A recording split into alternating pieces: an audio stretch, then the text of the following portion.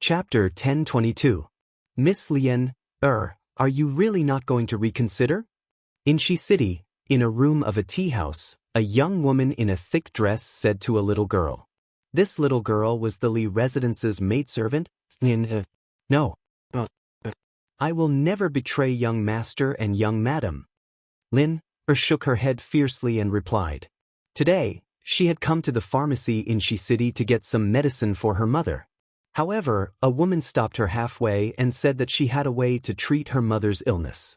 She was overjoyed and followed her to this tea house. However, she did not expect that woman to actually want to use 100 strings of money to exchange for the Li residence's bean sprout secret formula. Subconsciously rejected it in her heart because the 2 strings of money in her purse to buy medicine were lent to her by Han Yushi yesterday.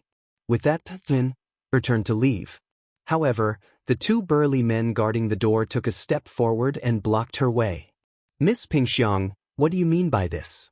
I'm from the Marquis's residence, and this is the foot of the Emperor. Do you want to commit murder? A hint of panic flashed in Lien's eyes, but when she remembered that this was the capital, she calmed down slightly and forced herself to remain calm. Impudent. All of you leave. Don't scare the guests. The woman waved her hand and scolded the 2 burly men at the door. Then she went forward and grabbed Lien's hand. She smiled and said, You might have misunderstood what I meant just now. I didn't ask you to betray the Marquis of Yong. I just want to know how these soybeans are soaked into bean sprouts.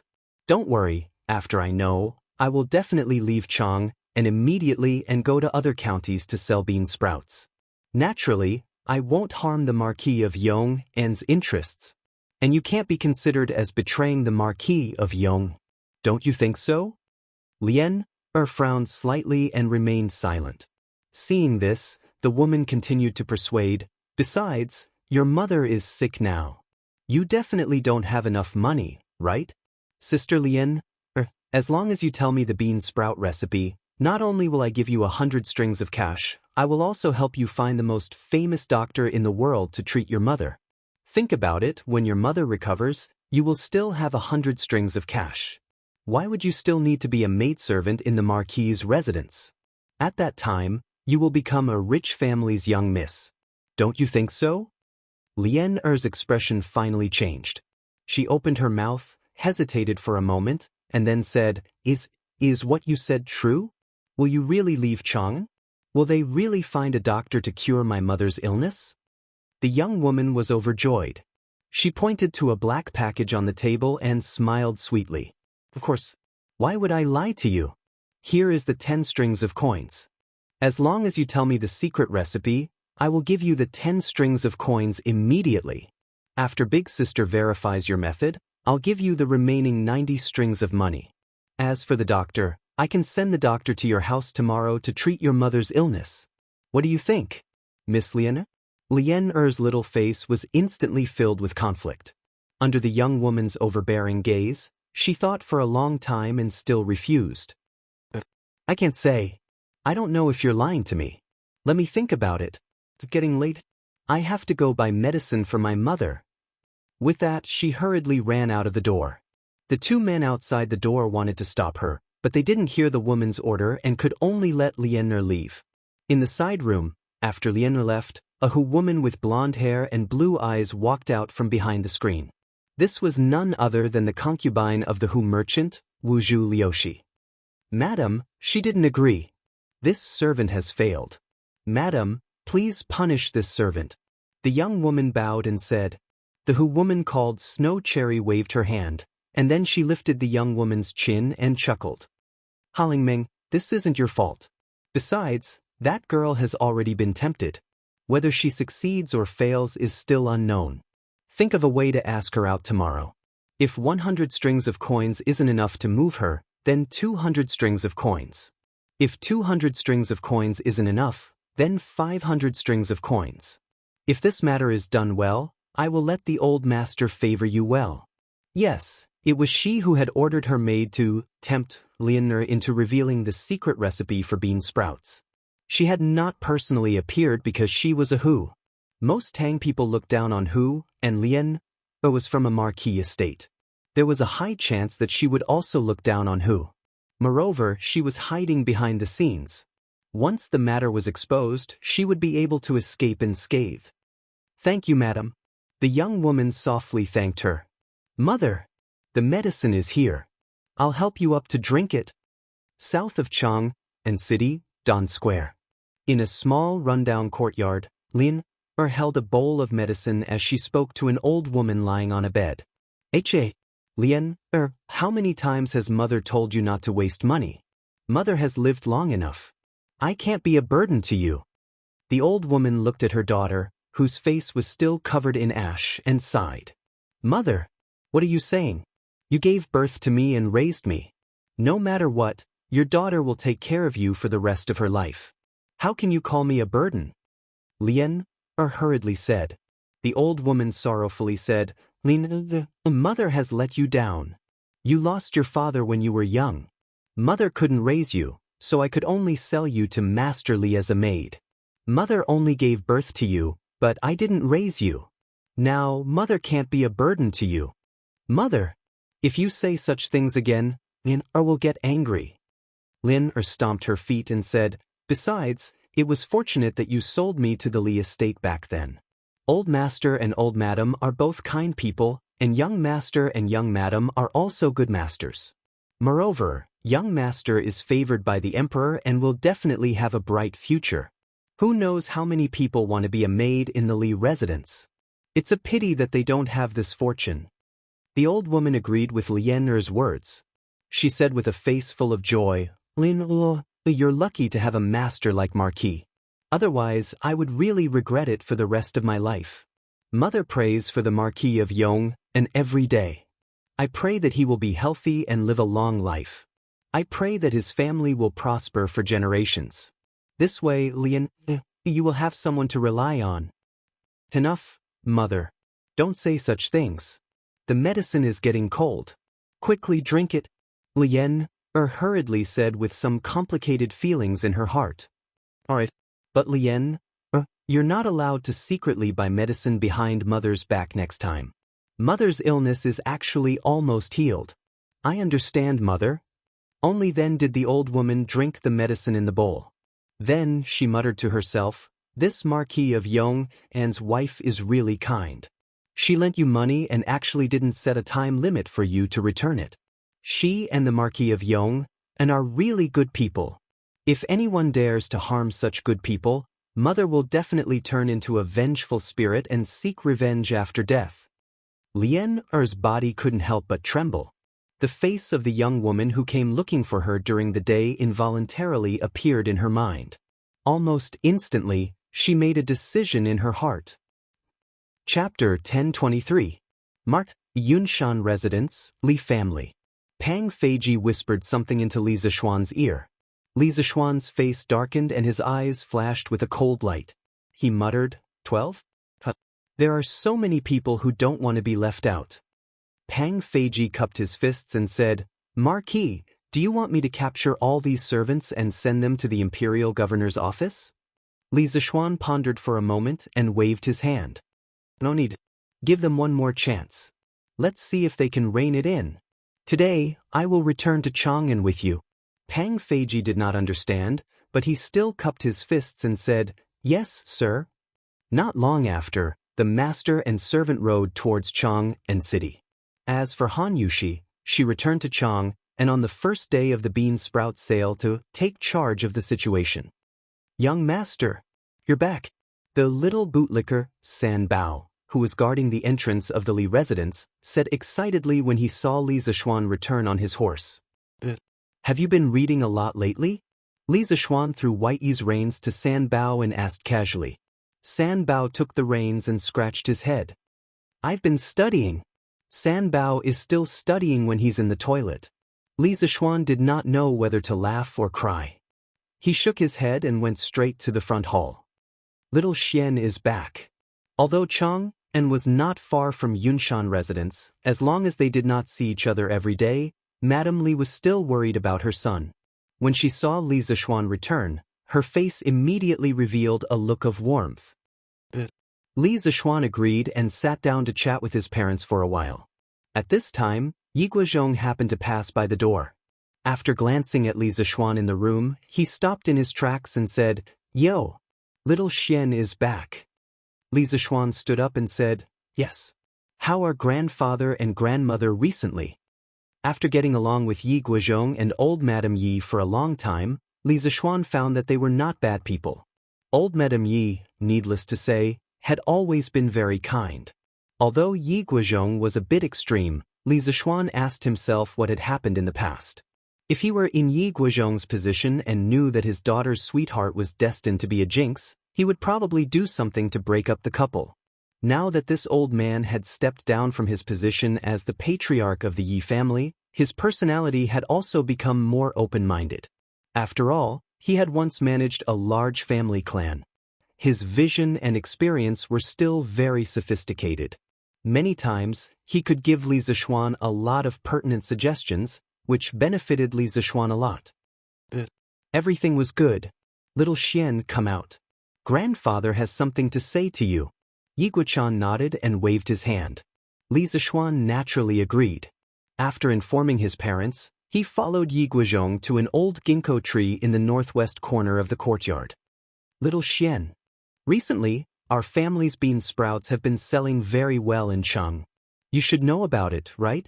Yi Guozhong asked Li Zixuan with his hands clasped behind his back. Li Zixuan understood and roughly understood why Yi Guozhong called him out. He replied, "Of course I know." Yi Guozhong nodded and said with a heavy heart, "Little Xian. Although the Li family is small in number, with your position in the imperial court, it's only a matter of time before you become a powerful family that dominates a region.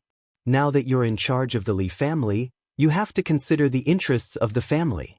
For example, bean sprouts are a profitable business, but once others learn how to make them, you'll be in a passive position, little Xian. In recent days, this old man has noticed that some servants in your residence have been leaving the residence very frequently. I reckon that it's very likely that other restaurants, merchants, or families want to get the secret recipe of bean sprouts through them. But you actually turned a blind eye to it and hid in Mount Yunshan to live a leisurely life. You're really... At the end, Yi Guozhong's old face was a little red. Obviously, he was angry. If the person in front of him was his own son, he would have slapped him. Li Zixuan was happy in his heart. He secretly thought that the old man's vision was quite shrewd and ruthless. He could actually see the hidden danger in the residence. Seeing Yi Guozhong's angry face, Li Zixuan quickly cupped his hands and said, "Grandfather, please calm down. In fact, I've already expected this. But in my opinion, the Li family can't monopolize the bean sprouts' secret recipe forever. This method isn't difficult to learn. During the process, you just need to pay attention to changing the water and air of the bean sprouts. Even if the servants in the residence don't say it out, the people outside will definitely be able to figure it out within a month or two. Grandfather, don't you think so?" Yi Guozhong pondered for a moment and sighed. He nodded and said, "According to what you said, it's really possible. But if you strictly ordered the servants not to leave the residence at will from the beginning, perhaps the Li family could earn a few more months' worth of bean sprouts.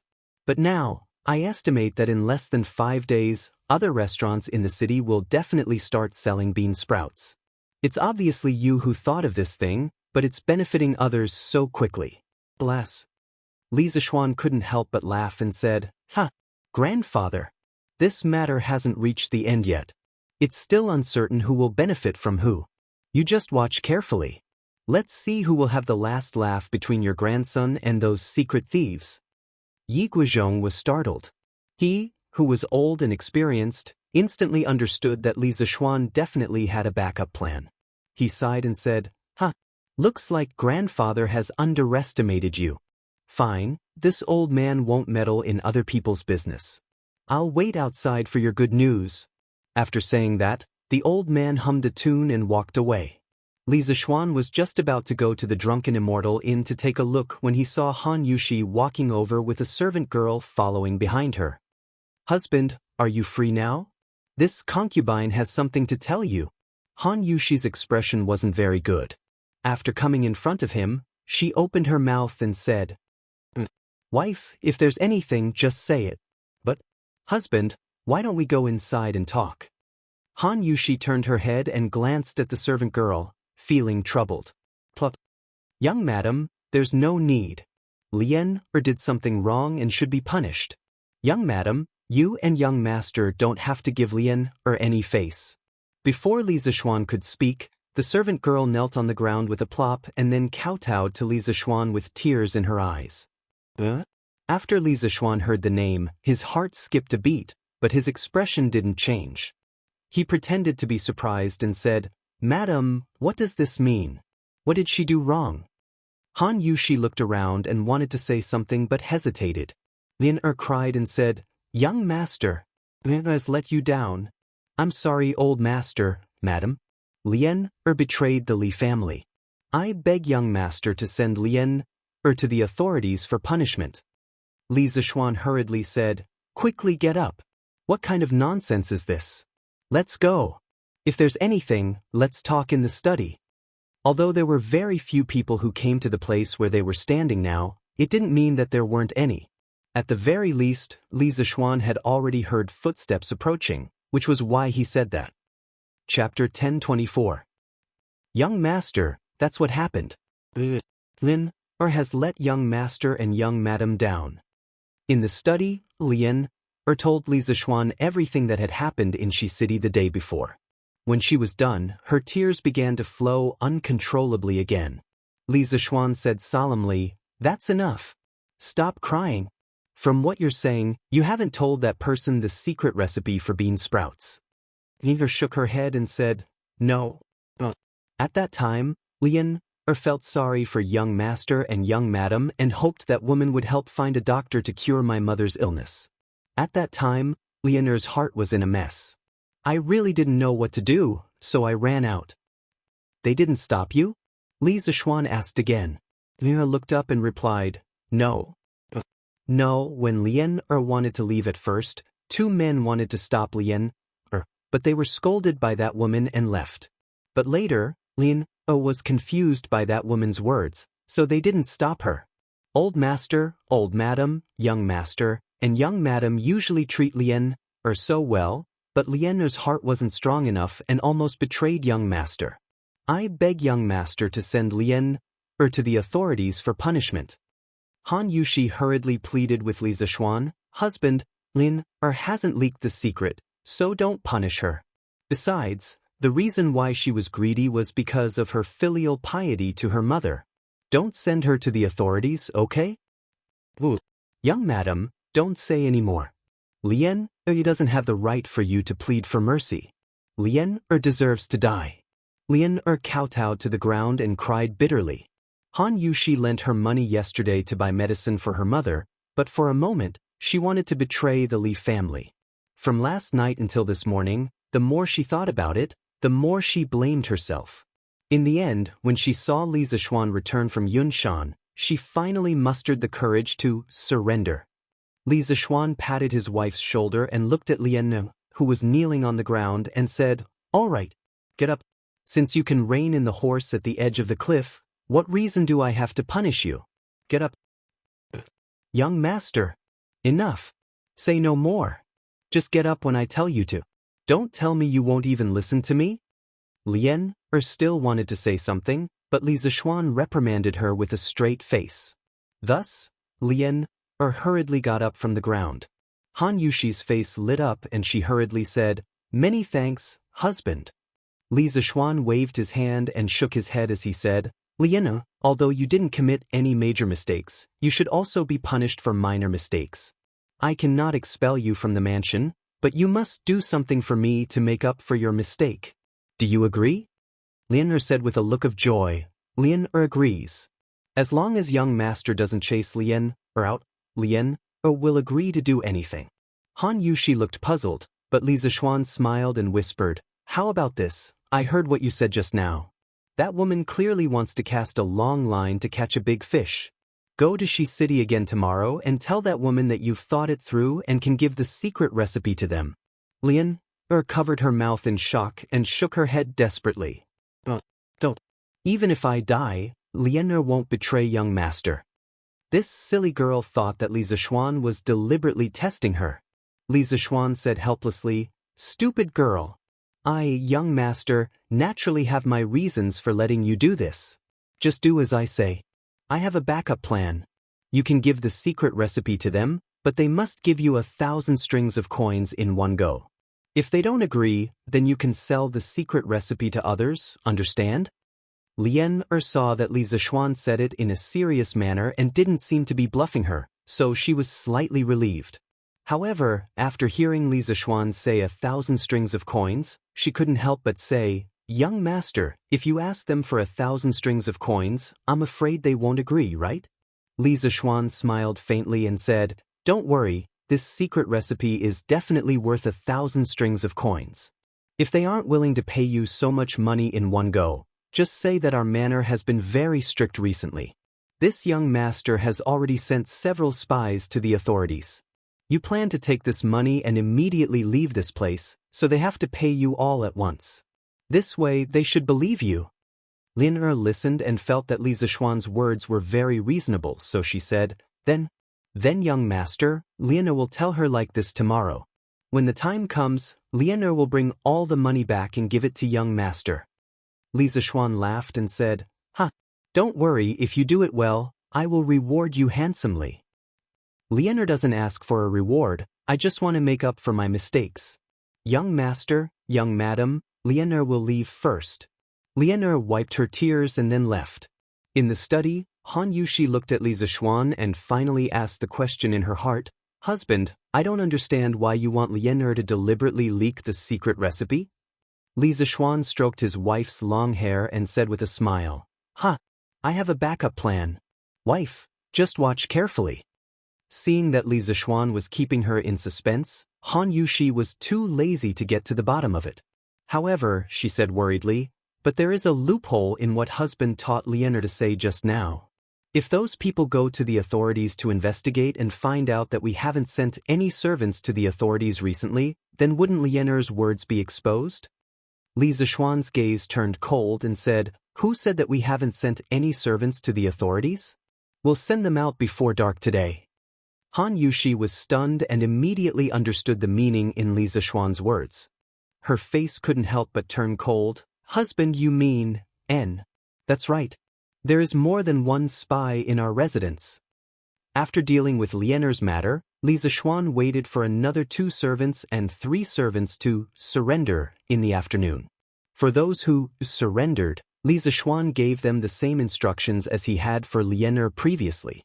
However, according to the information provided by Pang Feiji, there were a total of 12 servants and servants in the residence who had recently been in contact with the outside world. In other words, there were still 6 people who wanted to get away with it. At 5:15 p.m., in the study room, Li Zixuan was half leaning on the armchair. He was resting with his eyes closed, but he suddenly opened them and said to Pang Feiji, "Go, arrest them." Pang Feiji's spirit was lifted. He was finally going back to his old profession.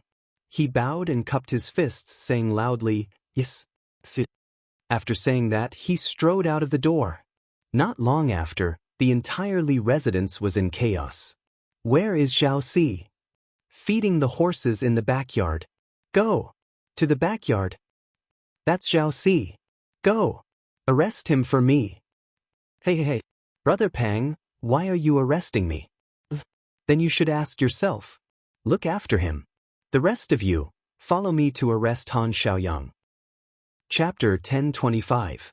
The next day, the news of the Marquis Yong and sending 6 servants to the capital office for investigation spread like wildfire, causing quite a stir in Cheng. Many people did not understand why the usually easygoing Li Zixuan would suddenly make things difficult for a group of servants. This was against the rules. But there were some who had ulterior motives. When they thought of what they had done recently, their hearts sank. Those with backgrounds quickly destroyed the evidence and cut ties with Li Zixuan.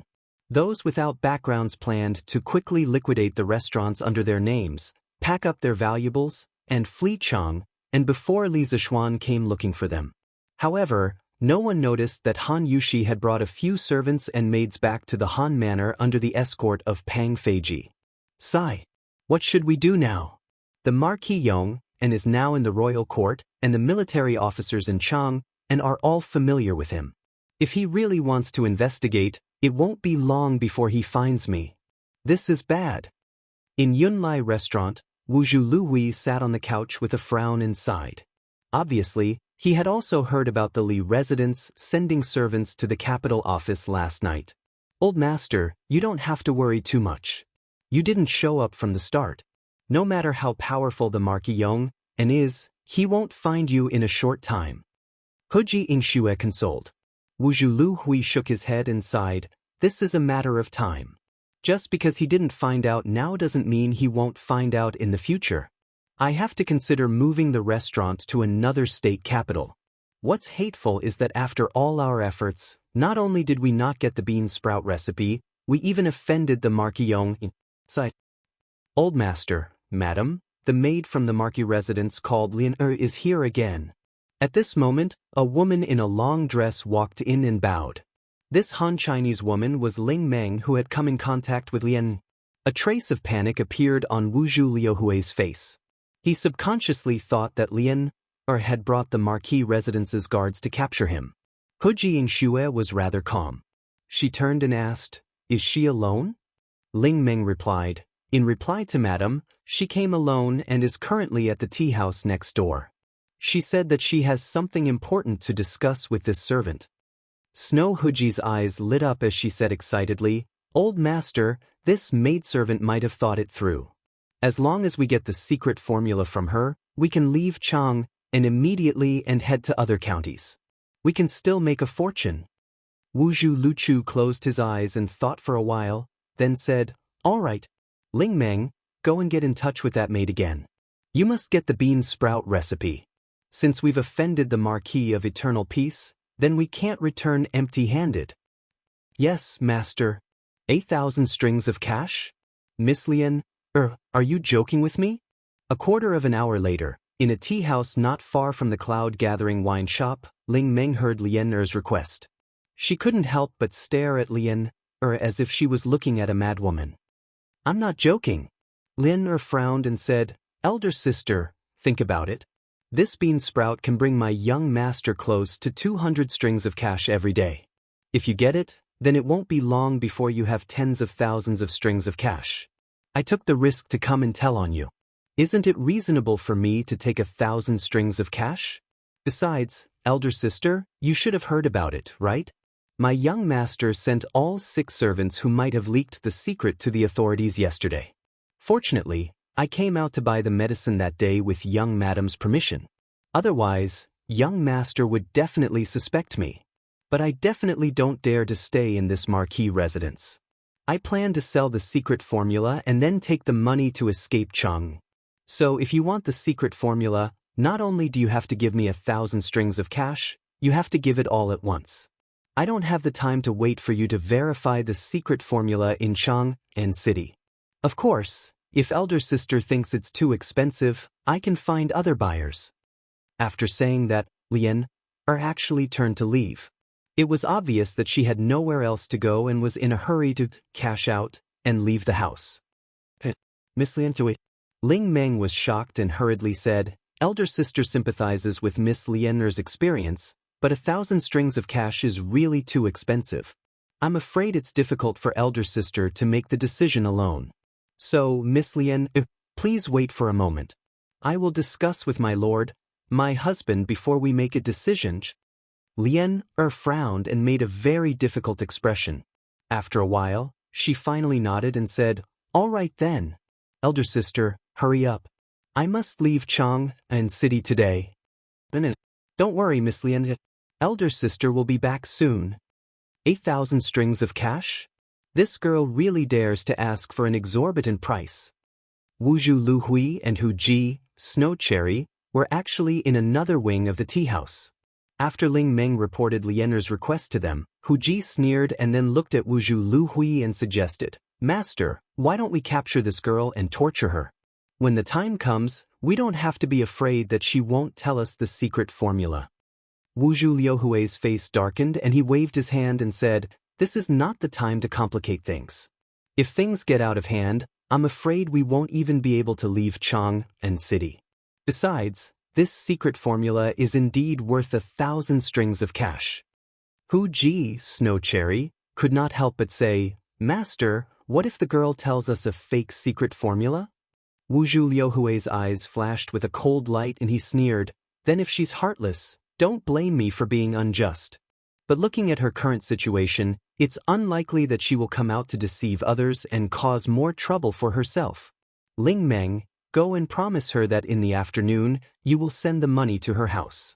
Hand over the money and the secret formula." Ling Meng bowed and said, "Yes, master." Similar scenes were happening in different parts of Chang'an City today. In the afternoon, around 5 in the afternoon, the 2 servants and 4 maidservants that Li Zishuan sent out all returned with a full load. On this trip, the 6 of them had cheated nearly 8,000 strings of cash because one of them, Wang Xiaojiang, was secretly invited by the Cui family. Towards his old enemy, Li Zishuan showed no mercy and directly asked Wang Xiaojiang to ask for 3,000 strings of cash. The Cui family's duke hated Li Zishuan to the core and wanted to disgust him. Moreover, the income brought by the bean sprouts was indeed considerable. They could earn at least 4,000 to 5,000 strings of cash in a month. Although the Cui family had a large business, if 4,000 to 5,000 strings of cash were to fall on the ground, it was impossible for them not to pick it up. The most important thing was that Wang Xiaojiang was an actor. He even acted as the duke, so he was able to cheat the Cui family of 3,000 strings of cash. According to the information from the 6 servants, Li Zishuan immediately asked Pang Feiji to secretly bring back the 8,000 strings of cash in a carriage from their houses. At this point, the operation to clean up the leakers had finally come to an end. But the operation to punish the leakers had just begun. Chapter 1026.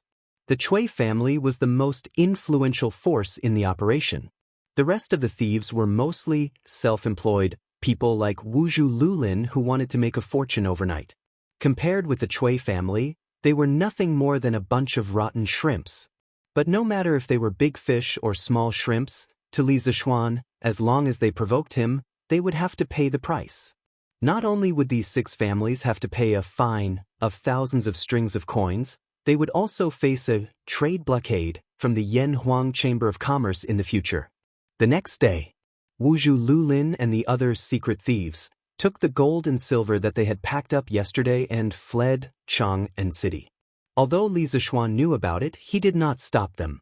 Something worthy of mentioning was that the price of the bond of brothers in the Immortal indulgence had suddenly dropped greatly from 666 copper coins per serving to 333 copper coins per serving.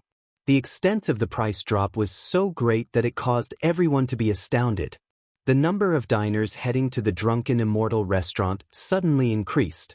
When the rich people saw this, they all complained that manager Lu did not know how to do business. It was fine if he did not raise the price, but he lowered the price instead. This caused more and more people to come to eat, causing them to have to line up for a long time.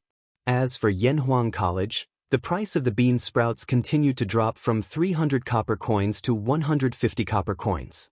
This time, the children from poor families did not hesitate anymore. They all ran to the cafeteria to order a serving of bean sprouts for themselves and slowly enjoyed it. South of Chang'an City, East Duke's residence. When Cui Junchuo heard that the price of the Brotherhood connection had dropped, he subconsciously felt that something was wrong. With a gloomy face, he asked, "Has the secret recipe started to be tested yesterday?"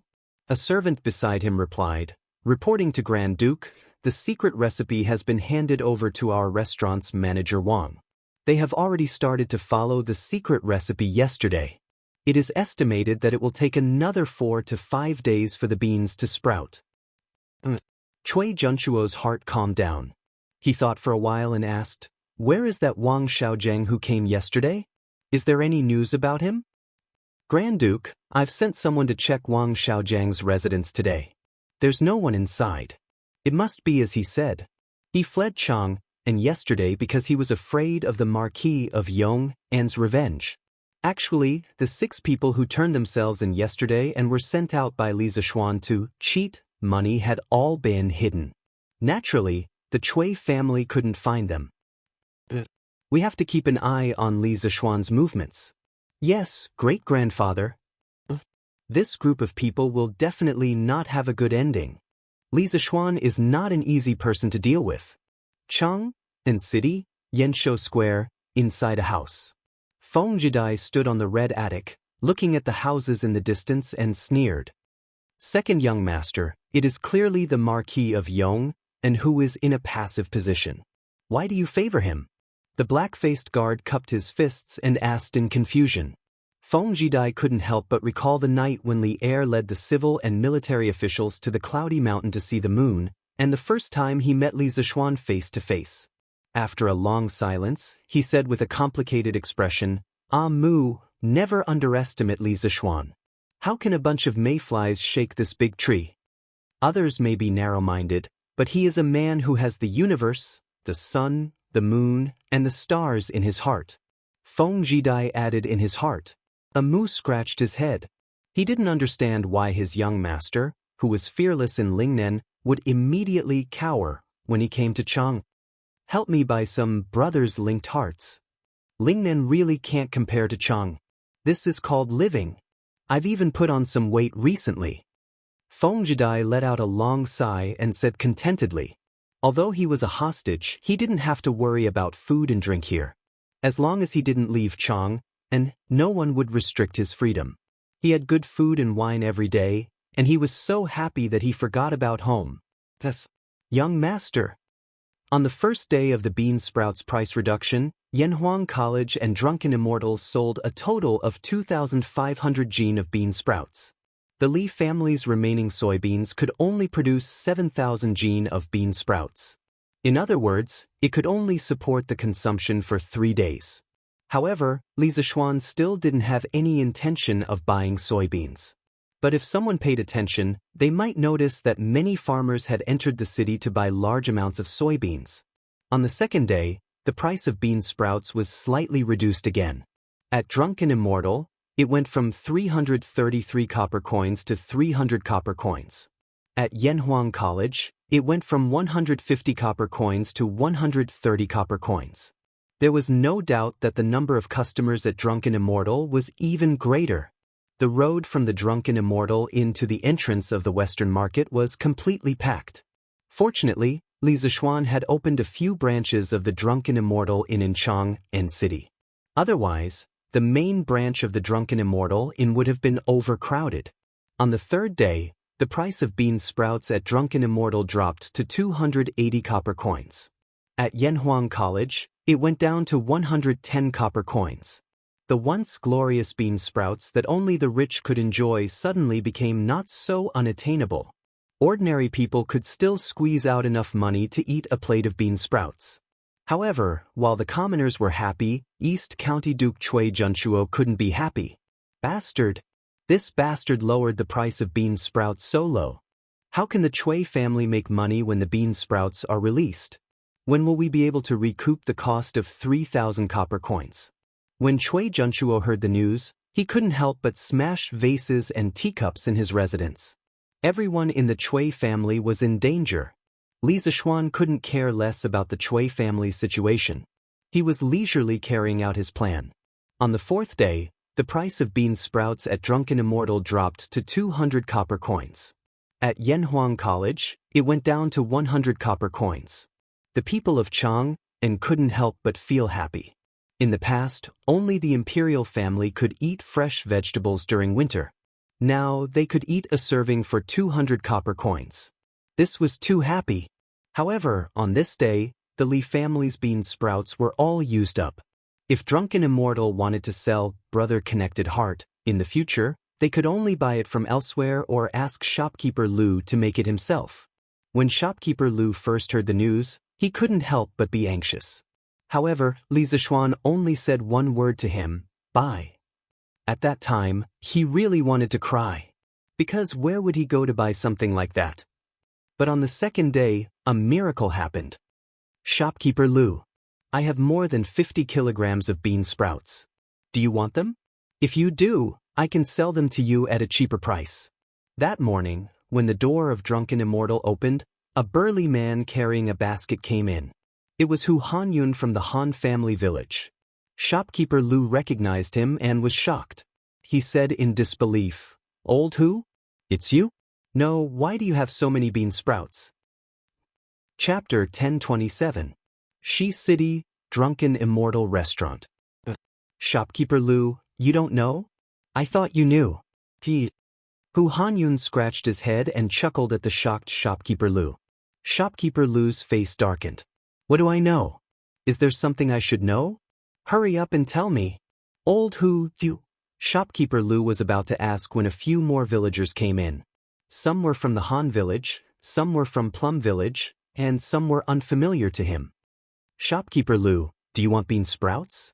I have more than 25 kilograms here. They're fresh. I have 70 kilograms here. Shopkeeper Lu, do you want some? While listening to the villagers shouting and yelling, Shopkeeper Lu seemed to have understood something. He looked at Old Hu and asked uncertainly, Old Hu, did young master teach you all the methods of growing bean sprouts? At this point, it seemed that this was the only reasonable explanation. Old Hu nodded and said, yes. Young master told young madam to teach us the method of growing bean sprouts 4 days ago. After the villagers bought the beans, they didn't go anywhere and just stayed at home to grow bean sprouts. As soon as the bean sprouts grew, we sent them to you.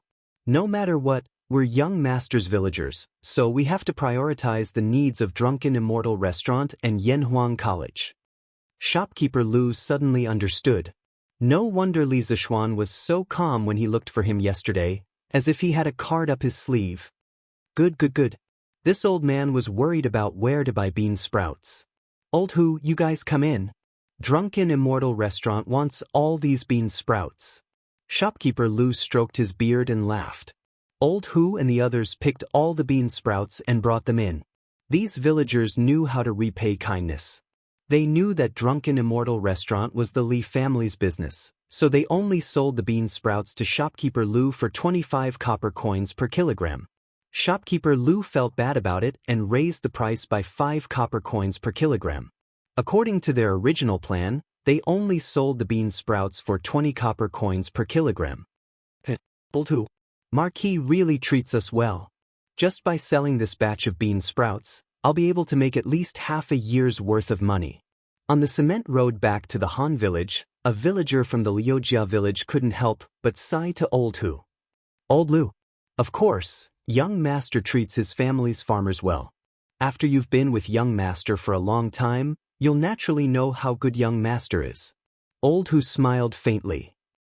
How much do you think the bean sprouts would fetch if they were sold to other restaurants? Someone in the crowd said this, and the atmosphere suddenly became heavy. Hu Hanyun's expression changed. He stopped in his tracks. Seeing that there was no one else around, he said with a sullen face, a person must have a conscience. I, Old Hu, had only moved to the Han family manor over 20 years ago. Previously, I had experienced who knows how many main families in other places.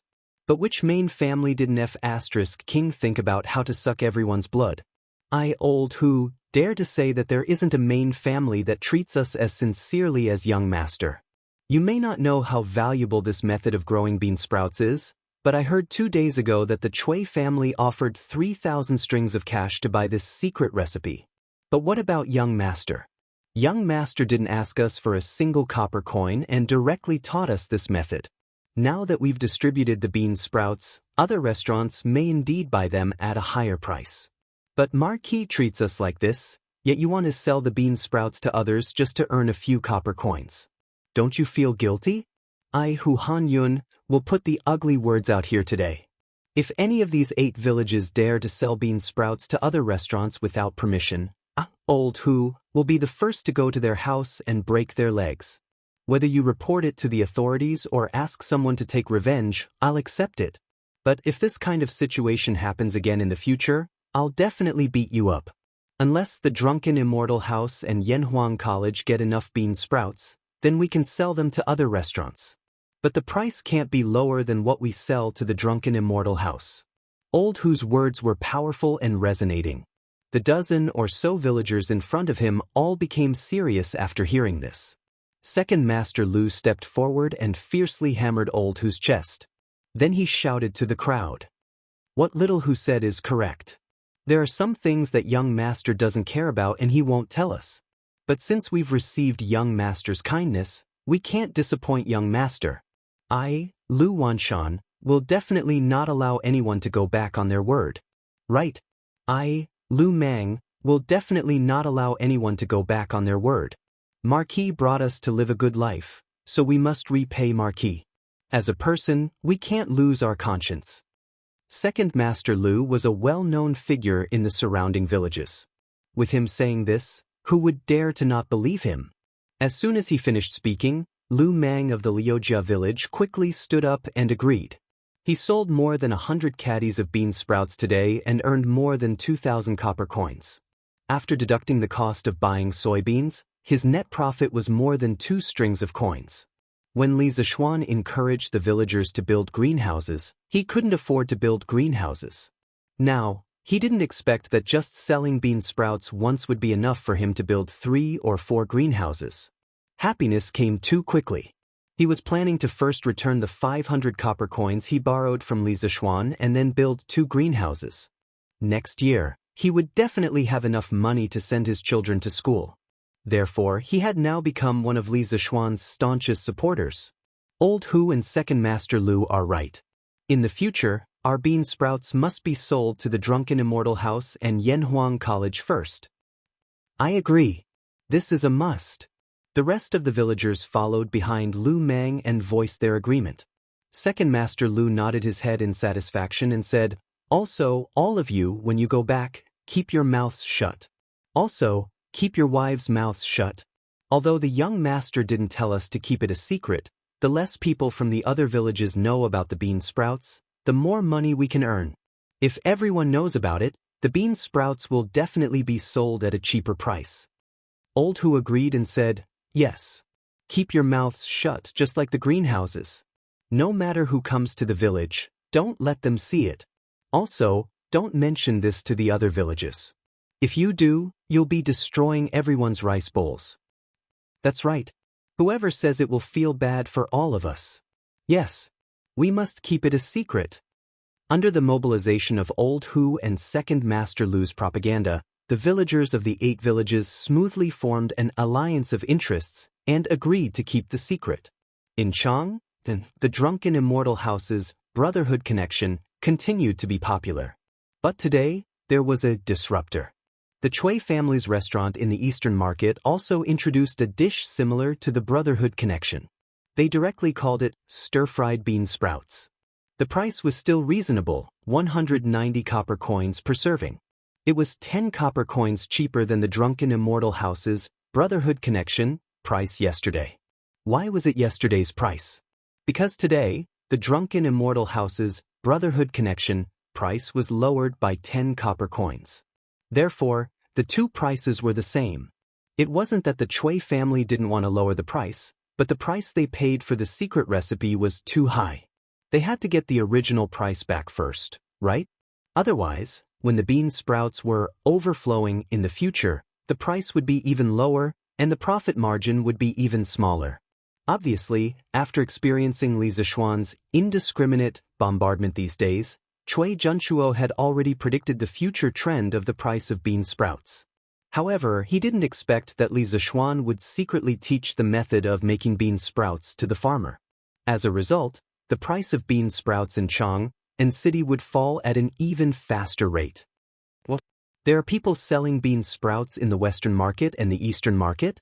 In the Eastern Duke's Mansion, south of Chang and city.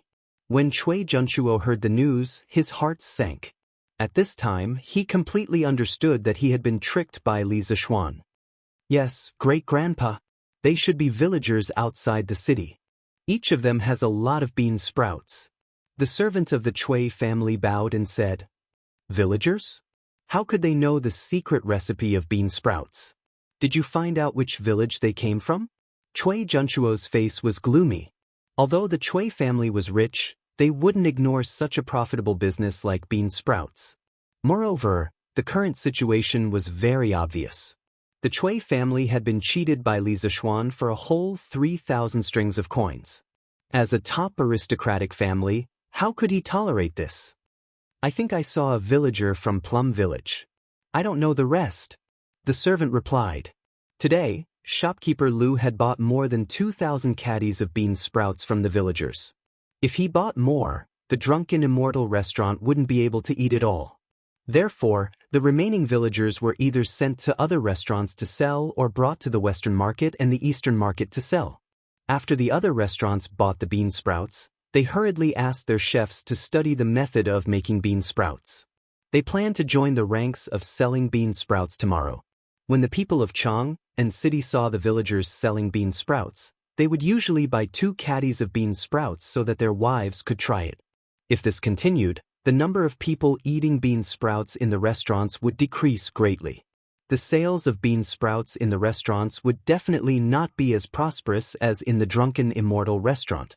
It could be said that the most popular stage of the bean sprouts business had passed. All that was left was the soup, and the meat in the soup had all been scooped up by Li Zishuan. Bams! Plum Village, Plum Village. Damn it! This brat is so ruthless. He actually resorted to a life-and-death struggle move. This is so infuriating. Cui Junchuo immediately understood when he heard Plum Village. He slammed the teacup on the table onto the ground and said angrily, "Life-and-death struggle? No. Grandfather, you might have misunderstood. This is not called a life-and-death struggle. It should be called a courageous retreat." Yongle Lane, Li Residence West Courtyard. When Yi Guozhong heard that the Hanjiazwang, Plum Village, Lujiazwang and several other villages had started selling bean sprouts in the east and west cities today, he subconsciously felt that Li Zishuan was using the method of killing 1,000 enemies at the cost of 800 of his own men to take revenge on the Cui family for stealing the secret. In the end, both families would not be able to earn any money if they fought to the death. Therefore, he came to the west courtyard to ask Li Zishuan what he was thinking. Li Zishuan laughed when he heard that. "What do you mean by a courageous retreat? I think you're just being stubborn. You youngsters are so impetuous and easily let your emotions affect your decisions." Yi Guozhong shook his head and sighed. Li Zishuan could only patiently explain, "Grandfather, think about it carefully. Since the first day the drunken Immortal restaurant started selling bean sprouts, our residence has earned a total of more than 2,000 strings of coins. Together with the 8,000 strings of coins that the Cui family stole from us, it adds up to more than 10,000 strings of coins. The little bean sprouts brought in more than 10,000 strings of coins in less than 10 days. Grandfather, do you really think it's a loss? Previously, I've already said that even if the servants in the residence did not leak the secret recipe, the people outside would definitely be able to figure out the method to grow bean sprouts in 1 or 2 months. At that time, we might not even be able to earn 10,000 strings of coins. Now, not only have we maximized the income of the bean sprouts in the shortest time possible, but we have also cleaned up the disloyal servants in the residence. No matter how you look at it, I don't think I've suffered a loss." Yi Guozhong secretly nodded when he heard that. In the end, he laughed and said, "Ha! You really are a sly fox. Those people in the Cui family provoked you. They're really unlucky." After saying that, he smiled comfortably and turned around to leave. At the gate of the courtyard, Father Li suddenly understood. He patted his chest and quickly left before Yi Guozhong came over. He had also heard the news and wanted to come over to ask his son what he was thinking. However, when he walked to the gate of the courtyard, he found that Yi Guozhong was also there. He stopped and stood at the gate of the courtyard to eavesdrop. Although Yi Guozhong was usually kind to Li Zishuan, that was because of the generational gap effect. Grandfathers usually doted on their grandsons, but for his son-in-law, it was already good enough that he didn't reprimand him. "This stinking brat, he likes to hide things from his old man now, causing this old man to worry for nothing," Li Jingma muttered. Although there was a reprimand in his words, why did his tone sound like he was happy that his son had become more mature? Whether it was a life-and-death struggle or a courageous retreat, it was just a small business, worth a few tens of thousands of strings of cash. Li Zishuan didn't take it to heart. He had always been concerned about how his technology tree was growing. In the afternoon, Li Zishuan left Chang and went to Chi Chugu workshop in Mei Village. The first thing he saw was a bustling scene. There were people coming and going in the workshop, and the west side of the courtyard had already been set up. There were many pipes on the ground, and in the middle of the pipes, there was a prototype of a furnace. Faubert was gesturing with a group of blacksmiths about something. Li Zixuan stood a distance away and did not disturb them. After a while, Faubert finished talking to the blacksmiths and walked towards Li Zixuan. "Young master, you are here?" "Yes." "Faubert, the progress is not bad. I estimate that in less than a month, the ironworks will be able to start smelting iron, right?" Li Zixuan looked around and said with satisfaction, "Almost there. We have a lot of experienced blacksmiths in our workshop, and the construction of the furnace will only be faster. Now, we just need to see when Xiaobing will be able to transport the platinum ores back." Chapter 1028. Is there still no news from Xiaobing? Strange Taste Pavilion's new workshop. Li Zixuan looked at Faubert and asked. Speaking of which, as the owner, he was not responsible at all. A few days ago, after he gave the blueprint of the ironworks to Faubert, he basically did not ask about it anymore. It was not because he was lazy, but because of the sprouts and the spies in Chang, and which took up a lot of his energy. "Young master, that guy sent a message back 2 days ago, saying that he had found the bauxite you wanted in Shuo province. He should be sending a batch back in 2 days. Faubert replied with a smile. He had received the news from Fubin and wanted to report it to Li Zixuan, but he had heard about the recent turmoil in Chang and city, so he gave up the idea. He wanted to wait until Li Zixuan was free to tell him. Li Zixuan was happy to hear that. He was secretly glad that his memory was not wrong, but he felt sorry for his old classmate. He had dug up his family's bauxite more than 1,000 years in advance. Just take it as a continuation of the glory of the Chinese people in the world. Old classmate, the bauxite that your family contributed is very meaningful. Li Zixuan muttered in his heart, and then said to Faubert, "Well, after the bauxite from Shuo province is shipped back, we will start firing the refractory cement that Faubert and I talked about previously. If there are any problems, send someone to call me at any time." The so-called refractory cement could be divided into aluminate cement, low-calcium aluminate cement, calcium-magnesium aluminate cement, and dolomite refractory cement. At present, the easiest cement to fire was aluminate cement, which was mainly made of bauxite and limestone. It was calcined to produce a clinker with calcium aluminate as the main component and alumina content of about 50%. After that, it was ground into a hydraulic cementitious material, which was called refractory cement. The refractory temperature of refractory cement was generally more than 1,580 degrees Celsius, so in modern society, refractory cement was often used as the lining of some high-temperature kilns and some high-temperature projects that were eroded by the atmosphere and rain for a long time. Faubert nodded and replied, "No problem." When he had asked Li Zixuan for the blueprint, Li Zixuan had already told him the formula and production method of refractory cement. The workshop was no longer the same as before, and had accumulated a lot of technology, so Faubert felt that it should not be difficult to fire refractory cement. Li Zixuan took out 2 blueprints from his arms and handed them to Faubert. He said, "Faubert, I want to make 2 things recently. One is a furnace, and the other is a mold. The structure is not very complicated. You can just ask the craftsman to help me make 2 of them." Faubert took them suspiciously and roughly glanced at them. He roughly understood what Li Zixuan wanted to make. He couldn't help but ask, "Young master, this furnace is very delicate, especially the ventilation performance of this thing. It's better than the furnaces we use now. But this mold, if you use this mold to make something, won't it be like a hornet's nest with holes everywhere? What do you want to use it for, young master?" Li Zixuan smiled and said, "Faubert, what do you think of using it to shape coal powder?" The coal mold that he provided to Faubert was the kind of modern handmade honeycomb coal mold that was used for pressing connecting rods. Many children in the city might not have seen this kind of thing before, but Li Zixuan in his previous life had not only seen it, but also used it. When he was young, his family was poor. His father tried all kinds of ways to earn money in order to provide for him and his sisters to go to school. There was no need to talk about the way to earn money. Other ways included fishing, selling dried fish, helping others build houses, and even going to the streets to sell his art when he was not in the fields. When he was 6 years old, his father bought 2 trucks of raw coal from somewhere. It was the kind of coal that was the size of a football. It was probably just dug out from a coal mine. After that, his family began to rely on making honeycomb coal to earn money. At that time, he was still quite sensible. Every day after school, he would help his parents make honeycomb coal.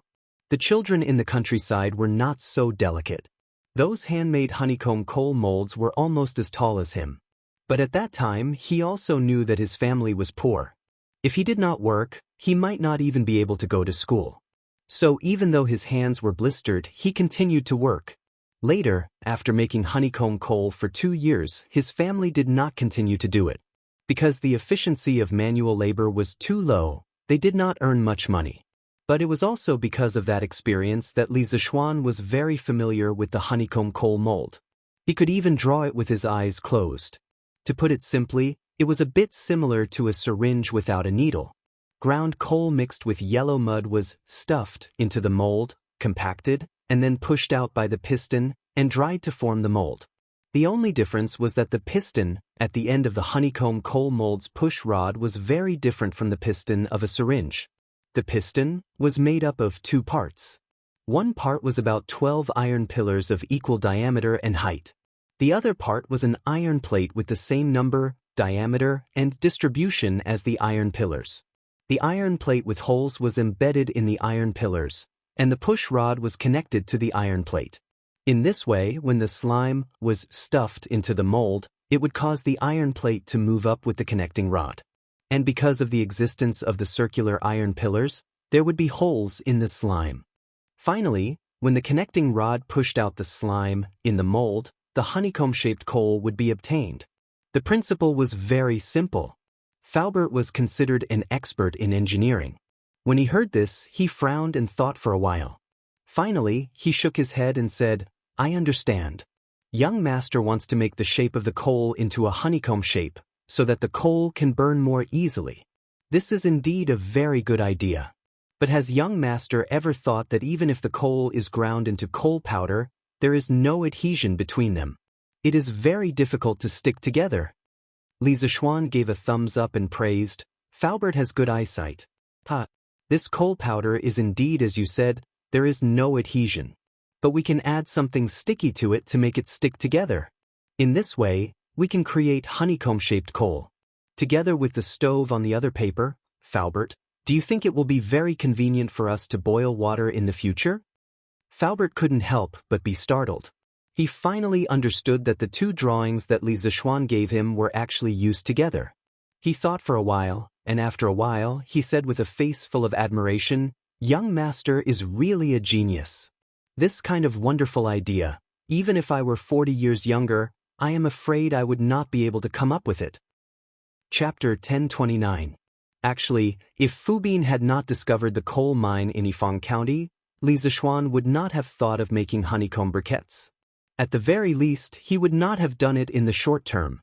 But now that he had a big coal mine, he could not just take the coal from the coal and not use the coal inside, right? That would be a waste. The coal content in the coal mine was the majority, and the coal that could be directly used for combustion was relatively small. Following the principle that waste was a great crime, Li Zixuan decided to create the modern coal furnace with a furnace and honeycomb briquettes. In the modern era, on October 1, 1950, Guowendi's Household Industry Society was established to produce the new fuel developed by Guowendi honeycomb briquettes. In 1956, during the socialist transformation of capitalism, Guowendi's Big Briquettes Processing Industry Society changed from a private operation to a state-owned enterprise. Honeycomb briquettes became popular throughout the country. According to the records of that year, burning normal coal needed to be shaved and added a few times a day. But burning honeycomb briquettes did not need to be lit every day, nor did it need to be heated and shaved. Thus, the annoying phenomenon of black smoke and flying ashes was completely eliminated. A family of 5 or 6 people burned normal coal every month, but burning honeycomb briquettes only required about 200 kilograms, and it also saved the wood used to guide the coal. The result of promoting honeycomb briquettes in the capital in the first half of 1958 was that the city and the suburbs did not have complete statistics. They saved about 7,000 tons of firewood and 70,000 tons of coal. Thus, In terms of saving resources, Li Zixuan felt that it was necessary to make honeycomb briquettes. Although the consumption of mineral resources in this era was far less than in the modern era, it was better to save as much as possible. He had to leave some resources for the future generations, right? Actually, the main reason was that Li Zixuan still missed his parents and family in his previous life. He did not want his family to have no resources after 1,000 years. Li Zixuan planned to use the raw coal from the coal mine to make honeycomb briquettes, and also to use a portion of the coal to make coke. The so-called coking of raw coal refers to the process of heating coking coal to about 1,000 degrees Celsius, high-temperature dry distillation, under isolated air conditions. Through thermal decomposition and coking, it produces coke, coke oven gas and other coking chemical products. In terms of craftsmanship, it was not difficult. The burnt coal could be used as a reducing agent to smelt iron. Faubert, you must be joking. Since that's the case, I won't delay your work any longer. The furnace and molds aren't that urgent. Let's focus on the ironworks first. Hearing Faubert's praise, Li Zixuan did not feel proud. Instead, he felt a little sad. Perhaps it was because he thought of his parents in his previous life. All right then. Actually, these two things aren't complicated. I'll get someone to make a few for you later. Faubert nodded. Li Zixuan didn't say anything else. He cupped his hands at Faubert and left the western courtyard. Sister Wire, did you encounter any difficulties when you were making the telescope? Yes. Of course he did. For example, that idiot little Ning. He's so clumsy every time. He broke a few of my lenses. Yamacho, you're here? Li Zixuan originally planned to sit in the workshop's office for a while, but he didn't expect to meet little Yu and Mo Lingwei in the hall on the first floor. Listening to their conversation, it seemed that there was something else going on. When Mo Lingwei saw him coming, she quickly stopped talking and greeted him. Sir, little Yu had a booklet on her lap and a pencil in her hand. When she heard Mo Lingwei say that Li Zixuan was coming, she put the booklet on the chair and stood up to greet him. What are you guys doing? Li Zixuan responded and asked with a smile. Mo Lingwei turned to look at little Yu and replied, Yamacho, I heard that there was a big movement at the workshop recently. I was curious, so I came to take a look. It's okay if I can't help, but it's even better if I can helps. I didn't expect to meet little Yu, so we chatted for a while. Li Zixuan couldn't help but ask, what? The Mahists also have research on iron smelting?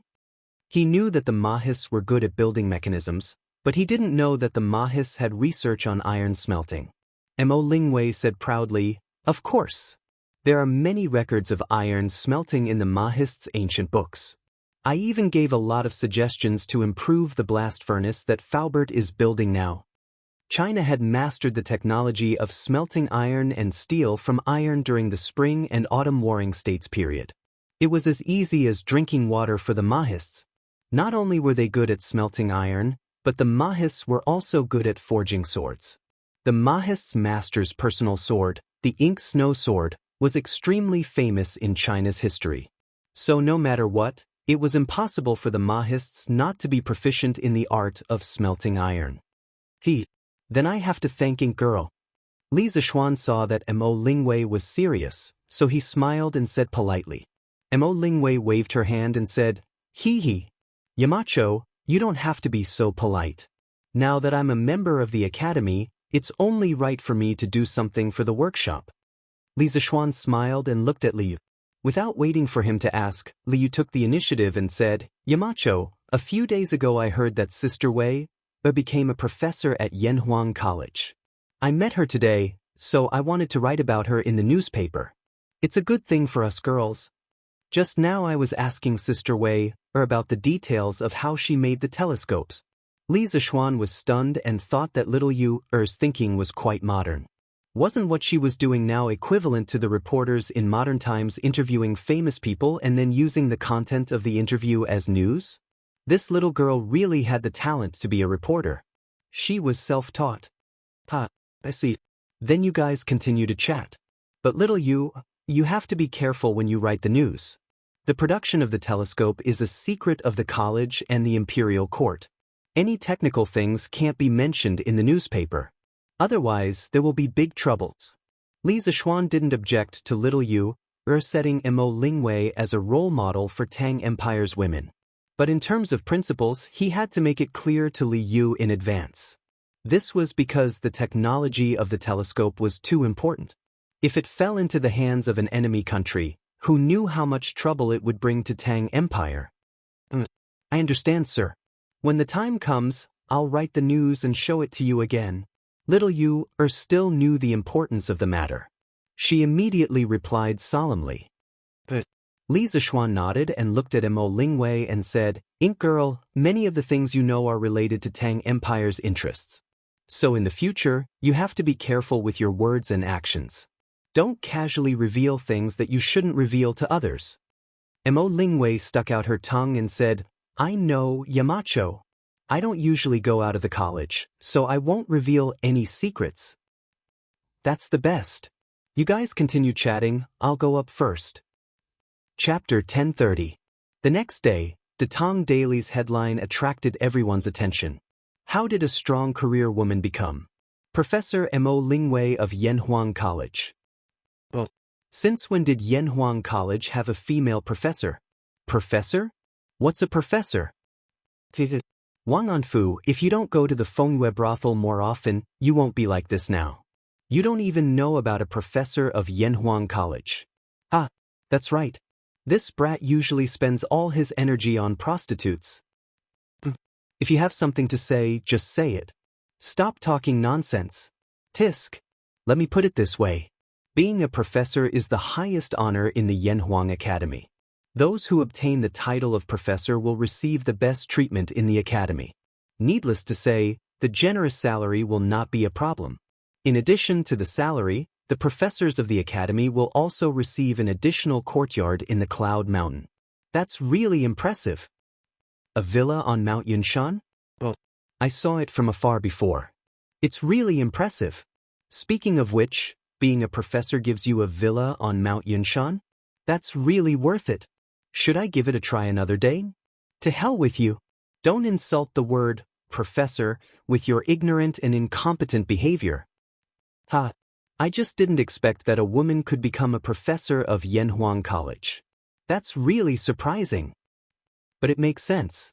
Look, this girl participated in the construction of the astronomical telescope. It's not an exaggeration to say that she's a professor. Astronomical telescope? Brother Pang, can you tell me what an astronomical telescope is? Astronomical telescope. I heard an old man mention it before. Most of the ordinary people were talking about how generous the treatment of a professor in Yanhuang College was. It was shocking that a woman like Mo Lingwei could become a professor of the college. However, some scholars were unhappy after reading the newspaper. What an insult to the educated, what an insult to the educated. The Marquis of Yong, and is too much. A mere woman actually dares to call herself a professor? How can we, the disciples of the saints, continue to study the world? In the Imperial College of the Imperial College, a Confucian scholar couldn't help but slap the table and stand up angrily after reading the headlines in the newspaper during class. Uncle Huai, are you talking about today's news from Datong Daily? Another Confucian scholar asked as he stood up. The Confucian scholar named Uncle Huai stood up and said indignantly, "That's right, that's the news. The Marquis of Yong, and is really disgraceful. How can he compare a woman to the disciples of the saints? I'm so pissed off." In fact, his full name was Zheng Huaibua. He was a concubine-born son of the Zheng family of Xingyang. Although he was born of a concubine-born son, he carried the name of the Zheng family of Xingyang. No matter where he went, he was like a crane in a flock of chickens. I saw the news just now too. I'm furious too. The Marquis of Yong, and has really gone overboard this time. Why don't we all go to the Marquis of Yong and Manor to demand an explanation? Zheng Huaibua saw that the students in the classroom were all furious. He gritted his teeth and suggested, "But let's go and demand an explanation from the Marquis of Yong. Let the Marquis of Yong and revoke that woman's position as a professor. But it must be revoked. Uncle Huai, if you want to go, I'll go with you." The classroom that was previously noisy suddenly became lively. After a while, a student weakly said, "Uncle Huai, I think we shouldn't go. Last time, the students of our college went to the Marquis of Yong and Manor to demand an explanation. In the end, they were almost stripped of their academic status. The leader, Cui Yunhan, was even sent to Cheongzhou." These words woke everyone up from their dream. When these words came out, the few people who were arguing fiercely earlier were all jolted awake. They immediately recalled that a few months ago when Li Zixuan officially mentioned on the newspaper that the Marquis of Yong and Cui Yunhan brought a group of students to the Marquis of Yong and Manor to cause trouble. In the end, they were wiped out in one fell swoop by the imperial guards sent by Li Zixuan. After that, Li Zixuan ignored the pleas of the Cui family's old grandfather and actually sent Cui Yunhan to Cheongzhou. This was a real lesson learned from the mistakes of the past. Furthermore, from the previous incident, it could be seen that Li Zixuan's current imperial favor was very high. It wasn't something that ordinary people could shake. Scholars like them who didn't have any scholarly achievements were even worse. Qichong's words are reasonable. This matter needs to be discussed at length. We can't just go rashly. After a while, someone betrayed. This was the traditional Confucian students. They advocated, "A gentleman does not stand under a collapsing wall." Once they discovered that there might be danger ahead, they would usually run faster than anyone else. Uncle Huai, this matter needs to be discussed at length. Otherwise, the gains won't make up for the losses. Why don't we go find Professor Cui? He has the right to write a letter to advise against it. Let's ask him to help us advise His Majesty on this matters? Zheng Huaibua despised his stupid teammates in his heart. After hearing this sentence, he couldn't help but nod and say, "Okay. Professor Cui is an upright person who abhors evil. Let's go find him together. He definitely won't sit by and do nothing." Speaking of Cui Shanyu, this fellow was actually quite miserable. Previously, he had joined forces with the 7 great professors of the Imperial College to impeach Li Zixuan. Although he had forced Li Zixuan out of the Imperial College in the end, he didn't get any good results. Not only did he fail to run for the position of the Imperial College's secretary, but he was also called by Li Er in the Imperial Edict as a teacher who only knew how to fight for power and profit. As a result, his political career in the Imperial College had basically come to an end. In the following period of time, Cui Shanyu kept a low profile. It was likely that he didn't expect that while he was peacefully sitting at home, someone would deliver the opportunity for revenge to him. Wow, this Ink girl is so amazing. Despite being a girl, she can actually achieve her current status. She is truly too amazing. The scholars were indignant that Mo Lingwei had ridden on their heads. The women of Chang and were looking up to Mo Lingwei's glorious achievements and sighing that a woman could actually not lose to a man. Within the Changle Palace, after Princess Changle saw the news in the newspaper, she let out a similar sigh. According to Brother Qingke, the Ink girl is from the Mo family and is proficient in arithmetic and construction. It is only natural that she can achieve such accomplishments. If only Changle had the same intelligence as the Ink girls. Sitting alone by the window, Changle gazed at the ginkgo leaves drifting in the wind. She couldn't help but sigh. Everyone envies me, the princess of the Great Tang, but they don't know that I envy the Ink girl, a free person who can do what she likes and pursue her true love. Chapter 1031. Wow. Han Li, is this Mo Lingwei a professor at your college? South of Chang and City, and La House, Lin family's backyard. Today was Yanhuang College's Saturday, so Iron Egg came to tutor Lin Hao. After Han Lijing went to Hedong Road, Iron Egg couldn't live alone in the Han village, so he was now living in Chang and City's Li mansion. Although his sister, Han Yushi, reprimanded him for the results of the monthly test, he still came to the Lin family to fulfill his promise. Lin Hao took the opportunity to read today's Tang Daily while he was squatting in the latrine. His eyeballs almost popped out of their sockets when he saw what it was. He quickly wiped his butt and limped out of the latrine. Then he walked to Iron Egg's side, widened his eyes, pointed at the newspaper, and exclaimed, Iron Egg frowned and said unhappily, "She's a professor at our college. Young Master Lin, please don't call her by her name." Respect for teachers was a rule that every student of Yanhuang College must abide by. Ahem, sorry. Lin Hao coughed and touched his nose embarrassedly.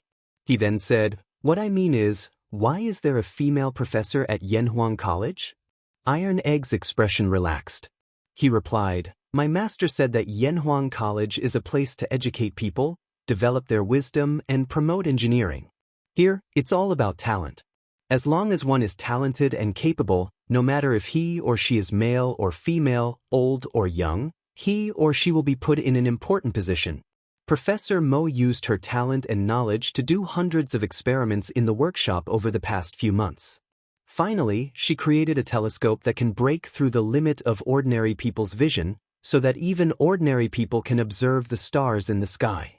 With such talent and achievements, my master said that she is worthy of being a professor. Lin Hao couldn't help but give a thumbs up. He praised, "This Professor Mo is really a heroine. It's hard to imagine that your college's telescope was made by her." Tai Dan chuckled and said, "The Flame Yellow Academy is a place of hidden dragons and crouching tigers. There are many capable teachers and students here. Wait until you enter the academy in the future and you'll truly experience it." Lin Hao said with anticipation, "Don't worry, I will definitely get in next year. But your master is really a bold man. He actually dared to appoint a woman as a professor in the college. Isn't he afraid that other scholars will be dissatisfied?" Iron Egg frowned. "Yanhuang College was founded by my master. He can appoint whoever he wants to be a professor. Professor M. Is it a matter?" Lin Hao chuckled and said noncommittally, "Haha, maybe." Li Zixuan didn't care about what other people were saying about the Datang Daily headline. As long as the content of the news wasn't confidential, other people could say whatever they wanted. In the afternoon, he received news that the first batch of bauxite that Fubin had brought back from Shuozhou had arrived at the workshop. It was earlier than Li Zixuan and Faubert had expected. Since he had nothing to do, Li Zixuan went to the new workshop of the Chitsu Pavilion to confirm whether Fubin was digging bauxite or not. "Young master, look, these are all here." Faubert pointed to a pile of gray stone-like ores in the front yard of the workshop and said, "Take a look and see if these are the bauxite ores you want." Li Zixuan went forward and picked up a piece. He looked at it carefully for a while and finally nodded. "Yes, Faubert, this is the bauxite ores that I want." Faubert was relieved when he heard this. He let out a sigh of relief and laughed. "I heard from Xiao Bing that the local miners thought that he had lost his mind. If he was a normal person, why would he pay someone to dig up these seemingly useless stones?" The bauxite that Fubin was digging was mainly bauxite. The main component of bauxite was alumina, which was hydrated alumina with impurities. It was a type of earthy mineral that was usually white or gray in color. It didn't look any different from ordinary stones, but the texture was very different when you held it in your hand. Bauxite was very soft, and its hardness was only 1 to 3. Ordinary stones, on the other hand, had a hardness of 5 to 6. The difference was still very big. It wasn't until the end of the Qing dynasty and the beginning of the Republic of China that someone discovered the technology to extract aluminum from bauxite. Not everyone would be able to discover good things. Faubert, follow the method that I told you before and make a batch of refractory cement." Li Zixuan said with a smile. These were all things that had been agreed upon before, and they had already been prepared. Uncle Fu naturally agreed. Li Zixuan saw that there was nothing else for him to do here, so he returned to Chang. Recently, he had been returning to his home in Chang every weekend. In the evening, Pang Feiji found Li Zixuan and cupped his fist.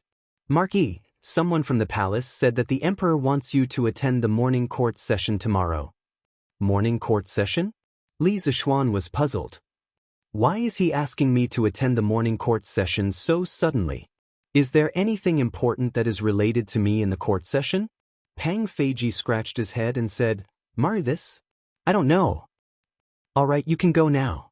Li Zixuan had only asked subconsciously. He didn't expect Pang Feiji to answer.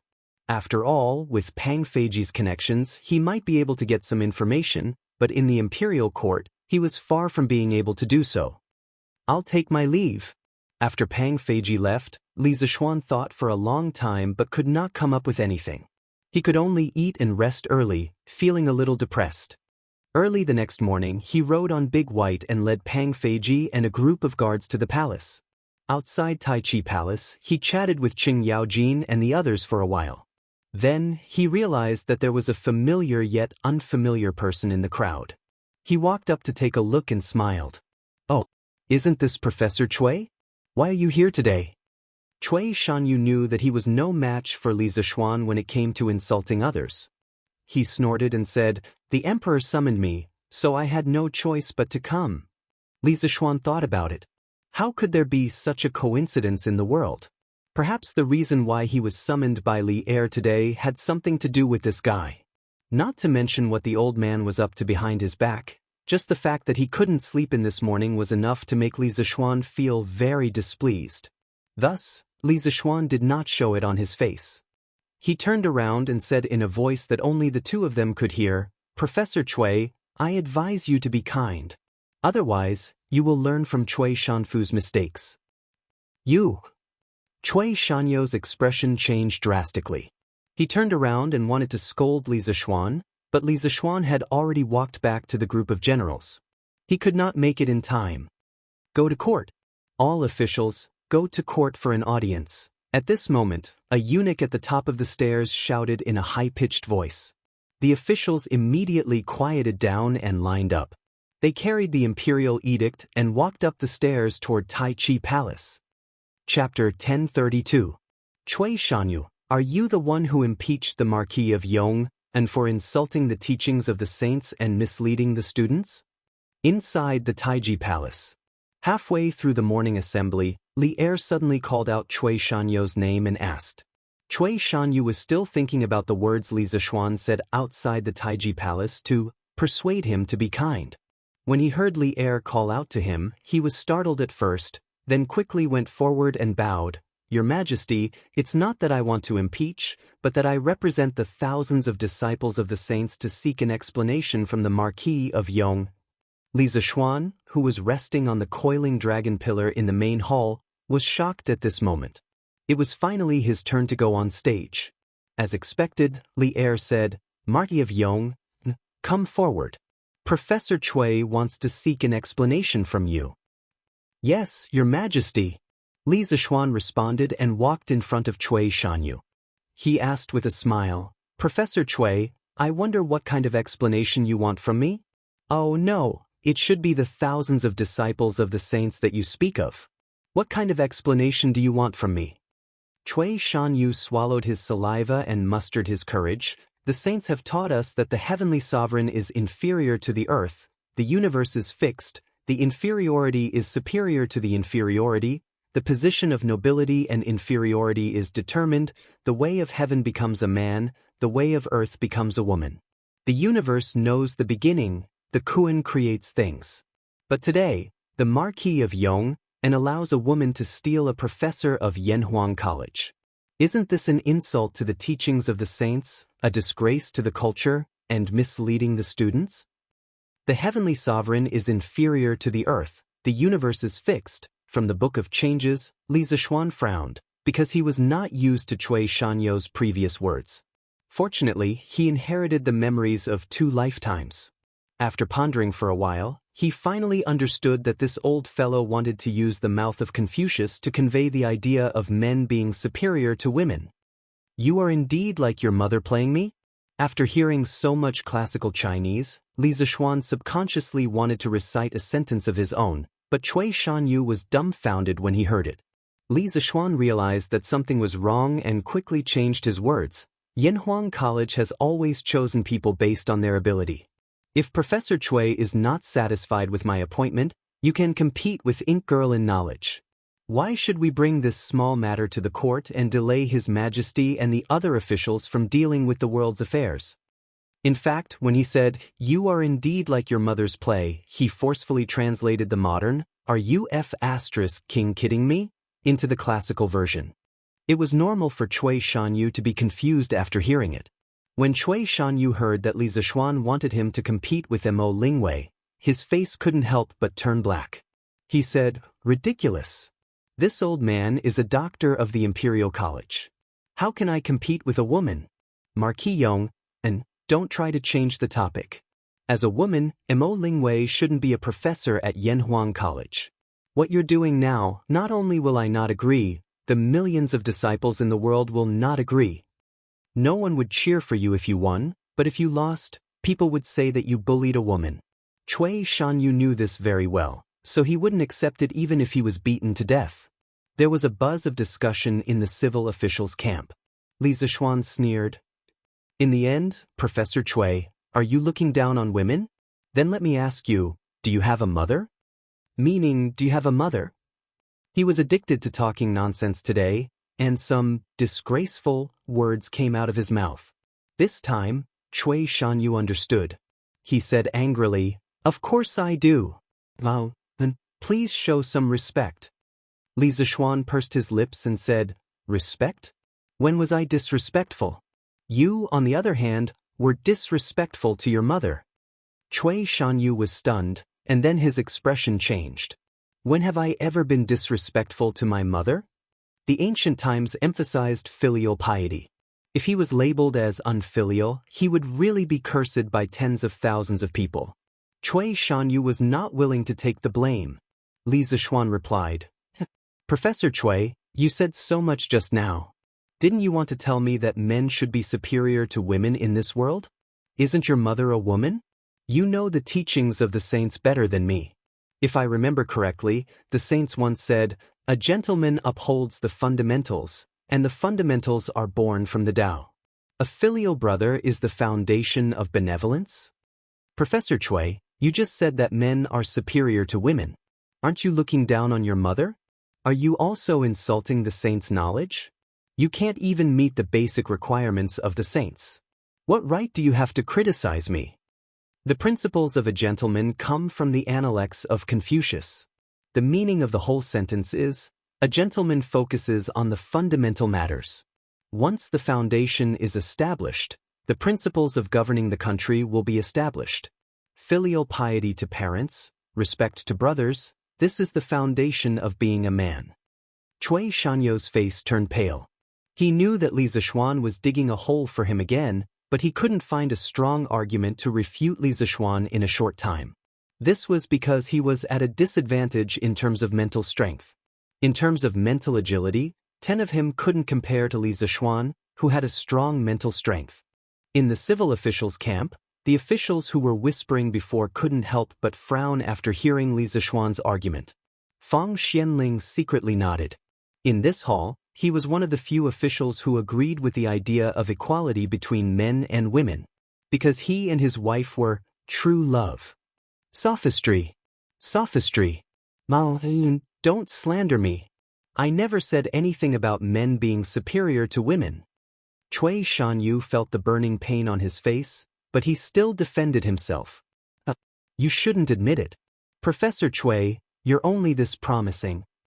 Li Zixuan looked at Cui Shanyu with disdain and said, "Anyway, Yanhuang College teaches engineering. It's a matter of course to appoint all the excellent engineers to teach students. This is also an internal matter of Yanhuang College. Professor Cui, as an outsider, you don't seem to have the right to interfere, right?" "That's right. Little Xian is the Yamacho of Yanhuang College. Does he need to ask you for permission to appoint a professor?" "Cui Shanyu, I'm afraid you're interfering too much." Cheng Yaojin couldn't help but step forward and interrupt. The reason why the old man kept silent today was because he felt that with Li Zixuan's current fighting power, fighting Cui Shanyu would be a piece of cake. Now that he spoke up, he was just beating a drowning dog. "Sophistry. Then you're insulting. Enough. Everyone shut up." Cui Shanyu wanted to refute again, but Li Zixuan, who was sitting at the head of the table, was getting impatient. Today's matter was already very clear. Li Zixuan appointing Mo Lingwei as a professor was indeed inappropriate, but the Confucian defenders led by Cui Shanyu found it difficult to argue against Li Zixuan. The other civil officials were also unwilling to jump out and join the battle. After all, no one would be able to accept being called, "You have a mother." Mo Lingwei is a key figure in the construction of the astronomical telescope. Although she is a woman, her talent is enough to be a professor. Moreover, as far as I know, she's only in charge of experiments and not teaching. There's no such thing as misleading students. Li Er paused for a moment, then made the final decision. Chapter 1033. Moreover, we have also heard that the Marquis of Yong and had appointed Mo Lingwei as a professor. This matter will end here. In Taiji Palace, Li Er had completely settled the matter of Mo Lingwei becoming a professor of the academy. He then turned to Cui Shanyu and sternly said, "Cui Shanyu, I see that you are quite proficient in Confucian classics. Staying in the Imperial College will be a waste of your talent. Therefore, I have decided to transfer you to the Hongwen Library as a scholar. You will be in charge of writing history. Are you willing?" Cui Shanyu's heart instantly sank. He anxiously said, "Your Majesty, this subject's life goal is to pass on the Dao and cultivate talents for the Great Tang. This subject still wants to teach students in the Imperial College for a few more years. Your Majesty, please grant my wish." He was no fool. Although becoming a scholar in the Hongwen Library was the same rank as his current Imperial College professor, going to the Hongwen Library to write history was basically an idle job. He understood that Li Er found him annoying and wanted to chase him away. Li Er's eyes instantly turned cold. The temperature in the hall seemed to have turned cold as well. Cui Shanyu inexplicably shivered, regretting his rashness.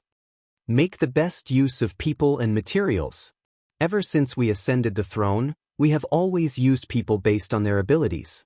Beloved official Cui, you have a belly full of wisdom.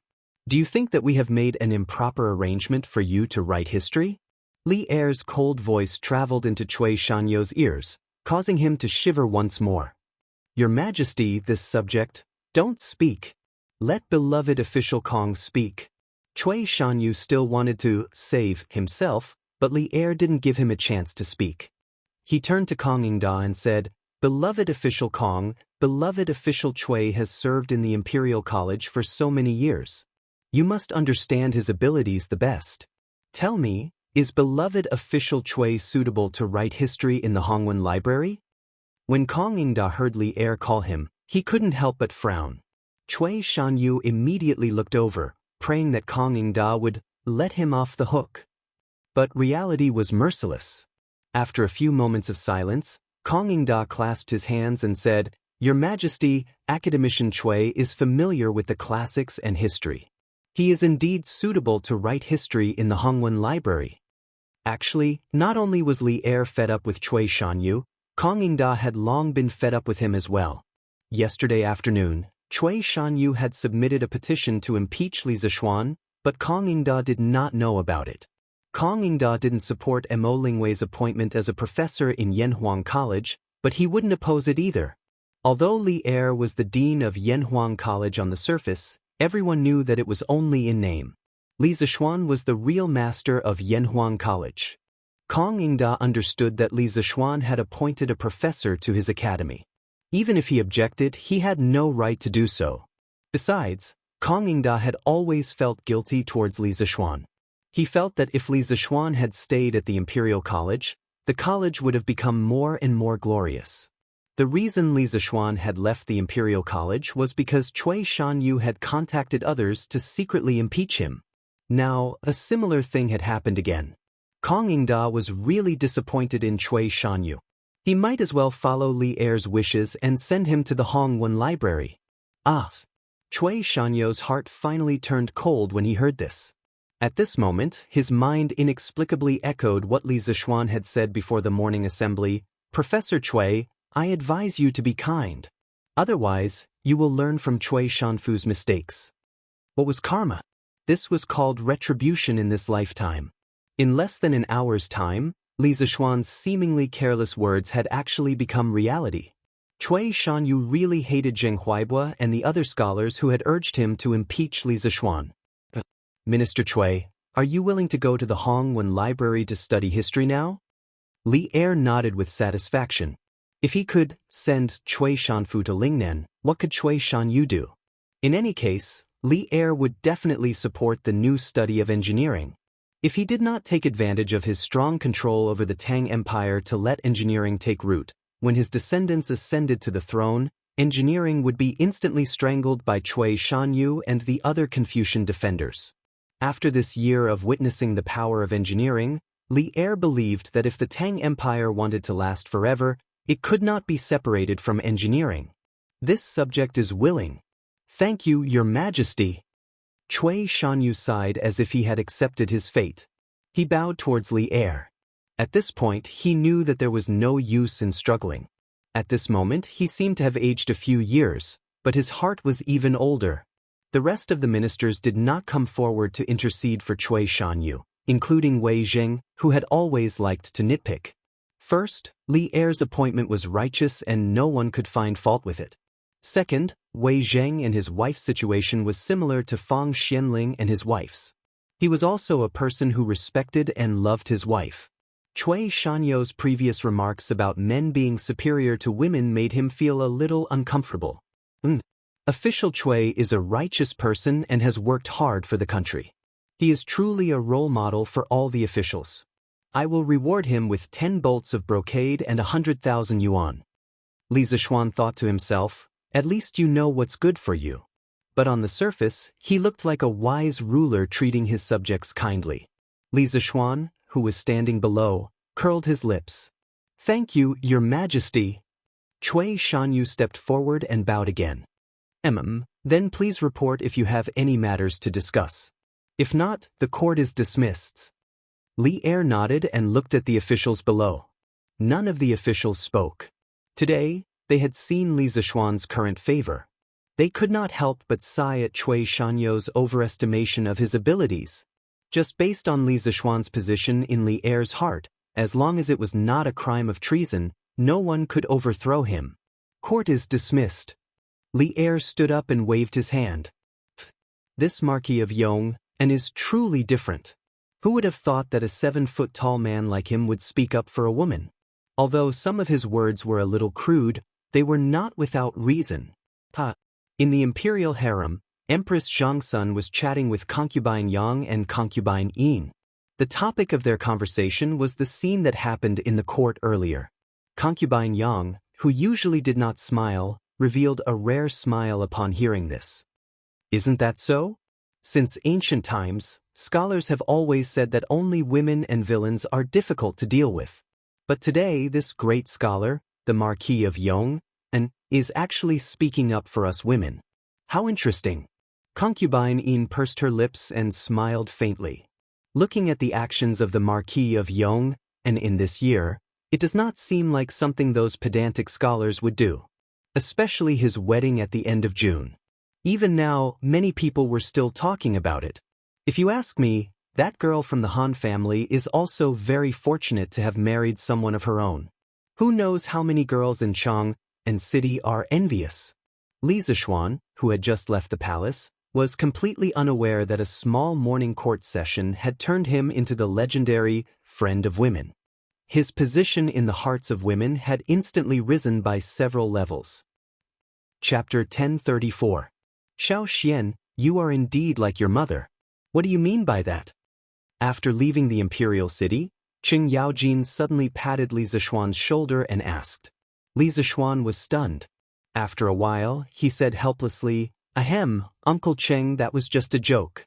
It doesn't mean anything. Qing Yaojin glared at him and said unyieldingly, Hey, don't try to play dumb with me. Although I don't know much about literature, I know that this sentence is definitely not as simple as what you said. Li Zishuan almost vomited blood. Uncle Cheng, why do you have to ask this? He did not like to swear in front of his elders. Qing Yaojin chuckled and said, I just think that this sentence is quite easy to say. What's wrong with asking? Easy to say? If this old fellow learned it, he might even greet everyone he met with, You're just like your mother playing tricks on me. TSK, that would be a beautiful scene. Ahem.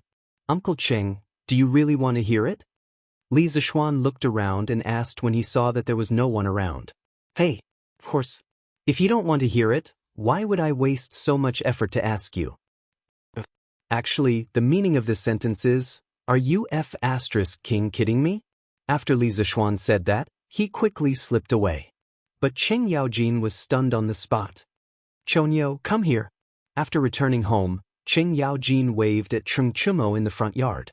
Cheng Chumo ran over and asked, Dad, you called for me? Cheng Yaojin made a sound of agreement. He clasped his hands behind his back and looked up at the sky with a profound expression. Just when Cheng Chumo thought that his old man was going to instill some principles of life into him, Cheng Yaojin finally turned his eyes to him and said, You really are like your mother playing me? Gee? Cheng Chumo's face and heart were immediately in a state of confusion. Firstly, it was the first time he had seen his old man speak so eloquently. Secondly, he didn't understand what Cheng Chumo meant at all. Sometimes, being uncultured was really scary. You stinking brat, you've wasted your time in the academy. You can't even understand a single sentence. In the future, you're not allowed to go out and fool around during the holidays. Stay at home and study hard. Do you hear me? Cheng Yaojin slapped Cheng Chumo's head in exasperation. With a straight face, he ordered Cheng Chumo to go back to his room. Oh. Cheng Chumo rubbed the back of his head gloomily and replied, Sir, I'm sorry about yesterday's news. In the afternoon, Li Yu arrived at the Li mansion. After finding Li Zixuan, she immediately apologized. Li Zixuan was stunned. Little Yu, what's wrong with the news? Why are you apologizing to me for no reason? Little Yu looked up and said, Sir, I heard that someone is impeaching you in front of His Majesty because of yesterday's news. This is all my fault if not for... Li Zixuan suddenly understood. He waved his hand and interrupted. So that's what happened. Little Yu, you don't have to blame yourself. What you did was right. Besides, aren't I fine now? But, no buts.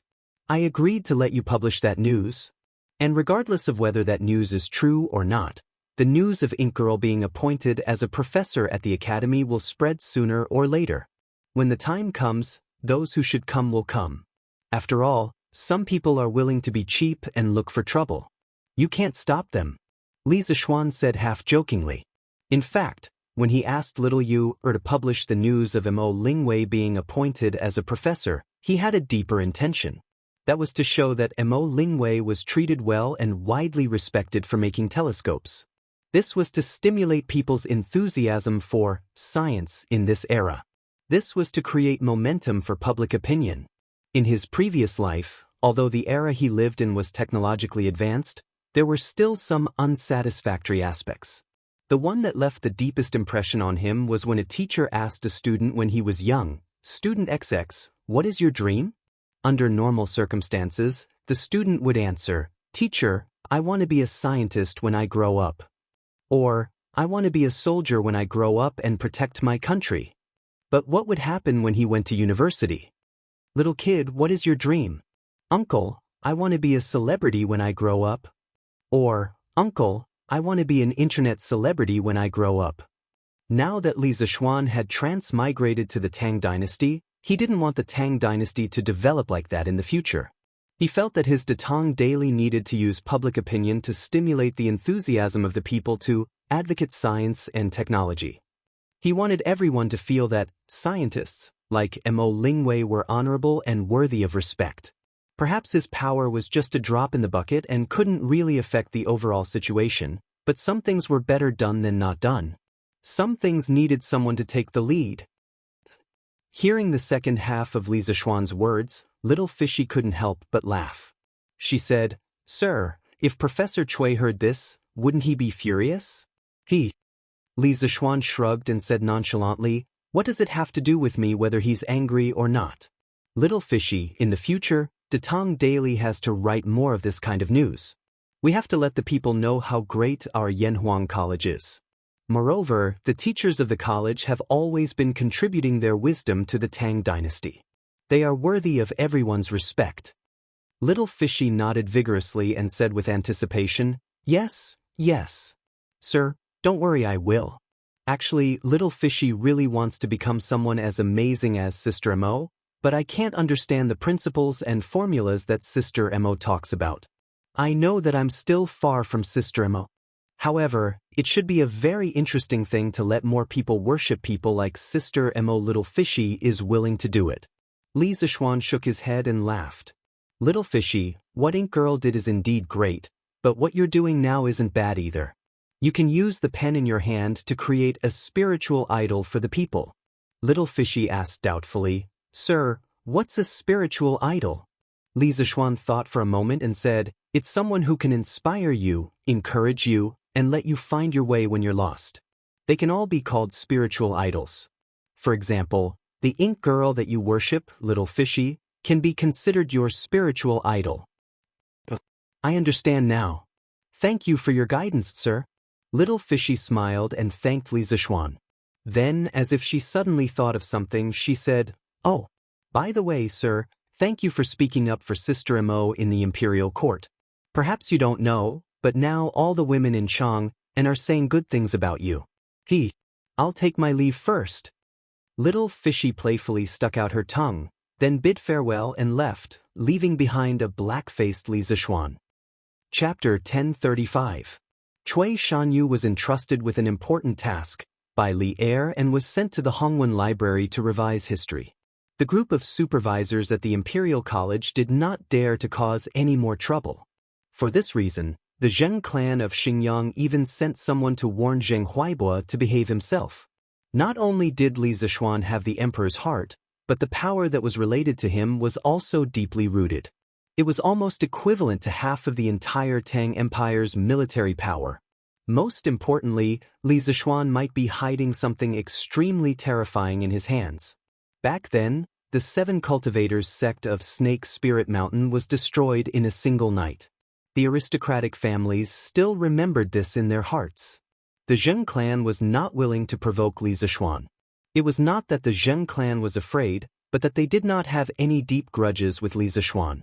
It was not worth it to fight to the death with him. Aristocratic families were all profit-oriented. The days suddenly became leisurely. For several days, no one came to disturb Li Zishuan. As the end of the year approached, the weather became colder. Although it was not snowing yet, Chang'an was located in the north of China. Once winter came, the north wind would often howl. The wind was like a knife to the face. Recently, Li Zishuan had been wondering if he should let the students of the academy have their winter break in advance. After all, the weather was indeed a little cold. The cold weather made Lan'er, who usually liked to go out and play, unwilling to go out anymore. The little girl stayed at home all day, wrapped in a thick fox fur coat and wearing cotton clothes inside. Her chubby appearance made her look even cuter. Take note, cotton clothes were not cotton clothes. Although there was cotton in the Tang dynasty, it was only used as an ornamental flower. At this time, it was not used to make cotton clothes. The so-called cotton robes were made from extremely high-grade silk. This type of silk was also known as bai. It was mainly used to make cotton robes. In the Book of Songs, the saying, Chiyue has no clothes, so he robes with his son, referred to this type of robe. This kind of robe made of silk had excellent insulation properties. Of course, it was also quite expensive to make. Only wealthy families could afford it.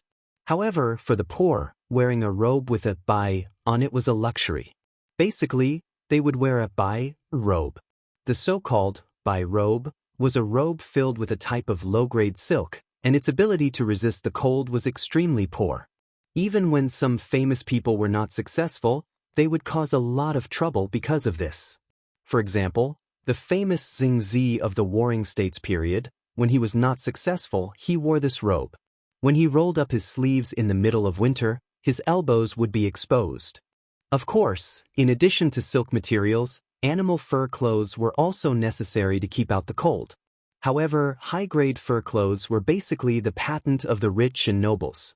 Of course, the common people could not count on them. It was conceivable that winter was a difficult season for most people in an era without cotton. Just listen to the great poet Du Fu's poem and you'll know. The cloth quilt has been cold as iron for many years, and the proud child is evil. Even the blankets were as cold as iron. Was this the Du Fu family in late autumn? What was the colder winter like? Just thinking about it made one shiver. Therefore, Li Zishuan could not help but sigh recently. Who knows how many poor people would freeze to death in an ordinary winter? Brother, look at how cold it is, hurry up and think of something. Lana clung to Li Zishuan and said pitifully. It was cold outside, but it was also cold inside the house. Although there was a charcoal brazier at home, she did not know why her brother went crazy and said that the charcoal brazier had to be ventilated at home. But this way it would really be ice and fire. The front would be hot from the fire, and the back would be cold from the cold wind. At this time, she began to envy Li Zishuan. Although it was cold outside, Li Zishuan had internal energy and only wore a few layers of clothes. However, his big hands were always so warm. Therefore, whenever Lan saw Li Zishuan at home, she always liked to put her hands in Li Zishuan's palms to warm them up. Ha! You little girl! Hot summer and cold winter is a natural cycle. How can your brother change the weather for you? After hearing the little cutie's cute request, Li Zishuan was a little amused. Lan blinked and said cheekily, hee, brother can't change the weather, but there must be other ways. Brother is the best. You little girl, you call it cold when there is a charcoal brazier? Why don't you go out and see? Is there anyone in the Li family outside who can afford charcoal? Mrs. Li said to her daughter in a bad mood. Lan pursed her lips and did not say anything. Li Zishuan said happily, if you want to talk about that, it's not like there's no way. Young master, Faubert sent someone to deliver a furnace and a batch of strange-looking charcoal balls. He said that he wants you to try it. An idea popped up in Li Zishuan's mind. San Bao suddenly came in and bowed. Ha! You came at the right time. Where are the things? Quickly bring them in. Li Zishuan's face lit up with joy as he said loudly. Ever since the last batch of bauxite, Fubin sent people to deliver a few more batches of iron ore, sulfur ore and coal. The furnace in the workshop was almost completed recently, so Faubert started to study how to make honeycomb briquettes. As for the furnace used to burn honeycomb briquettes, the structure was too simple. Faubert directly asked his trusted craftsman to build it. Li Zishuan gave Faubert a very detailed method of making honeycomb briquettes. It only took 2 to 3 days for the first batch of honeycomb briquettes to be ready.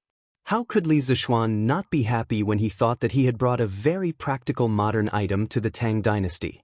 Young master, it's all in the yard. I'll bring it in for you now. Seeing that his young master was happy, San Bao was naturally happy as well. He smiled and replied. The rest of the family did not understand why Li Zishuan was suddenly so happy. Old Lady Yi smiled and asked, Xiao Xian, isn't this just a furnace? Do you have to be so happy? Hee, Grandma, this is not an ordinary furnace. You'll know in a while. Li Zishuan smiled and kept them in suspense. After a while, San Bao and Afu worked together to move the furnace and honeycomb briquettes into the yard. Li Zishuan went forward to take a closer look. A familiar feeling instantly rushed to his heart. This was because from the appearance, this furnace and honeycomb briquettes were very similar to the ones he used at home in his previous life. Brother, can this thing warm me up? Lan looked at the furnace that was almost as tall as her and asked crisply. Li Zishuan rubbed her little head and smiled knowingly. For her, Lan, you guessed right, but there's no reward. After that, he did not care about the little girl's coquettishness and went forward to personally pick up the fire tongs. This was something that existed before the 3 kingdoms. He clamped a piece of honeycomb briquettes to death and put it into the charcoal basin. Then he lifted his head and said to Old Lady Yi, Grandma, this thing is made of briquettes. I call it honeycomb briquettes. You'll know the magic of this thing in a while. Chapter 1036. The black and heavy honeycomb briquettes were set up in the blazing charcoal fire. The originally very warm charcoal basins suddenly became not so warm after some of the sparks were blocked. Xian, we don't lack charcoal at home. Why did you bring so many briquettes over? It's very difficult to burn them. Li Jingma frowned. Although the briquettes that Li Zishuan picked up were a little different in shape, coal was still coal. In Li Jingma's opinion, no matter what shape it would not be as easy to burn as charcoal. Li Zishuan smiled and said, Father, it's true that our family can afford to burn charcoal, but most of the commoners' families can't. Your son is doing good deeds. Moreover, this honeycomb briquettes are not only used to heat the fire. Just watch. Li Jingma saw that his son was going to be stubborn to the end. He shook his head and stopped trying to dissuade him. However, Madame Li was very attentive. She asked softly, "Xian, your honeycomb briquettes and stove are specially designed for the poor commoners? If that's the case, Mother supports you. Who knows how many commoners freeze to death in Chang and every year? You are doing a great deed." Women generally believed in karma. Moreover, ever since Li Zishuan was saved by spiritual master Lingxiu, Madame Li had become a loyal Taoist believer. At the end of every month, she would go to the Xuandu temple to pray for peace for her family. "Little Xian, grandmother also supports you. As the saying goes, there are 3 good deeds in a day, and in 3 years, there will be blessings. There are 3 evil deeds in a day, and in 3 years, there will be disasters. The Li family is now a wealthy family. Only by doing good deeds can we continue to be wealthy." Old Madame Yi patted Li Zishuan's arm and smiled kindly. The Yi family had 4 generations of Taoists. Under old Madame Ye's influence, many of the teachings of Taoism were already engraved in her heart. She believed in the cycle of karma more than Madame Li. "Thank you, Mother." "Thank you, Grandmother." Li Zishuan smiled. He didn't really care about karma or how good deeds would be rewarded. He only did good deeds to give himself peace of mind. Gradually, after a short while, the blue-yellow flames of the charcoal came out of the coal hole. The inner wall of the coal hole was also burning red. Li Zishuan looked slightly excited as he shouted, "It's done!" Then, he used a pair of tongs to pick up the honeycomb briquette in the charcoal basin and carefully placed it into the coal stove. Then he piled another honeycomb briquette on top of the honeycomb briquette. The coal holes between the 2 honeycomb briquettes overlapped. After everything was done, he looked at Li Jingma and said with a smile, "Father, what do you think? This honeycomb briquette doesn't burn any slower than charcoal, right?" Before Li Jingma could say anything, Yi Guozhong stared at the honeycomb briquettes on the ground in surprise and exclaimed, "This is amazing! This seemingly useless piece of coal, after little Xian's fiddling, actually burned so easily. This can really be considered as turning stone into gold." The price of charcoal in the Tang dynasty wasn't cheap at all, especially at the beginning of the Tang dynasty. There was a record in the old Tang book. Tens of thousands of volunteers gathered in the capital. Firewood was expensive, but cloth was cheap. This was referring to the early Tang dynasty. When the country was just established, all the volunteers gathered in the capital, causing the price of firewood to rise. Although the price of goods during the Jingguan era was cheap, the price of charcoal was basically maintained at 700 to 800 copper coins per stone, 100 caddies. Good quality smokeless willow wood was even more expensive. Although 7 to 8 copper coins per caddy of charcoal didn't seem expensive, it was a consumable item. How long could 1 caddy of charcoal burn? For a wealthy family like the Li family, they naturally didn't care about the cost of charcoal, but for the common people, burning charcoal was equivalent to burning money. How many families could afford to burn charcoal? The late Tang dynasty Taoist poet Chao Tang described the kitchen in a fairyland in his 98 Little Traveling Immortal poems. What do the kitchen maids cook? The stove is full of smokeless jade and red charcoal. In Chao Tang's view, using charcoal to cook was just a beautiful fantasy in fairyland.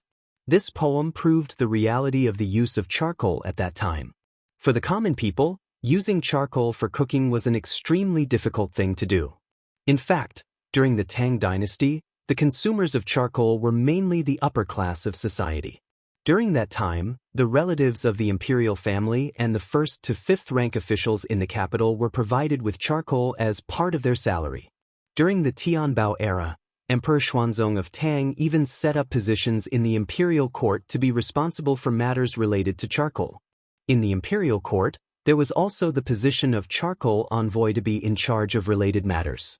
It was because of this that Yi Guozhong said that Li Zishuan's honeycomb briquettes were the means to turn stone into gold. After all, those briquettes were difficult to burn in the past. How was it different from stone? But now, after Li Zishuan did this, it completely turned waste into treasure, turning stone into gold. There was a huge amount of wealth behind this honeycomb briquettes. What do you mean by turning stone into gold? This is obviously a meritorious deed. Xiao Xian, this honeycomb briquettes should be cheaper than charcoal, right? Old Madame Yi patted Yi Guozhong's arm, then looked at Li Zishuan and asked. Li Zishuan smiled and nodded. Of course it's cheaper, and it's cheaper by a lot. Grandma, even if this honeycomb briquettes are sold for only 1 copper coin, I won't lose out. He was now a real nouveau riche. For honeycomb briquettes, he only needed to consider the cost of manpower and transportation. The cost of each honeycomb briquettes was even lower. 1 copper coin per piece, he really wouldn't lose out. So, 1 copper coin per piece? That's really cheap.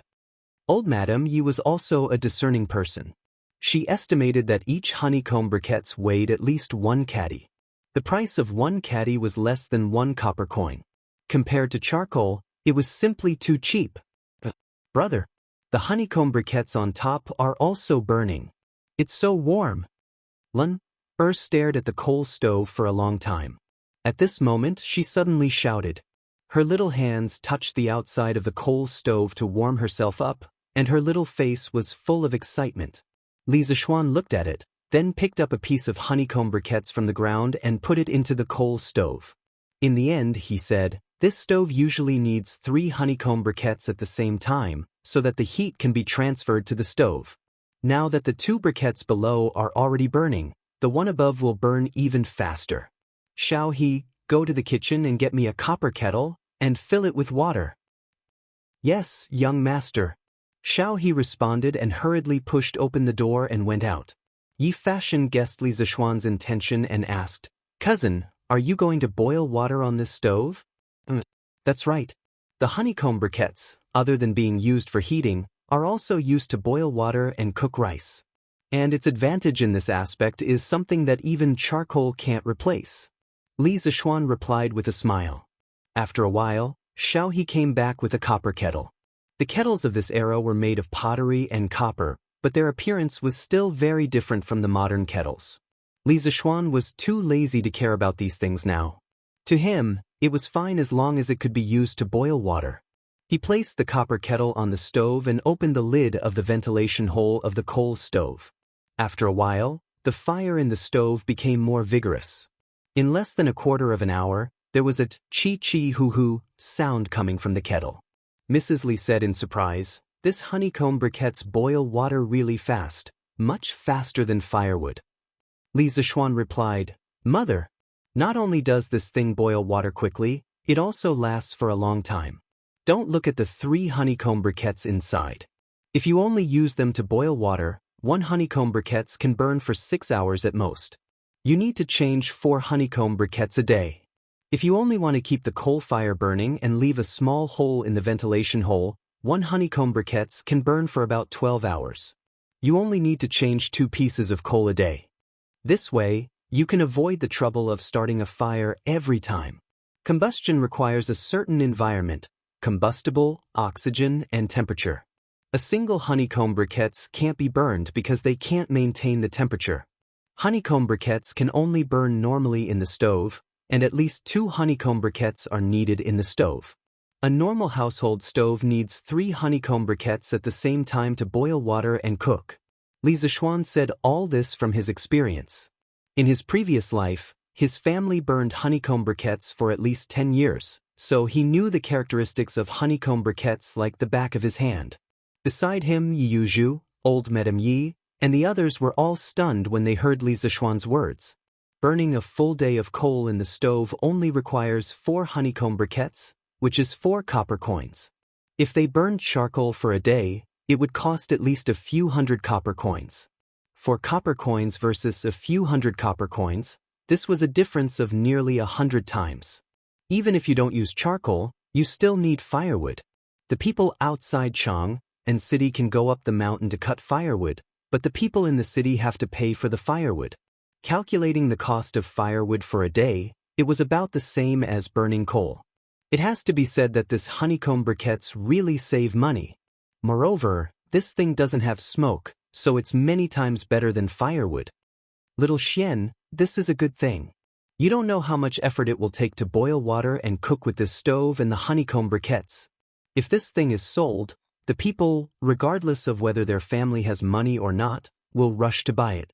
Madame Li beamed with joy. When she had married Li Jingma in her early years, she had changed from a rich young lady who had never done any household chores to a virtuous wife who was capable in both the hall and the kitchen. She knew the difficulties of the kitchen the best. Before coal and oil were developed and used on a large scale, there was almost no energy source that could compare to the importance of firewood. Firewood was the main source of firewood for cooking. That feeling of being burned by smoke and fire was really a kind of pain. "Cousin, how much does this stove cost?" Yi Fashion suddenly asked. Li Zishuan muttered, "This stove is made of pure iron, so it's naturally more expensive. The cost of each stove is about 150 copper coins. But the lifespan of each stove is at least 5 years, so there shouldn't be any problems within 5 years. 150 copper coins, 5 years. If you calculate it carefully, using a stove and honeycomb briquettes to boil water and cook is indeed very cost-effective.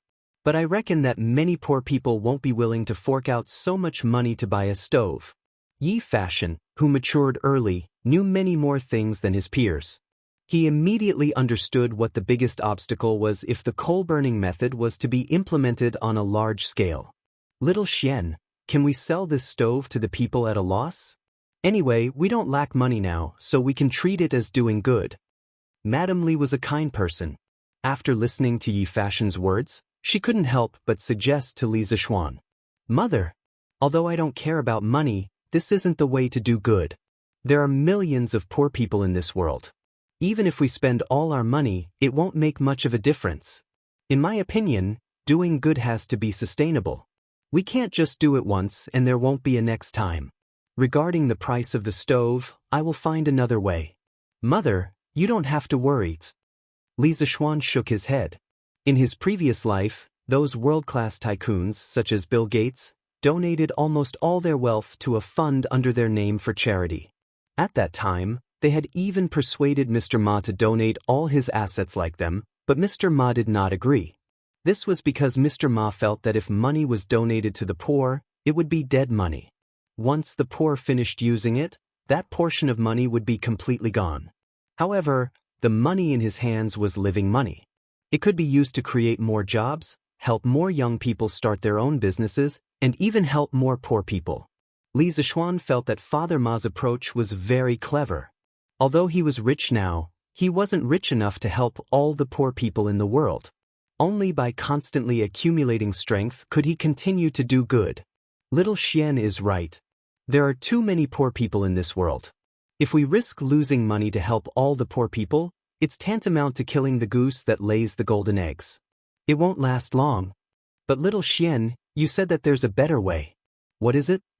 Li Jingma had been a businessman for half his life. Of course, he understood the stakes. He first agreed with Li Zishuan's opinion, then asked. In the family, except for Lan, everyone's eyes were on Li Zishuan. Li Zishuan frowned and thought, then smiled and said, "This method, wait until I come back from a trip to the palace tomorrow. Now that we have the stove, let's eat hot pot tonight." In the middle of winter, the whole family eating hot pot together around the stove was probably the happiest thing in winter. Li Zishuan's mind couldn't help but recall the scene of his family eating hot pot during the new year in his previous life. He felt an inexplicable bitterness in his heart. Hot pot? What's hot pot? Can it be eaten? Yi Guichong had lived for a long time, but this was the first time he heard the term hot pot. He couldn't help but ask. Li Zishuan was stunned. He thought to himself, is there no hot pot in this era? After searching the memory of his predecessor, he quickly changed his words. Ahem. This hot pot is similar to antique soup, but the hot pot that I make is even better. Wife, let's go and help your husband prepare some foods. According to the Book of Wei, in the Three Kingdoms era, when Xiao Pai was the emperor, there were already hot pots made of copper, but it wasn't popular at that time. During the northern and southern dynasties, people used hot pots to cook pigs, cows, sheep, chickens, fish, and other kinds of meat. Later, with the increasing economic and cultural development of the country, cooking technology was further developed, and all kinds of hot pots appeared one after another. During the Northern Song dynasty, hot pot was already available in the taverns of Kaifeng in Bianjing in winter. However, the hot pot at that time wasn't called hot pot, but antique soup, which got its name from the gudong sound when the ingredients were added to the boiling water. It was an original delicacy in China. In Baiji's poem, Asking Lu 19, green ants new fermented wine, red clay small stove. Late night for snow, can we drink a cup of none? He vividly described the scene of eating hot pot at that time. But, husband. Han Yushi smiled, then quickly got up and followed Li Zixuan to the kitchen. Chapter 1037. Wife, help me fry some sesame seeds. Then husband. Shao He, go and find someone to peel some garlic for you. Yes, young master. Shao Shi, don't I remember that we have peanuts at home? Go get some and peel them. Yes, young master. Aunt Zhao, do we have mutton at home? Yes, young master. It's just that the mutton smells a bit strong. Young master, do you really want it? Yes. Not only mutton but also fish. Today, I'll show you my knife skills. He planned to cut some mutton rolls and make some fish balls. In the kitchen, Li Zixuan had put in a lot of effort for this hot pot.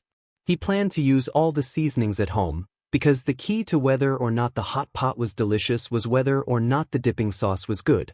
He planned to use sesame sauce mixed with peanut butter, then sprinkle some garlic, soy sauce, salt, vinegar, chives, and mustard. Although there was no chili, the overall taste would definitely not be bad.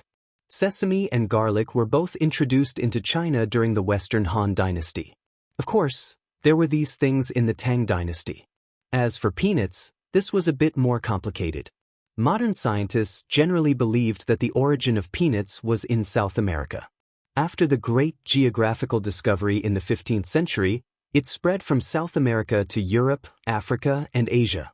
However, there were also scholars who believed that China was also one of the origins of peanuts, based on two archaeological discoveries in the 50s and 60s of the 20th century.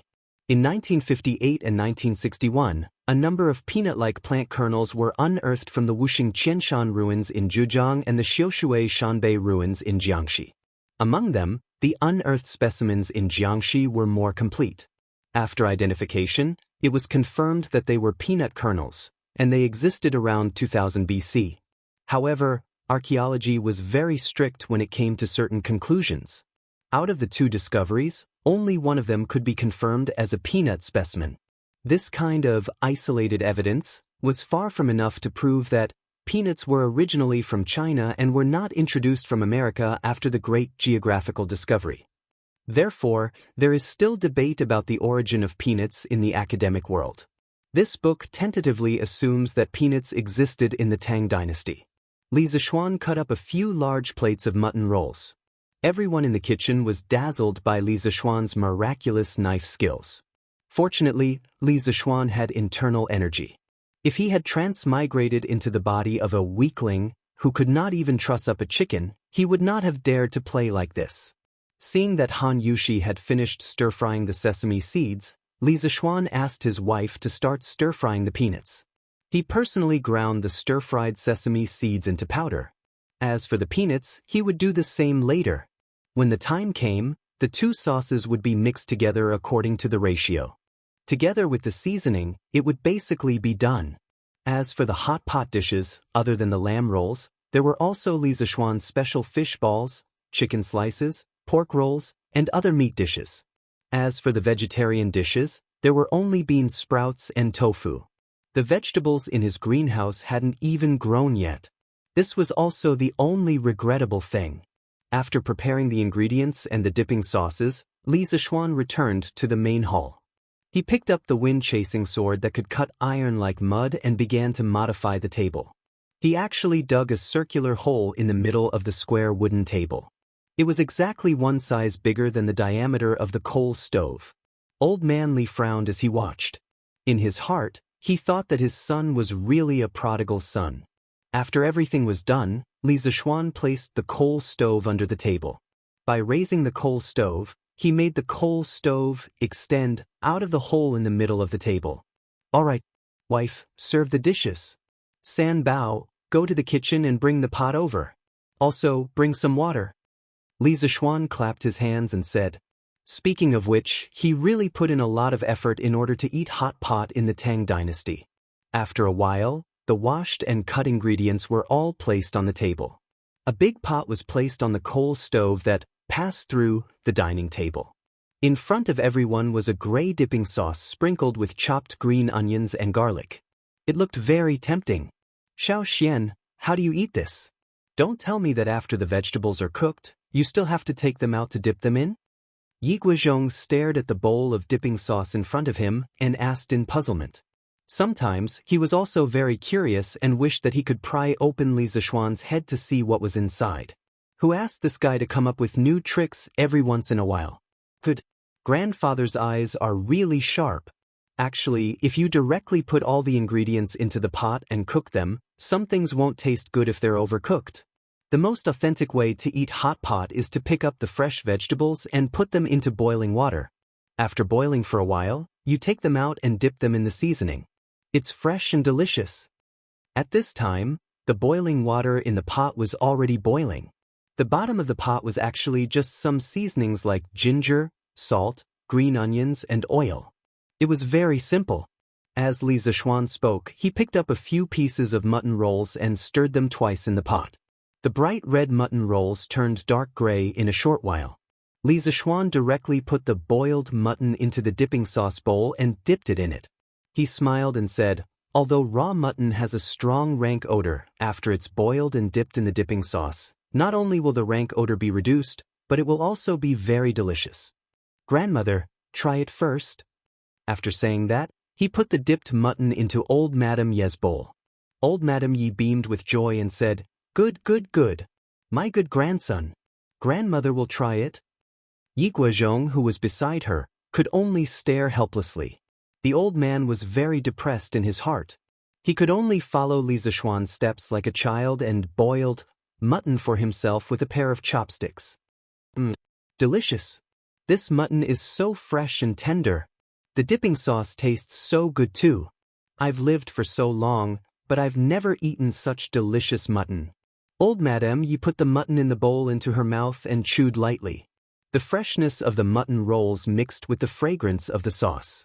In an instant, the taste buds on the tip of her tongue began to absorb the delicious taste of the mutton rolls like a person who hadn't eaten for 3 days. Lun also wants to eat the boiled mutton. Brother. Lun shouted after hearing old Madame Ye's evaluation. Come, brother will help you. Father, mother, wife, grandfather, everyone, let's start eating. Li Zishuan called out to his family as he boiled the mutton for Lan. Everyone eat. This mutton is really delicious after being boiled like this. Yi Guozhong also tasted the freshness of the boiled mutton and said excitedly. Soon, the atmosphere in the house began to rise. Eating hot pot was all about one person and many people. Only then would it be lively and warm. Yo, why are you eating so early today? Looks like I came at the wrong time. Chapter 1038. Oh, this mutton is so delicious. How can good meat not have good wine? Xiao Xian, quickly get someone to bring the wine. I'll have a good drink with your father and grandfather. Everyone said that there was a Qing Yao Jin who appeared out of nowhere, but Li Zishuan ate a Qing Yao Jin in the middle of the hot pot. The old demoness had come here to see how the Li family's greenhouse vegetables were growing, because his family's farmstead and Qin Qiong's farmstead had recently started to introduce greenhouse vegetable planting technology. The result? The old man did not even look at the greenhouse vegetables. The moment he entered the house, his eyes were fixed on the mutton, fish, and dipping sauce on the table. After interacting with Qing Yao Jin for so long, how could Li Zishuan not understand what this old man was thinking? Thus, he did not say anything and directly, tactfully, invited Qing Yao Jin to eat hot pot together. In any case, with this old man's status, he did not have to worry about Wu Hou arresting him for the curfew when the sky turned dark. Qing Yao Jin gave Li Zishuan a look of approval, then sat down and started eating. As the saying goes, eat big pieces of meat and drink big bowls of wine. After eating for a while, Qing Yao Jin felt that something was wrong, so he shouted for Li Zishuan to bring the wine. Li Zishuan had no choice but to let San Bao go to the wine cellar to get a jar of Immortal drunken wine. After the wine was served, the atmosphere became even more lively. Cheng Yaojin was a straightforward person. In this year, he had become quite familiar with Father Li. Yi Guizhong had been in a high position for a long time, so he was also experienced and knowledgeable. The three of them had a lot of common topics to talk about. Li Zixuan felt that Cheng Yaojin's alcohol tolerance wasn't very good. Moreover, he only wanted to eat hot pot and didn't really want to drink. Therefore, he didn't join them. He ate happily with Lan, Madame Li, and old Madame Yi. After eating and drinking to his heart's content, Cheng Yaojin burped and returned with the smell of alcohol. Before he left, the old man did not forget to tell Li Zixuan, "Burp. Xiao Xian, your family's hot pot, burp, is too delicious. Later, I'll send my chef over. Burp, you have to get someone to teach him. Old Cheng, haven't eaten so much in a long time. Burp, I drank so much." The old man had completely forgotten his original intention of coming to the Li family. The only thing he remembered was the hot pot.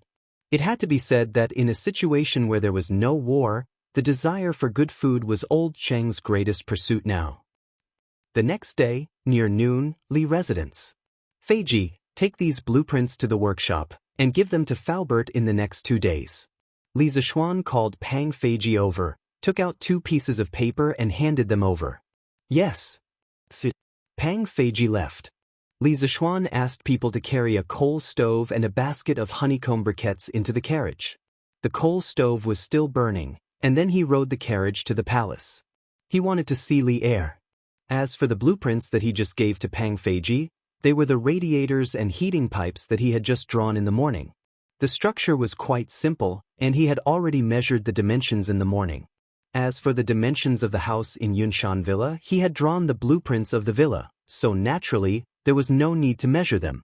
Li Zixuan planned to install self-made heaters for his residence and Yunshan Villa at the same time. Anyway, now that he had the honeycomb briquettes and the coal stove, he just needed to set up a pot and arrange some pipes, and it was basically done. This was made by imitating the self-made heaters in the villages in his previous life. The principle was also very simple.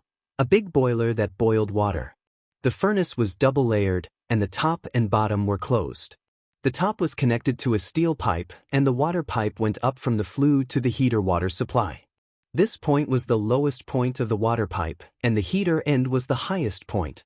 There was an exhaust valve, and the slope was 1%.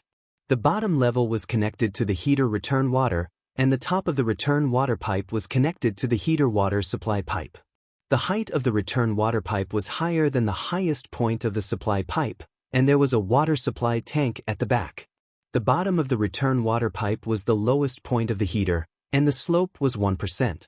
The water in the furnace was heated and turned into steam, and through the water pipe, it dissipated to the highest point and turned into a mixture of hot water and steam.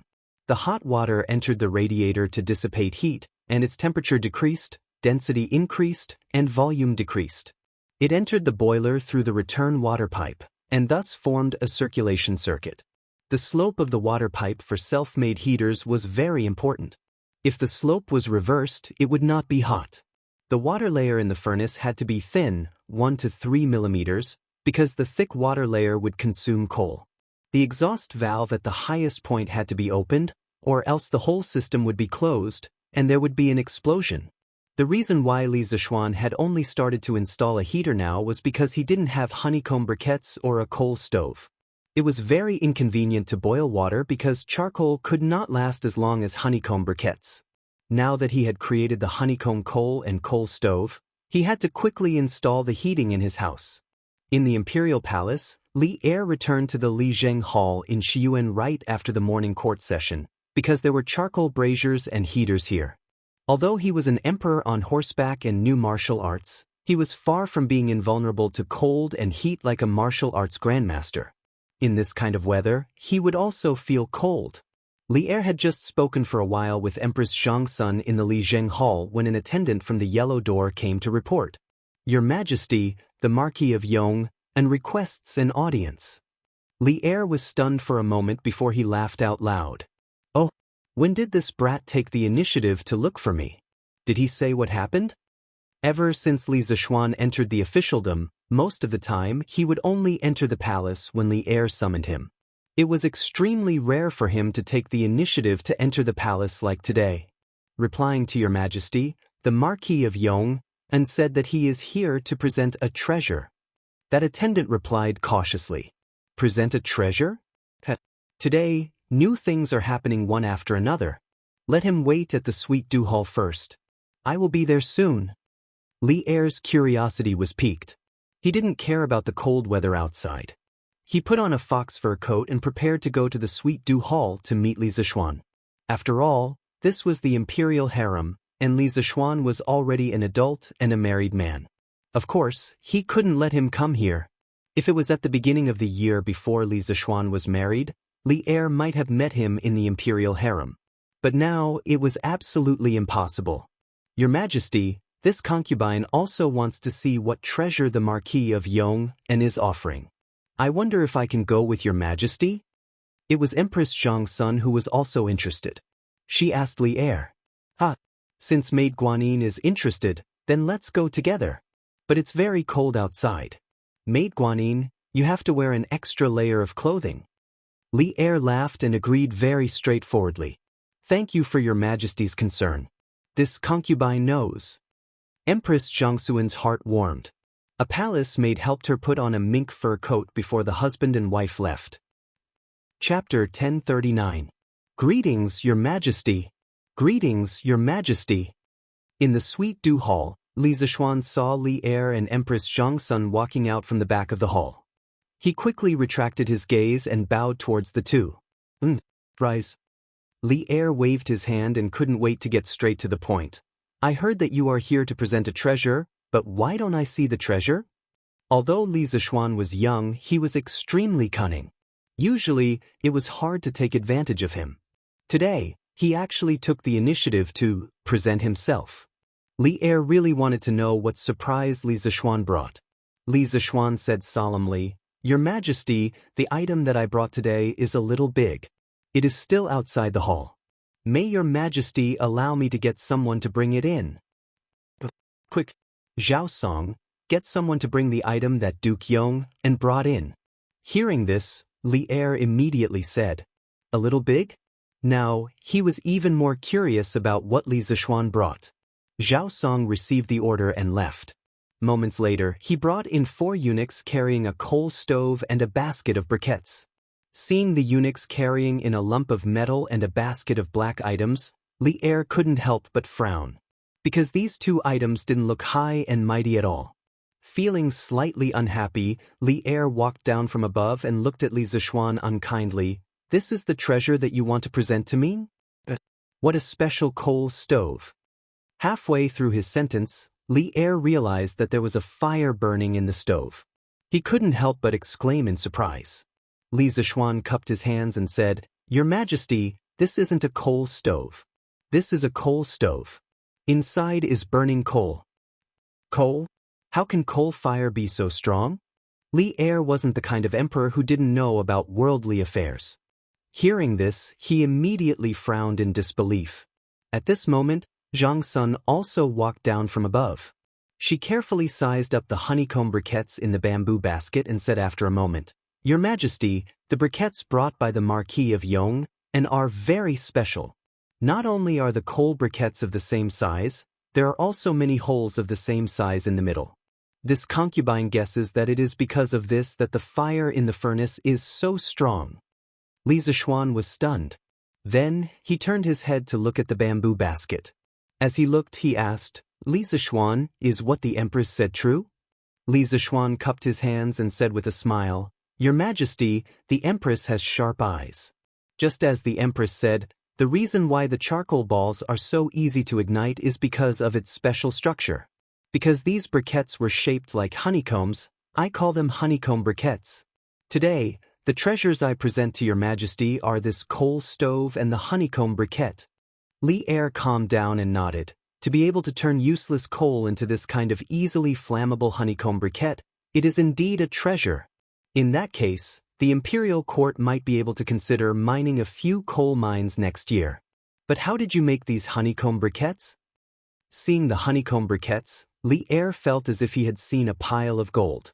The Great Tang had discovered many coal mines in the Hedong Road area, but because the raw coal was hard to burn, the mining value was not high.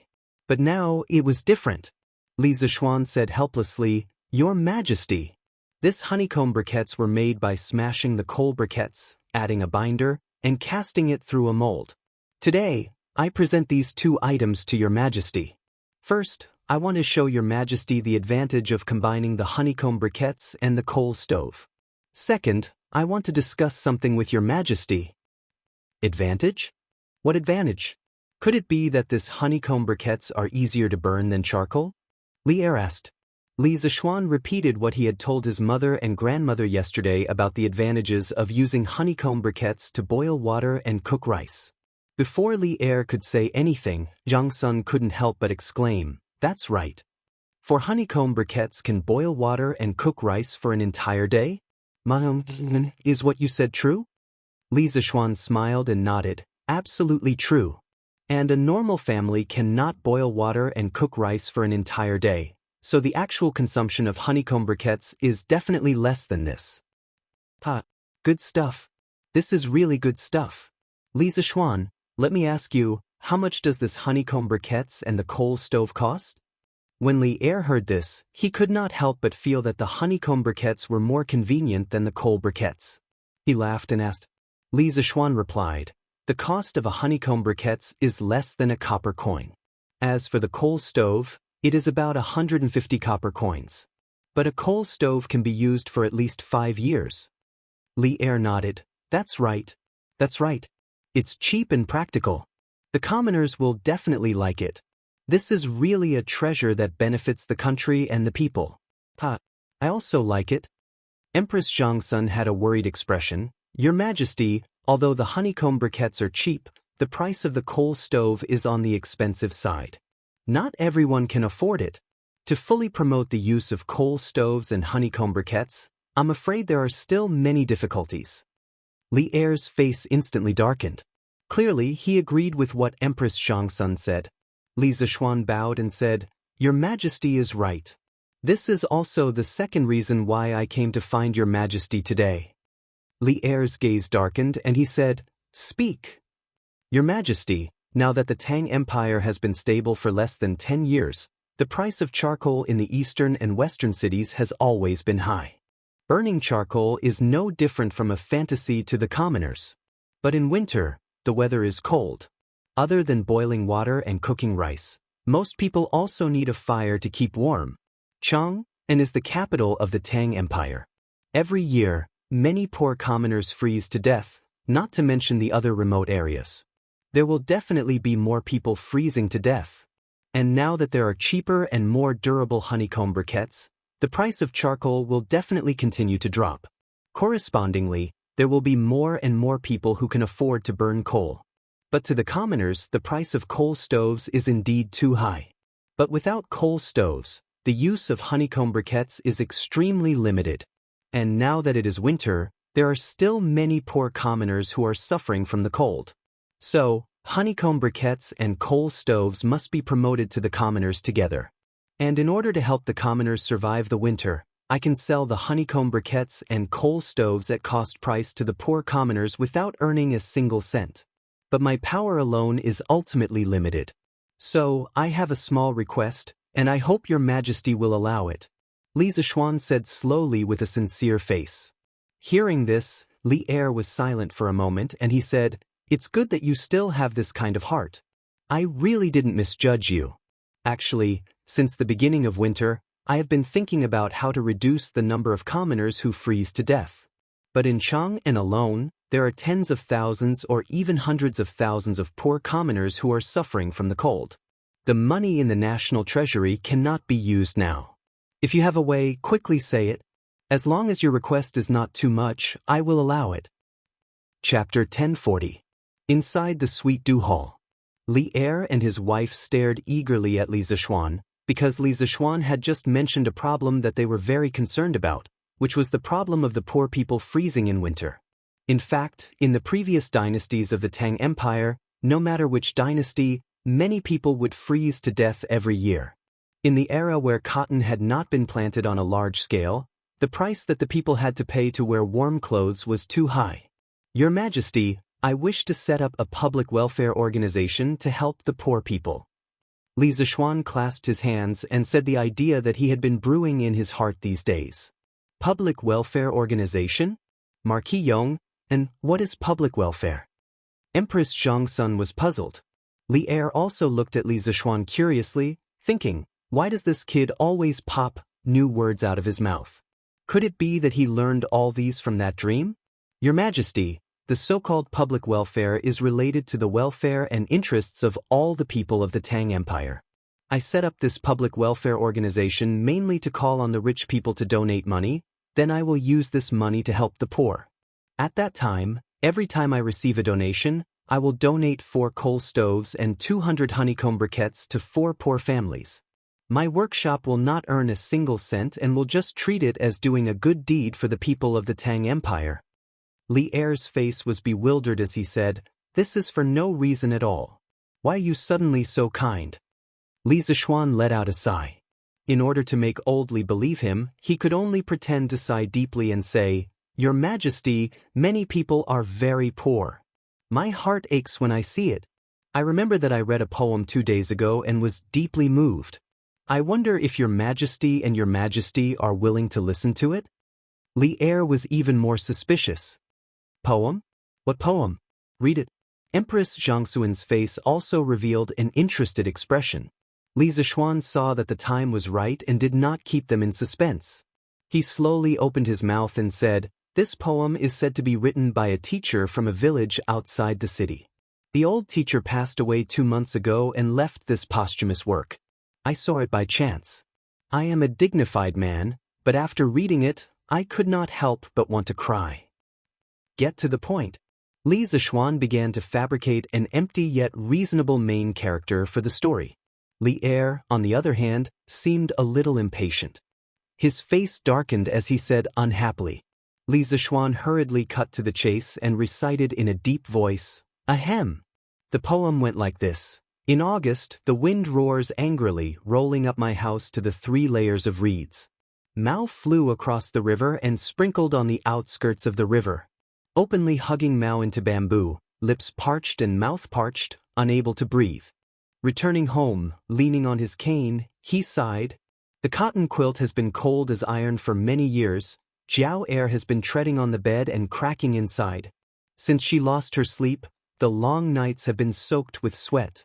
Building thousands upon thousands of mansions, great protection for all the poor people of the world. Wind and rain do not move, as calm as a mountain. When did I suddenly see this house before my eyes? Even if my house is broken, I will still be able to freeze to death. Du Fu's, the song of the thatched house being broken by the autumn wind, which was also a must-memorized poem in middle school, was affectionately recited by Li Zishuan in this kind of situation. A miserable scene of the house leaking on an autumn night, wind and rain intertwined, the cotton quilt was like iron, Jiao Air has been treading on the bed and getting wet all night, unable to sleep, suddenly appeared in the minds of Li Er and Empress Zhangxuan. But a poem by a dignified poet would not be so simple. Showing the misery of one's life was only on the surface. The deeper meaning was in the latter half of the poem. The last few sentences of the poem had a change of style. For Li Er and Empress Zhangxuan, the image of a stooped old man who was in a difficult situation but still worried about the country and the people. The sharp contrast between the front and back made this image particularly distinct. It simply pierced the depths of one's soul. Empress Zhangxuan covered her mouth, the rims of her eyes were somewhat red. Only to hear her murmur in a low voice, The cotton quilt has been cold as iron for many years, Jiao Air has been treading on the bed and cracking inside. Building thousands upon thousands of mansions, great protection for all the poor people of the world. Marquion, and you just said that the old man who wrote this poem has passed away?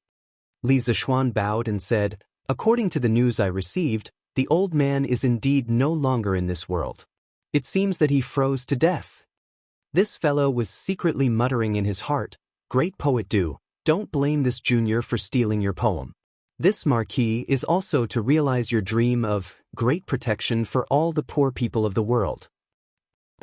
Empress Xianxia, who had always been graceful, strong, virtuous and magnanimous, showed a rare weak side at this moment. Her face was mournful and pale. The old man was destitute and dejected, but still worried about the country and the people. Such a person actually froze to death at home. It is really the misfortune of the Tang Empire. Li Er didn't say anything, but his face didn't look too good. After hearing Li Zishuan recite the poem, he first felt that he was a bit like a fatuous ruler. Otherwise, how could there be people under his rule who were full of wisdom, but didn't get the chance to use their talents, and finally froze to death in poverty at home? However, he quickly calmed down and felt that there were many suspicious points. The biggest suspicious point was that according to Li Zishuan's range of activities in the past 3 months, he could determine that the old man he spoke of was in a village near Chang'an City. However, since that village was very close to Chang'an City, if there really was such a talented old man in the village, how could there not be any news in Chang'an City? As long as there was a slight movement, his subordinates would definitely be able to find out. Therefore, in the end, Li Er's heart was already 70% to 80% sure that the old man that Li Zishuan spoke of at the beginning was completely nonsense. However, even if he was sure, what could he do? Inside and outside Chang'an, there were indeed many people who suffered from the cold every year, just like what was described in the poem. Although those people might not have the profound consciousness and lofty ambition to build thousands of houses and shelter the world from the cold, they were still Li Er's people. They should not be frozen to death. It is indeed a good poem. The person who wrote this poem is also a great talent. The thousands of thoughts in Li Er's heart could only turn into a long sigh. At this time, Li Zishuan struck while the iron was hot, and said, "Your Majesty, Your Highness, the original intention of this official to set up the public welfare fund was to gather everyone's strength to help those poor and destitute people, or people like the old man who had talent but had no opportunity and was in a difficult situation. Only in this way, tragedies like the old man's would become fewer and fewer." Empress Zhangsun took a while to calm down her emotions. She turned her head and said to Li Er, "Your Majesty, Marion's method of setting up the public welfare fund is really novel. This is the first time I have heard of such charity. However, it will not bring pressure to the national treasury. Your Majesty, why don't you approve?" Li Er looked at Li Zishuan and nodded. "Yes, I approve. I allow your public welfare fund to be set up in the name of the imperial court." Li Zishuan smiled and cupped his hands. "Thank you, Your Majesty." Chapter 1041. Inside the Sweet Dew Hall. After Li Er agreed to Li Zishuan establishing the Warm Tang Public Welfare Foundation in the name of the imperial court, Empress Zhangsun said happily, "Marquis Yong, and if your public welfare organization is established, remember to tell Bengong. Bengong also wants to contribute her meager strength." Li Zishuan cupped his hands and said, "Empress, you misunderstand. What ability does this official have to shoulder such a heavy responsibility? What this official means is that the president of this public welfare organization should be Empress. This official will not hold any position in this public welfare organization." Empress Zhangsun couldn't help but be startled. This answer was completely out of her expectations. However, after a moment, she still smiled and shook her head, saying, "Hee. Margyong, you're even scheming against Bengong? That won't do. Bengong usually has many things to do. Bengong can't take care of your public welfare organization. When the time comes and the important matter of saving the people is delayed, Bengong will become a sinner." Although she didn't understand why Li Zishuan would make such a decision, she had always been a low-key person. This kind of public appearance that would easily attract attention was something she definitely wouldn't do. Li Zishuan hurriedly said, "As the master of the imperial harem, it's normal for Empress to have no time to care about other things. However, as the president of the public welfare organization, Empress doesn't need to take care of it every day. The other people in the public welfare organization will naturally help Empress resolve her worries and difficulties." Li Er seemed to have understood something at this moment. He looked at Li Zishuan with a smile that wasn't a smile, then waved his hand to interrupt Empress Zhangsun, who was about to speak, saying, "All right. In Zhen's opinion, Guanyin made, You should accept the position of president. Although this kid doesn't hold a position in it, he probably already has plans for the other positions in the public welfare organization. Guanyin made, you don't have to worry. The matter was already very clear. Li Zishuan wanted to establish a public welfare organization to help the people, but he was worried that he would gain too much prestige among the people and cause the officials to impeach him. Thus, he took the initiative to invite Empress Zhongsun to be the leader of this public welfare organization to shoulder the prestige of the people. In this way, he could do good deeds in peace and avoid being suspected by the king because of his high popularity among the people. Li Zishuan didn't say it out loud, but he was still a little unhappy with Li Zishuan's measuring the heart of a gentleman with his own yardstick. Li Zishuan couldn't help but ask himself, am I so petty in this kid's hearts? Oh! Hearing this, Empress Zhongsun seemed to have understood something. She looked at Li Zishuan and said with a smile, since this non-profit organization has a president, there should also be a vice president, right? I wonder who in Markyong An's heart is willing to shoulder this heavy responsibility? Cough cough. Li Zishuan coughed dryly and said with slight embarrassment, this subject wants my humble wife to take on the position of vice president. Does Nyang Nyang think this is possible? Li Er's guess was right. He really didn't want to cause too much trouble because of charity. Moreover, he did charity for his own happiness, not for the people to be grateful for his kindness. Of course, since this charity organization was proposed by him, it couldn't be that it had nothing to do with him, right? It wasn't that he was blowing his own trumpet, but this charity organization really couldn't become popular without him operating it. It just so happened that his wife had always wanted to find something to do, so he could let her participate in the management of this charity organization. Hearing this, Li Er's face showed an, as expected, smile. Empress Zhongsun blinked and said with a smile, since you proposed the candidate, I certainly have no objections. It's just that this charity organization should have a name, right? To be honest, she really didn't have time to take care of this charity organization. Li Zishuan was willing to let Han Yushi be the vice president, and Zhang Sun couldn't wait. Because Han Yushi was here, if something happened to the charity organization in the future, would Li Zishuan have the nerve to stand by and watch? Therefore, she was happy to see Li Zishuan's candidate.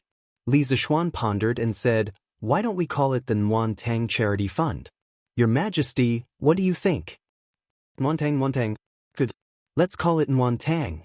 Li Er's eyes lit up, and he clapped with a smile.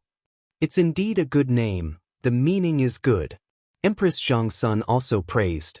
Li Zishuan smiled and said, since Your Majesty and Your Majesty have no objections, then let's call it Nuantang. I will personally invest 20,000 strings of cash, and these 2 days, I will also use Datang daily to gather the rich folk to donate money, and strive to let all the poor people in Chang and city be able to use coal stoves and burn coal before the new year. As for the other provinces and counties, time is too tight. I'm afraid there won't be enough time this year. Empress Zhongsun hurriedly said, since I'm the president, how can I not contribute money? Marquis Yong, and I will take out 3,000 strings of cash to use for the Nuantang Foundation. She thought that with some of her own private money and some gold and silver jewelry, she should be able to gather 3,000 strings of cash. The virtuous Empress Zhongsun never thought of letting Li Er use the national treasury or the palace treasury's money for personal matters. Li Er waved his hand and said, Guanin's servant, there's no need for that. I'll take 5,000 strings of cash from the palace treasury and donate it to the Nuantang Foundation in your name. After that, he turned to Li Zishuan and said, Mark Yong, and I have no objections if you want to establish the Nuantang Foundation to do good deeds. I also believe that with your personality, you won't embezzle the donations, but you have to control your subordinates. My money isn't that easy to take. Li Zishuan cupped his hands and said, Don't worry, Your Majesty, I'll be careful. I'll make sure that every donation of the Nuantang Foundation is properly spent. As a modern person, he knew better than anyone how important honesty and fairness were to a charity foundation. The incident with a certain Mimi in his previous life had directly lowered the social credibility of a certain 10-word association to a freezing point. That's for the best, Li Er said faintly. Seeing that there was nothing else here, Empress Xianxia said goodbye to Li Er and left. In the hall, only the two of them were left. Li Er clasped his hands behind his back. After a long time, he said slowly, "You little brat. I'll tell you one more time, I'm not Lu Bang, and you're not Han Exit." After saying this sentence that had no head or tail, Li Er snorted and left in a huff. It was obvious that he was very unhappy. So, "I'm just too lazy to mess around. Otherwise, even if you're Lu Bang, I'll still be able to pull you down." Li Zishuan curled his lips as he fantasized in his heart. He understood what Li Er meant, but he didn't regret doing so, because he was a person who didn't like trouble in his bones. However, just because he didn't like trouble didn't mean that he was afraid of trouble. Just as he thought, if Li Er was really an emperor like Lu Bang, who killed meritorious officials, he, Li Zishuan, wouldn't just sit and wait for death. Whoever didn't let him have a good life, he wouldn't let them have a good life. Chapter 1042. Marquis, Manager Fu said that the things you want will be ready in 2 days. When the time comes, he will send someone to deliver them to you. After returning home from the palace, Li Zishuan met Pang Feiji at the entrance. Pang Feiji cupped his fists. "I understand." Li Zishuan nodded lightly. He was secretly happy. It seemed that he would be able to use the heater in a few days. What a corrupt life. When he returned to the main hall, his family was waiting for him to eat. Seeing that he had returned, Han Yushi hurriedly ordered the dishes to be served. Because the food cooled quickly in winter, before Li Zishuan returned, the cooked food was kept warm in the pot. From this, one could see Li Zishuan's important position in the Li family. He was the proper head of the family. During the meal, Li Zishuan told his family about the warm tang foundation that he had told Li Er and Empress Xianxia in the palace. Sure enough, old Madame Yi, Madame Li, and Han Yushi immediately became enthusiastic. "Good. This is a good thing." Old Madame Yi put down her chopsticks and looked at Li Zishuan. She said enthusiastically, "Xiao Xian, I didn't bring much money this time, but I still have some valuable jewelry. If I pawn it, it can be exchanged for 1 or 2,000 strings of coins. When the time comes, I will donate it to your Warm Tang Foundation.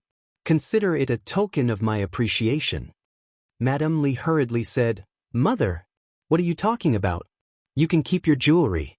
If you want to donate money, take it from your daughter. How can I let you pawn it?"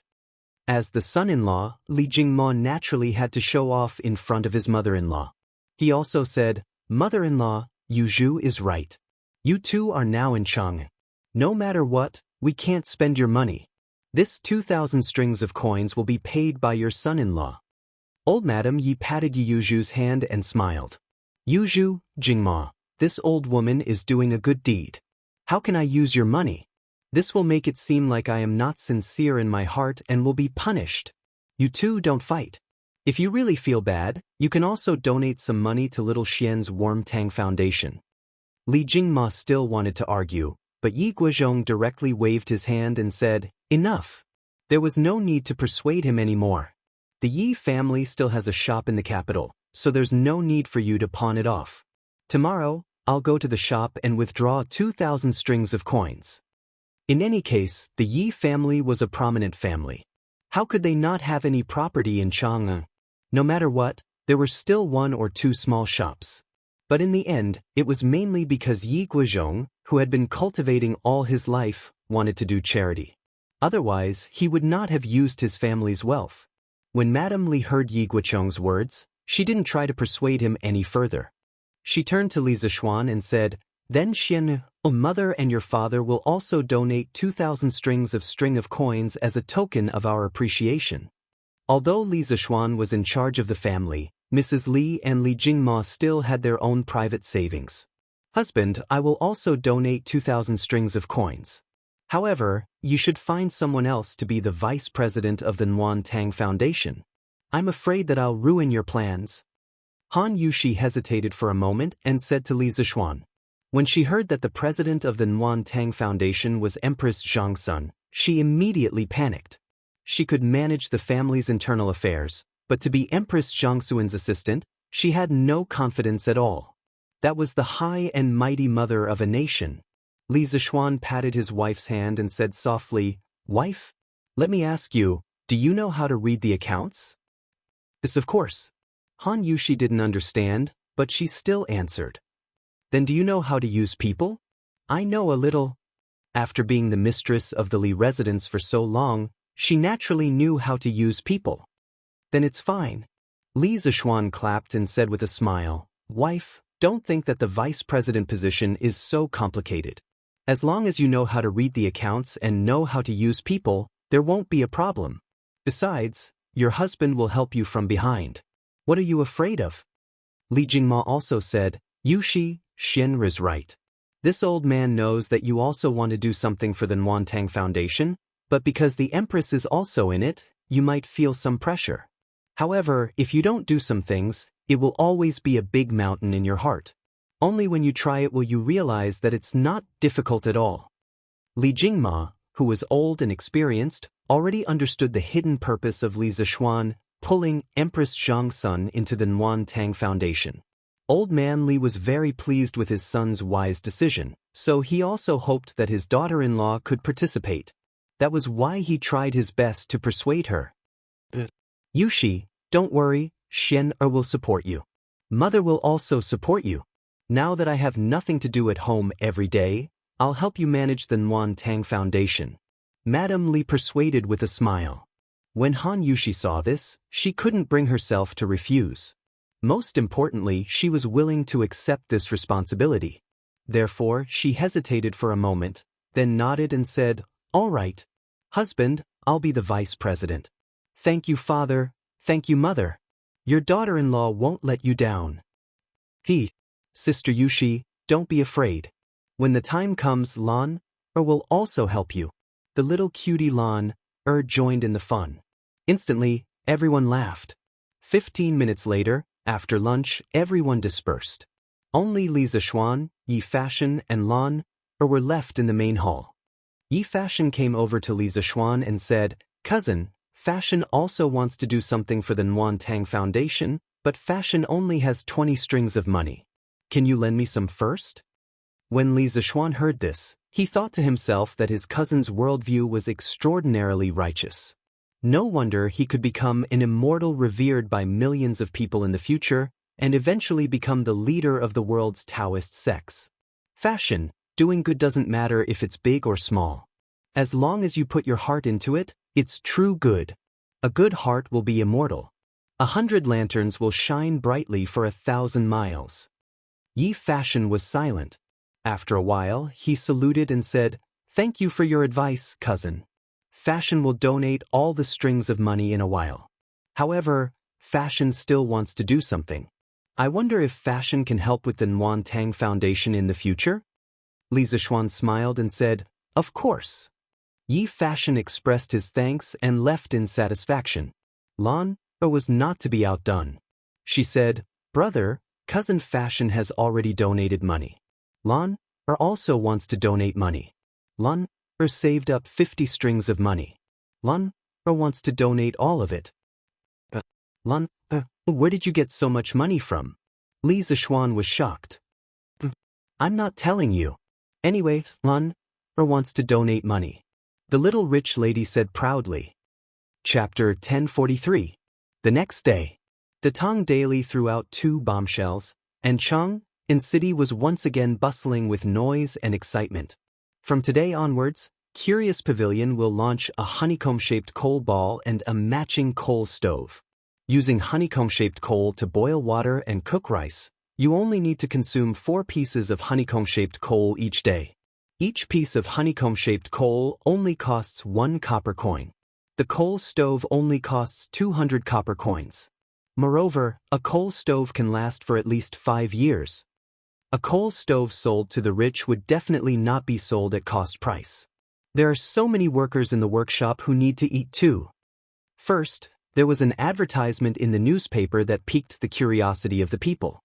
In the layout of Tang Dynasty Daily, apart from the headline in the middle of the first page, another important position was the position of the first article at the beginning of the article.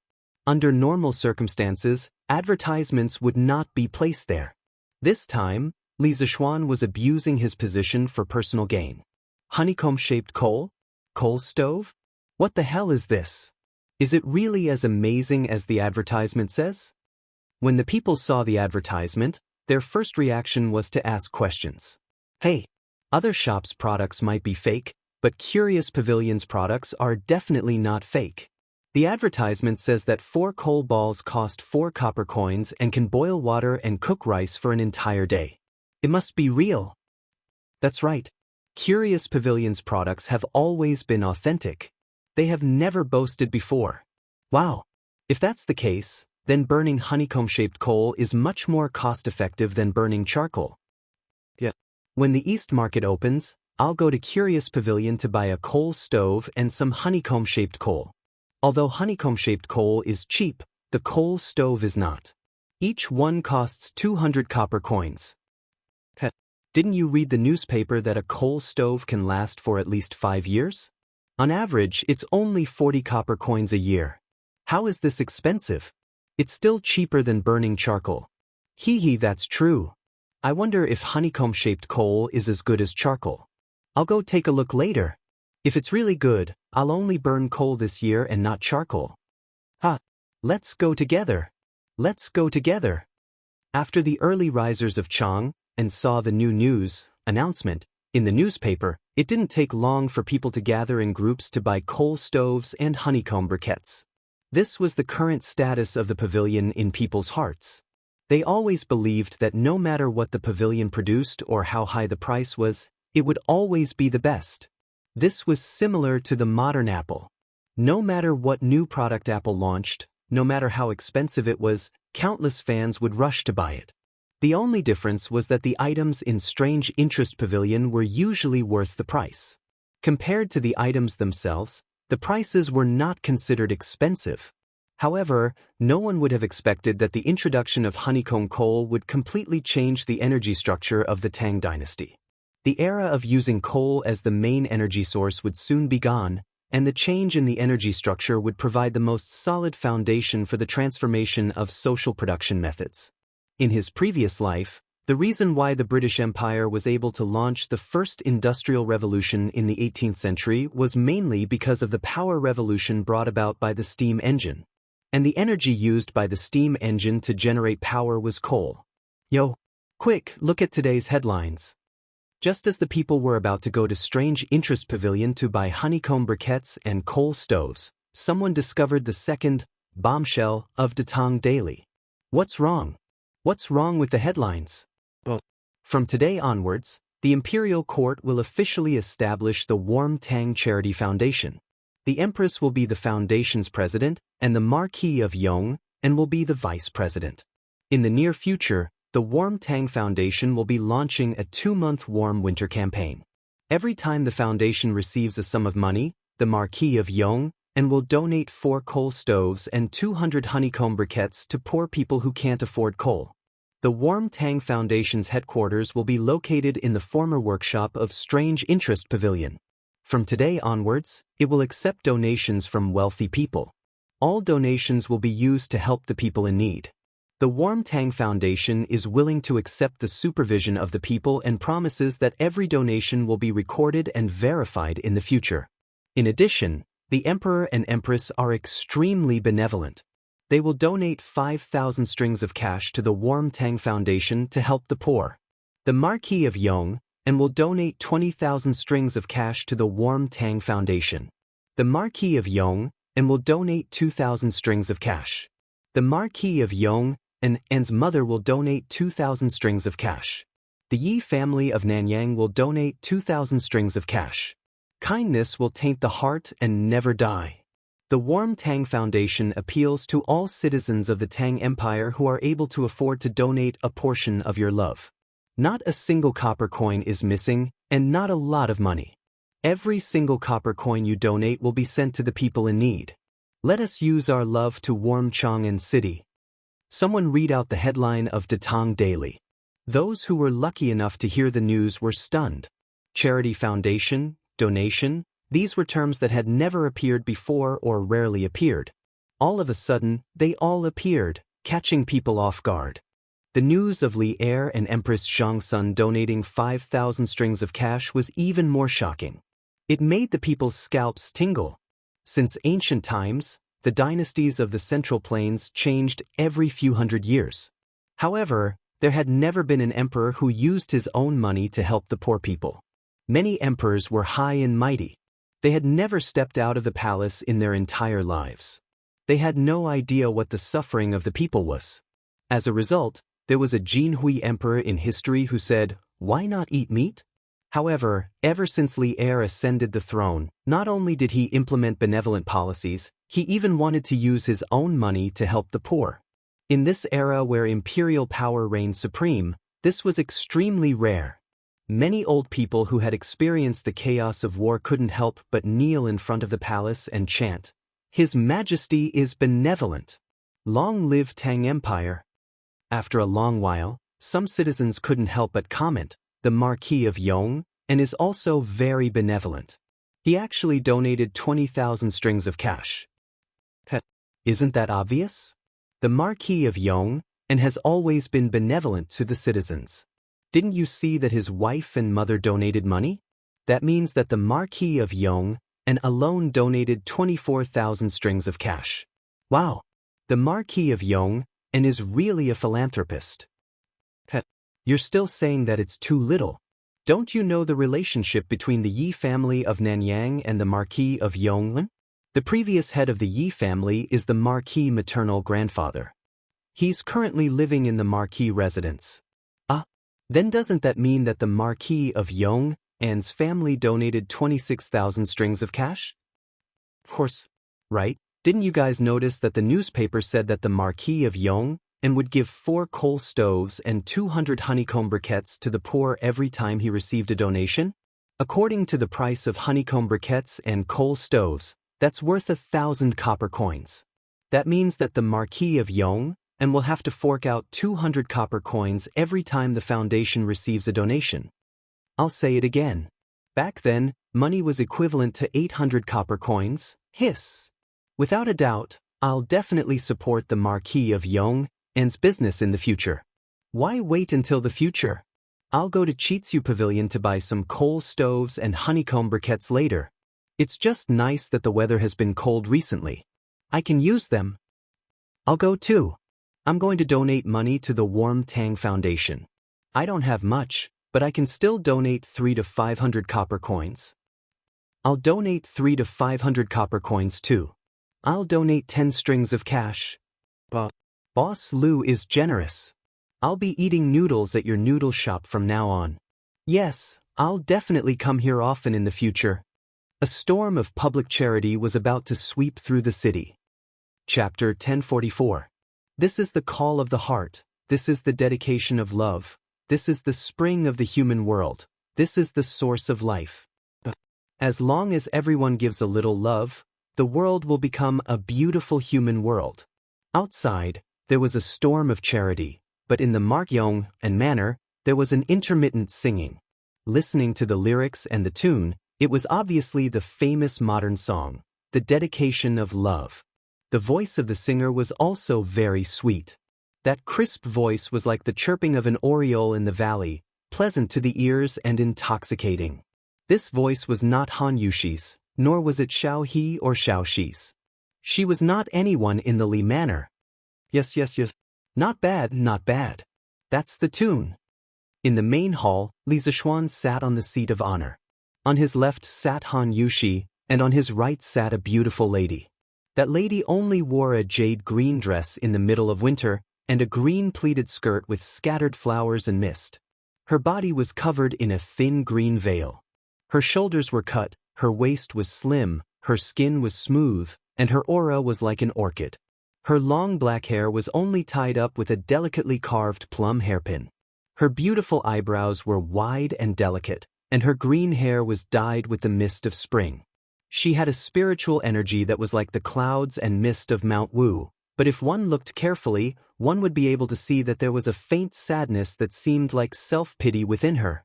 At this moment, her hands were still on the strings of the zither, and Li Zishuan opposite her was applauding. As for Han Yushi, although she was smiling, no one knew what she was thinking. Then, Fian, can you sing the complete song for Marquis and Madam again? The lady stood up and bowed, then asked softly. Her voice was as beautiful as the spring water, making people feel comfortable and relaxed. Li Zishuan smiled and nodded. Okay. Miss Yen'er, please sing. Speaking of Miss Yen'er, Li Zishuan had never seen her before, let alone know her. However, Cheng Chumo, Li Huairen, and the other rich playboys who liked to walk their dogs and hang around the brothels would definitely know her. This woman was the famous courtesan of Hundred Flowers Tower in Chang, in city, Fang Fian. She was the goddess of countless men's dreams. Many rich young men could not get close to her even if they spent a lot of money. At most, they could only get a smile from her. But even so, there were still countless people who flocked to her. Today, Li Zishuan had asked Pang Feiji to invite back a girl who could sing the best in Chang. Pang Feiji did not know what Li Zishuan wanted to do. At first, he hesitated. He hesitated about what kind of girl he should find for Li Zishuan. Then, he felt a little conflicted. He felt that if he found a girl for Li Zishuan, he would be letting down Han Yushi, the mistress of the Li mansion. Later, this fellow secretly found Xiao He and asked her to send this news to Han Yushi of the West Courtyard and let her make the decision. He did not have to wait for long before Han Yushi's reply came. Her reply was very simple. There were only 2 words, do it. Pang Feiji thought about it and ran to Hundred Flowers Tower. He found the so-called Mother Hua and asked her to invite Fang Fian out. Under normal circumstances, Hundred Flowers Tower did not receive guests during the day. Moreover, Fang Fian was not someone who could be invited by ordinary people. However, Pang Feiji was from the Markyong and Marquis mansion. He represented Li Zishuan, the most dazzling new noble in the Tang dynasty. He was also the god of wealth in the eyes of businessmen. Mother Hua did not dare to offend him. She quickly asked someone to invite Fang Fian out. Then, the rest of the matter was logical.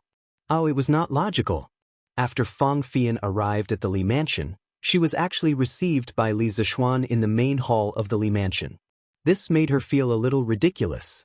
Logically, if a man admired her and invited her to his house, shouldn't they talk about romantic affairs?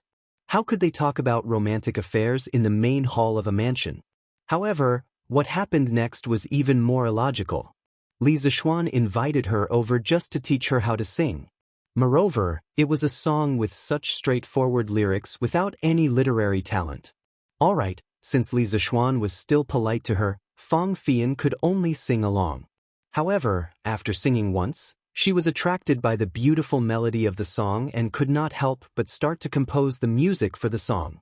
Later on, she was also conquered by the lyrics that she had always looked down on. Because although the lyrics were straightforward, the purest and most selfless feelings, as well as the truth, goodness, and beauty of the world, were the most touching. As long as everyone gives a little love, the world will become a beautiful world. What a beautiful vision this was. At this moment, Fang Fian's jade-like fingers were gently stroking the strings of the zither.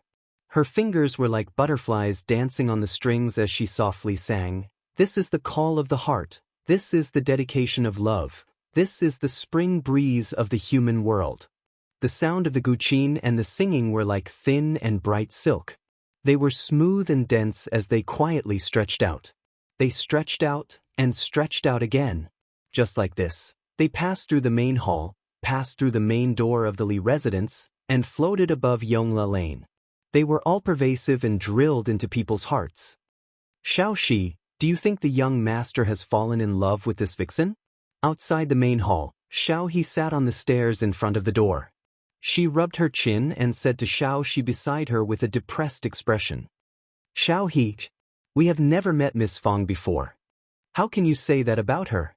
Xiao Shi patted Xiao He's arm and said softly, "Did I say something wrong? Look at her wearing so little in the middle of winter. She must be trying to seduce the young master. It's over. If the young master is really seduced by this vixen, the young madam will be in trouble." Xiao He said worriedly. Xiao Shi shook her head and said, "No, the young master is not that kind of person." "Xiao Shi, what do you know? You don't know how many men in Chang and have been seduced by this vixen. The young master is also a man. How can you be sure that the young master will not be seduced? I believe in the young master." The young master only asked Miss Fong to come over and sing. Xiao He, you must be thinking too much. Actually, not only were the two of them arguing, Madame Li in the East Courtyard was also guessing what her son was trying to do today. Old master, do you think Xian wants to take in a concubine? Take in a concubine? Even if he wants to take in a concubine, he can't take in a brothel girl. Not to mention that our family is now a big family. Even in the past, this old man would not allow him to take in such a dirty woman. Old man Li snorted. Jingamo is right. Xiao Xian can take in a concubine, but he definitely can't take in a brothel girl. This was Yi Guizhong's voice. Actually, these people were thinking too much. Front courtyard, main hall. The song ended and the crowd dispersed. Li Zixuan stood up to send the guests off and said, Miss Yen, when you go back, you must teach this song to the other sisters in your brothel. Also, tell your Mama Hua that for the next month, it's not that the 100 Flowers brothel can't sing other songs, but this song must be sung 10 times a day. Otherwise, I will definitely settle the score with her. Chapter 1045. Li Zixuan did not look down on the women in the brothel, but he did not like them either. Fang Fian was indeed beautiful, but he was not the kind of loser who could not move when he saw a beautiful woman. To be honest, ever since Fang Fian entered the house, he was only admiring her voice and beauty. He did not have any improper thoughts about Fang Fian. This was because he felt that women who lived in that kind of environment would not be simple. She was not his cup of tea, and he would find it troublesome to marry her. He did not like trouble. He liked a simple woman like Han Yushi. Besides, Han Yushi's beauty might not lose to Fang Fian's. Li Zixuan was very satisfied with his current life. He asked Fang Fian to come over because he wanted to bring the song, Dedication of Love, from his previous life to Tang Dynasty and spread it all over the country. This was because this song could evoke the kindness in many people's hearts. My lady, we are in luck this time. Fang Fian left the Li residence in a carriage and headed to P Square. On the way, her personal maidservants said happily, What kind of luck? Fang Fian was still intoxicated by the melodious melody. After hearing the maidservant's words, she asked subconsciously, Now that the Duke of Yong has taken a liking to you, you don't have to worry about being taken advantage of by those stinky men anymore. Isn't this considered luck? The maidservant said with a smile. Fang Fian suddenly came to her senses. Her cheeks immediately turned red. She rolled her eyes at the maidservant and said, Don't talk nonsense. Which eye of yours saw that the Duke of Yong was interested in me? If you talk nonsense again, I'll tear your mouth apart. Then I won't talk about it, I won't talk about it. The maidservant thought that her lady was shy and hurriedly begged for mercy with a smile. However, Fang Fian knew herself best. She did not see any lust in Li Zixuan's eyes when she was in the Li Zixuan's house. Moreover, Li Zixuan had treated her to the main hall of the mansion, which explained the problem. From the beginning to the end, Li Zixuan did not have the slightest interest in her. Others might not believe it, but Li Zixuan's purpose of inviting her over was most likely to simply let her learn the song, Dedication of Love. To be honest, Li Zixuan was young, promising, handsome, talented, and knew how to take care of women. After all, he had the title of Friend of Women. Fang Fian was a little attracted to him. However, from Li Zixuan's cool and clear eyes, Fang Fian understood that it was impossible between them. Moreover, she was just a prostitute in a brothel. She was not worthy of marrying into a big family like the Li family. Therefore, Fang Fian could only smile bitterly in her heart when she heard Kai Er's words. Since ancient times, beautiful women were often ill-fated. As a prostitute, she felt that the best ending for her was to obtain her freedom and live out the rest of her life peacefully by herself. The first news of the day on Datang Daily had completely aroused everyone's interest and curiosity about coal stoves and honeycomb briquettes. As soon as the East Market opened, the commoners flocked to the Strange Taste Pavilion. In an instant, there was a very long line in front of the Strange Taste Pavilion. Shopkeeper's son didn't disappoint his customers. He placed 7 to 8 coal stoves in front of the Strange Taste Pavilion. Each stove was filled with 3 burning honeycomb briquettes. On top of the stove was a kettle that was boiling hot water. Ladies and gentlemen, as you can see, these are the coal stoves and honeycomb briquettes. It is extremely convenient to use them to boil water and cook rice. Ladies and gentlemen, please take a look first before you decide whether to buy or not. Shopkeeper's son yelled at the top of his lungs. So this is what a coal stove looks like? It looks like it is very convenient to boil water. It is said that it can burn for a day at most 4 pieces of coal. I don't know if that is true. Hearing someone ask this question, shopkeeper's son smiled and said, "Ladies and gentlemen, please be at ease. Our strange taste pavilion has never sold fake goods, nor have we ever boasted. Actually, when you use this coal stove, you will find that it saves more coal than you think.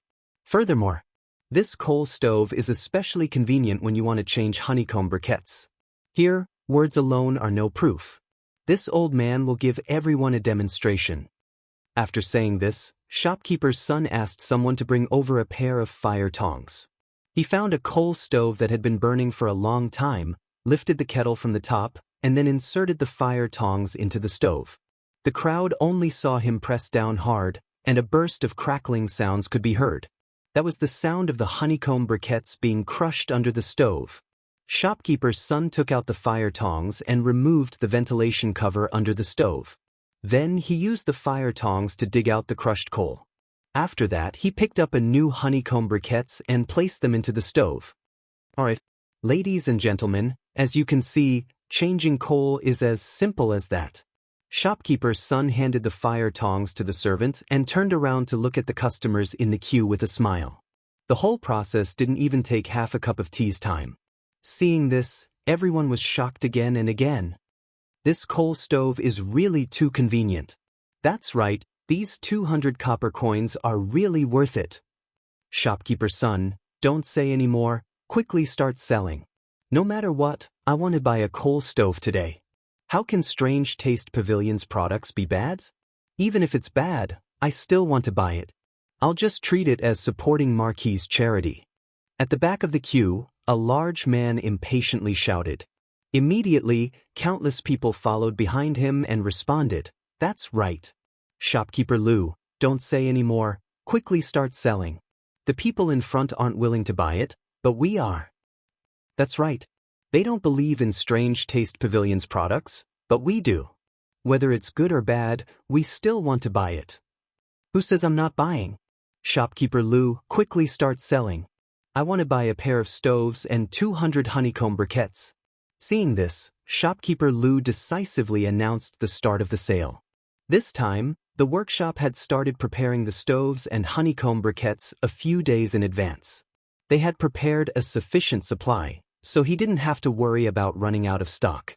Speaking of which, the workshop's blast furnace had already been completed 4 days ago. On the same day, they had started refining steel. The iron ore, coal, and sulfur ores in Yifang County were all being transported to the workshop in an unending stream. Now, the new workshop had basically said goodbye to the predicament of a shortage of raw materials. With the raw materials, the workshop could produce the stoves and honeycomb briquettes at full capacity. The production speed was terrifying. Every day, they could produce at least a few hundred stoves and hundreds of thousands of honeycomb briquettes. Moreover, as the process matured, the production speed would only increase. As for the production of bicycles, the workshop had temporarily put it on hold. Firstly, the stoves and honeycomb briquettes were life-saving items. Secondly, it was winter now, so there weren't many people willing to ride bicycles. If they produced more bicycles, they might not be able to sell them. Of course, the last reason was completely based on Li Zishuan's own subjective assumptions. In fact, even in winter, the number of people who wanted to buy bicycles didn't decrease at all. Every morning, there were still people riding bicycles in the cold wind, blindly comparing themselves on Vermilion Bird Street. Chapter 1046. Datong Daily's second piece of news today completely aroused the enthusiasm of people to do charity. The original workshop of the Strange Interest Pavilion was completely surrounded today. As today was the first day of the Warm Tang Foundation's establishment, Empress Zhangsun, as the president of the foundation, naturally had to make a trip. Under the protection of the palace guards, Empress Xianxia led a group of palace maids into the workshop of the curious pavilion slowly. This place had already been cleaned up yesterday. And now, the original materials and equipment in this workshop had all been transferred to the new workshop in Plum Village. A few families that were close to the Li family had also sent people to help. For example, Madame Cheng of the Cheng family, Madame Yuqi of the Yuqi family, Madame Qin of the Qin family, and so on. Basically, the matriarchs of the families had personally come. These noble women usually had nothing to do at home. It was rare for a public welfare foundation to appear in Chang and city, and the person in charge was someone they knew. This kind of work that could not only help acquaintances but also accumulate virtue and do good deeds, and the work was not complicated, how could they not come? They all rushed over as soon as they heard the news in the morning. With them by the side to help command and dispatch, the burden on Han Yushi's shoulders instantly became much lighter. So much so that when Empress Xianxia arrived, everything that should be prepared in the workshop was already prepared, and they were just waiting for people outside to donate money. "Greetings, Your Majesty." Empress Xiangxuan's phoenix carriage arrived, and Han Yushi and a group of noble women in the workshop all bowed and saluted. Empress Xiangxia smiled and said gently without any airs, "No need to be so polite. It's so lively today. All the Duchess madams are here." Madame Qin smiled and said, "We're all idle people at home. We heard that Yushi has a work that can accumulate virtue here, so we discussed it and all came to help." Madame Cheng agreed and said, "Although I often go to the temple to burn incense and worship Buddha, after hearing about this Warm Tang Foundation, I still feel that this is more practical. In the future, I won't have to go to the temple every few days." Empress Xiangxia nodded and said, "Compared to the illusory heavenly merit, the Warm Tang Foundation's actions of directly helping the people can be seen and touched. It is indeed more practical. This Empress thanks the Duchess madams for coming to help today. Your Majesty is too polite. This is what we should do," everyone hurriedly said. Empress Xiangxia smiled, then turned to Han Yushi and said, "Yushi, I usually have many matters to deal with in the palace. In the future, you will have to take responsibility for many matters here. If there's anything you're unsure of, just send someone to inform me." Han Yushi was still a little reserved in front of Empress Xiangxia. After all, they didn't interact much. Moreover, the other party was the high and mighty mother of a country. Hearing this, she bowed and said, "Thank you, Your Majesty." Empress Xiangxia walked over and grabbed her hand. Smiling gently, she said, "You little girl, I am now the president of the Warm Tang Foundation, and you are the vice president. In the words of men, we are colleagues. Why do you need to be so reserved? You're Marquis of Yong, and isn't as obedient as you are in front of His Majesty and this princess, huh?" Li Zixuan, who had just walked through the gate of Yanhuang College, inexplicably sneezed. This fellow couldn't help but think to himself, "Looks like the weather is indeed getting colder. This young master, have the strength of a martial arts master, but I still can't withstand its." In the original workshop of the Strange Interest Pavilion, Han Yushi heard Empress Xiangxia say this, and the reservations in her heart instantly disappeared by half. She smiled slightly and said, "Your Majesty is right. Yushi doesn't know much about the world. In the future, I hope Your Majesty can give me more guidance." Empress Xiangxia smiled and said, "Speaking of experience, although the Marquis of Yong and is young, he is like an old fox who has lived for who knows how many years.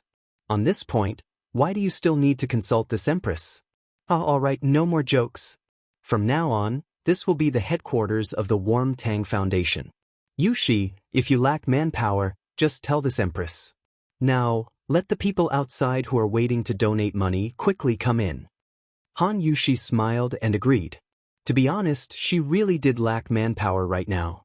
If it weren't for the Cheng family, Yuqi family, Qin family, Niu family, and Li Jing family's madams bringing people over to help, with the current situation, with the people she brought from the Li family, she really wouldn't have been able to handle it. However, these dukes' madams definitely couldn't come over to help every day. Now that Empress Xiangxia said this, Han Yushi's heart immediately calmed down a lot. She ordered the servants to open the door of the workshop, and the people outside consciously lined up and began to donate money one by one. Small donations like a few hundred copper coins and a few strings of coins were basically counted in person. As for large donations like 100 strings of coins, they would be specially brought to another place and counted on the spot by a dozen or so experienced warehouse workers. This wasn't done for the sake of special treatment, but to save the entire line's time. My master wants to donate 10,000 strings of coins. The money is all in the cart behind. Please send someone to count it. The moment the manservant at the front of the line spoke, he immediately shocked everyone. Han Yushi, Empress Zhongxin, Madame Cheng, and Madame Qin, who were standing in the corridor and talking, all looked over in unison. 10,000 strings of coins. Just looking at the number might not move all of them, but what was this 10,000 strings of coins used for? This was for charity, not for business. To put it bluntly, it was a gift. Other than people like Li Zixuan who were extremely wealthy and didn't think much of money, there probably weren't many people in the entire Tang Empire who would be willing to take out 10,000 strings of coins to give away for no reason. This little brother, may I ask who your master is? In the courtyard of the workshop, there were several tables set up today, and the people naturally lined up in several lines. The person in charge of the line that the manservant who said he wanted to donate 10,000 strings of coins was Wang Zhong. Old Wang stared and asked. That manservant was still considered polite. He cupped his hands and then replied loudly, Steward Wang, my master's surname is Chao, and he avoids literary works. He can be considered old friends with the Marquis of Yong. My master said that the current emperor is so considerate of the people, and the Chao family is also willing to share the emperor's burdens. So it's Boss Chao. Boss Chao is deeply righteous. This old man admires him. This little brother, please come in. There will be someone in charge of counting the coins. Wang Zhong came to a realization and then had someone bring the manservant to the backyard. Chao Wendong? This empress has heard of him.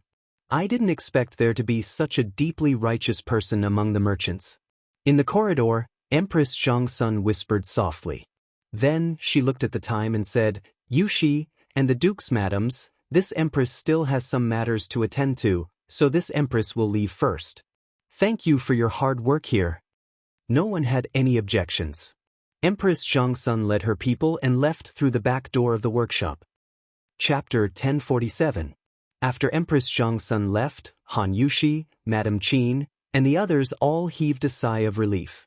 Although Empress Zhongxun appeared approachable, it was inevitable that they would feel pressured when they were with her. Yushi, this Boss Chao is really generous. He actually took out 10,000 strings of cash all of a sudden. Compared to him, Godmother is really stingy. Madame Qin lamented. After they saw the newspaper this morning, not only did they come over to help, but they also followed behind to donate some money. Most of them were hundreds or thousands of strings of cash. Although it was not a small amount, it paled in comparison to Chao Wendong's 10,000 strings of cash. Godmother, you can't say that. My husband once told me that no matter how good or small it is, as long as there is sincerity, then it is true kindness. Once the heart is touched by kindness, it will be immortal. Han Yushi held Madame Qin's hand and explained with a smile. Sister, listen, this child Xiao Xian is really talented. Everything he says is so reasonable. Unlike my family's Chou Niu, who is always reckless. Madame Cheng patted Madame Qin's arm and said with a smile. Auntie, you must be joking. Big brother Chou Niu is a person who values friendship and righteousness. He is also my husband's good brother. How is he reckless? Han Yushi hurriedly said. Madame Cheng immediately beamed and said, Yushi, don't speak up for that kid. As his mother, how can I not know what kind of person he is? Although she said this, the smile at the corner of her eyes could be seen by everyone. After a while, everyone's good impression of Han Yushi couldn't help but increase. This was also a popular policy among the ancient aristocrats. Through the friendship between the mistresses, the relationship between the two families would become stronger.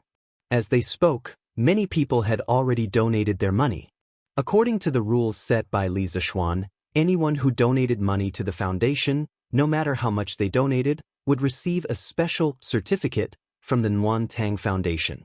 In fact, instead of calling it a certificate, it was more appropriate to call it a donation certificate. However, Li Zishuan gave it a better name, the Certificate of Honor for Doing Good. Before today, the workshop had prepared a lot of templates for the Certificate of Honor. The name, donation amount, and donation date were all left blank. After receiving the donation, the staff of the Wang Tang Foundation would fill in the donation information on the Certificate of Honor template and ask the donor to sign and put their thumbprint on it. Then, the foundation would stamp it with a special seal. There were 2 copies. One would be given to the donor as a souvenir, and the other would be kept in the foundation's records for monthly audit. In fact, every donation received was recorded in detail in the foundation's account books. The reason why the foundation kept records was to keep an extra evidence for future audit. This way, not only could it prevent people from falsifying the accounts to a certain extent, but it would also make people more convinced. After the citizens donated their money and received the Certificate of Honor from the Wang Tang Foundation, not only did they not feel the disappointment of losing money, they even felt a trace of satisfaction. Hey, this little thing was quite pretty. But what were the words written on it? What kind of honor? Honor? Wang Matzi, you're so embarrassing. That's the Certificate of Honor for Doing Good. You can't even read. What's the use of that thing? Why don't you give it to me? Tui, why should I give it to you? I can't read, but my Sanmao can. I'm going to give this to that kid to prove that his father did a lot of good in the past. After donating their money, the citizens were delighted with the Certificate of Honor for Doing Good. They now had something to brag about. At this moment, a scholar-looking middle-aged man suddenly said to Wang Zhong and the others, His Highness the Crown Prince donated 3,000 strings of cash. Steward Wang, please have someone count it. Once this was said, the surrounding people were shocked again. His Highness the Crown Prince? His Highness the Crown Prince also sent people to donate money? Ah, His Majesty is benevolent, and the Crown Prince is also benevolent. Our Tang dynasty will only get better and better. The citizens' happiness instantly soared. But what happened next made the commoners' hearts burst with happiness. Princess Chengel donated 3,000 strings of cash. King of Wei donated 3,000 strings of cash. King of Han donated 1,000 strings of cash. Hejian County donated 5,000 strings of cash. Concubine Yang, Concubine Yin, Concubine Yang, and Concubine Wei donated a total of 4,000 strings of cash. After finding out about the existence of the Wang Tang Charity Fund, all the important figures in the royal family sent people over to donate money. This was because even their boss, Li Er, had donated money, so how could they not do anything? Moreover, this was a great opportunity to raise the reputation of the royal family. Apart from the royal family, the wealthy merchants also donated generously, especially the members of the Flame Yellow Chamber of Commerce. They donated the most money. Needless to say, Chao Wendong donated 10,000 strings of cash.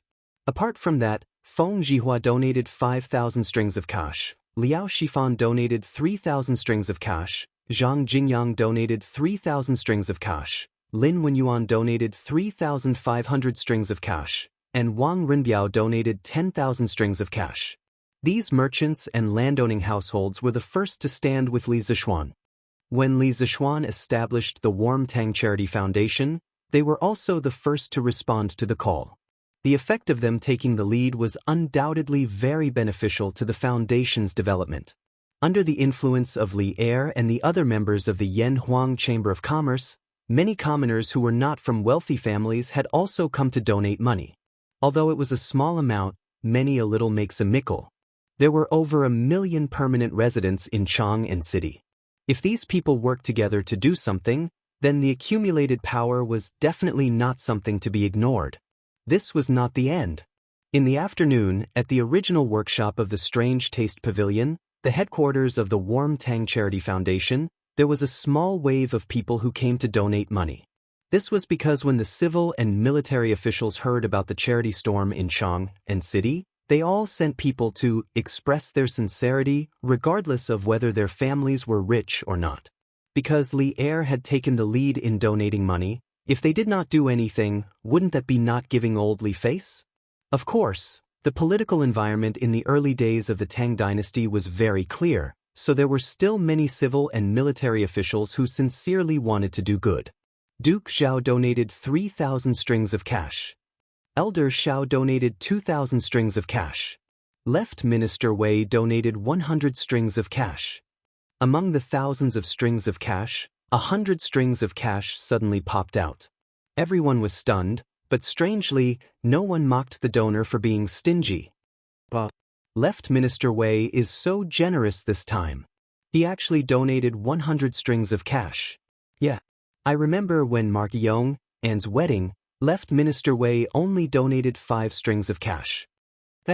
Looks like Left Minister Wei really cares about the commoners. Of course.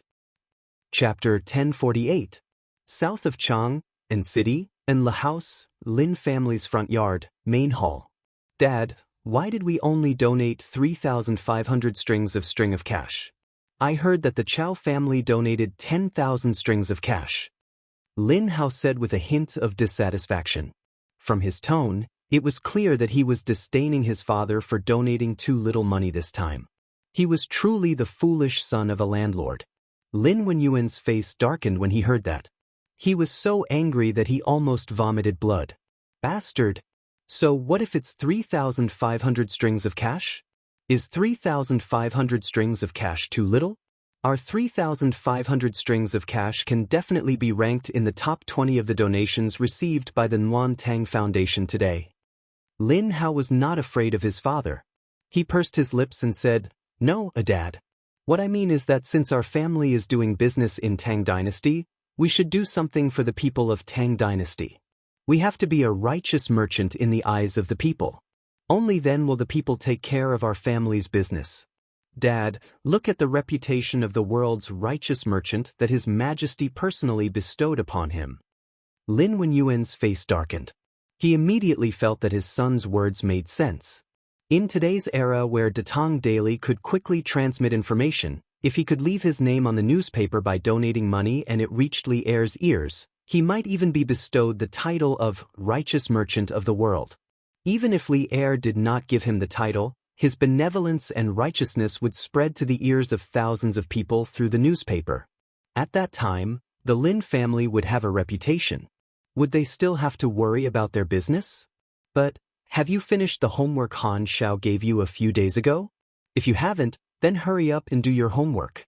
If you can't get into Yanhuang College next year, you'll see how this old man will deal with you. Lin Wenyuan was silent for a moment, then scolded Lin Hao with a straight face. "Dad, if you want to do homework then do it. Why are you being so fierce? Besides, when it comes to exams, man proposes and God disposes. There's no point in forcing me. Don't hit me. I'll go, okay?" Lin Hao still wanted to pester his old man for a while longer, but he saw that Lin Wenyuan was about to get up and hit someone. He didn't dare to stay here any longer. Immediately, this guy didn't say anything and turned to leave. Stinking brat. Lin Wenyuan clapped his hands and snorted. A moment later, he shook his head and sighed. Alas!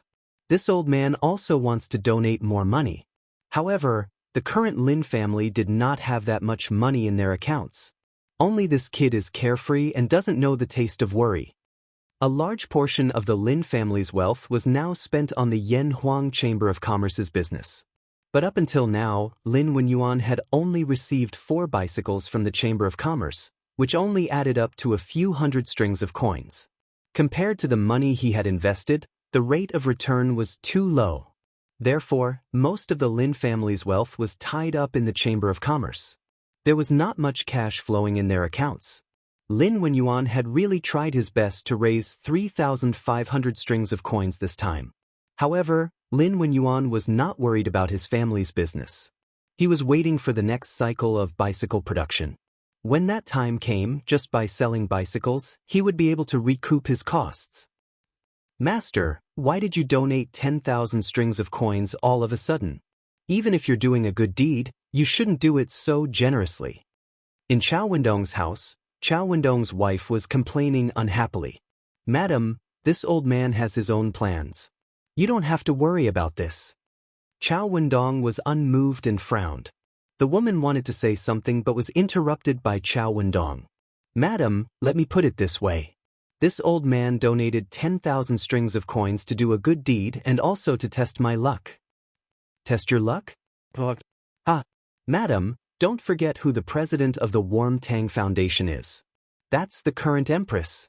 If this old man is noticed by the empress because of this 10,000 strings of coins, His Majesty will be happy and reward our Chao family with the title of Righteous Merchant of the World. Then, Madam, do you still think this 10,000 strings of coins is not worth it? Chao Wendong slowly explained his plan. Previously, Feng Zhihua had been rewarded with the title of Righteous Merchant of the World by Li Er because of his meritorious service at sea. Chao Wendong was no exception. Although his family was richer than Feng Zhihua's family, the title of Righteous Merchant of the World was not something that could be measured with money. Scholars, farmers, workers, and merchants were destined to have a low social status.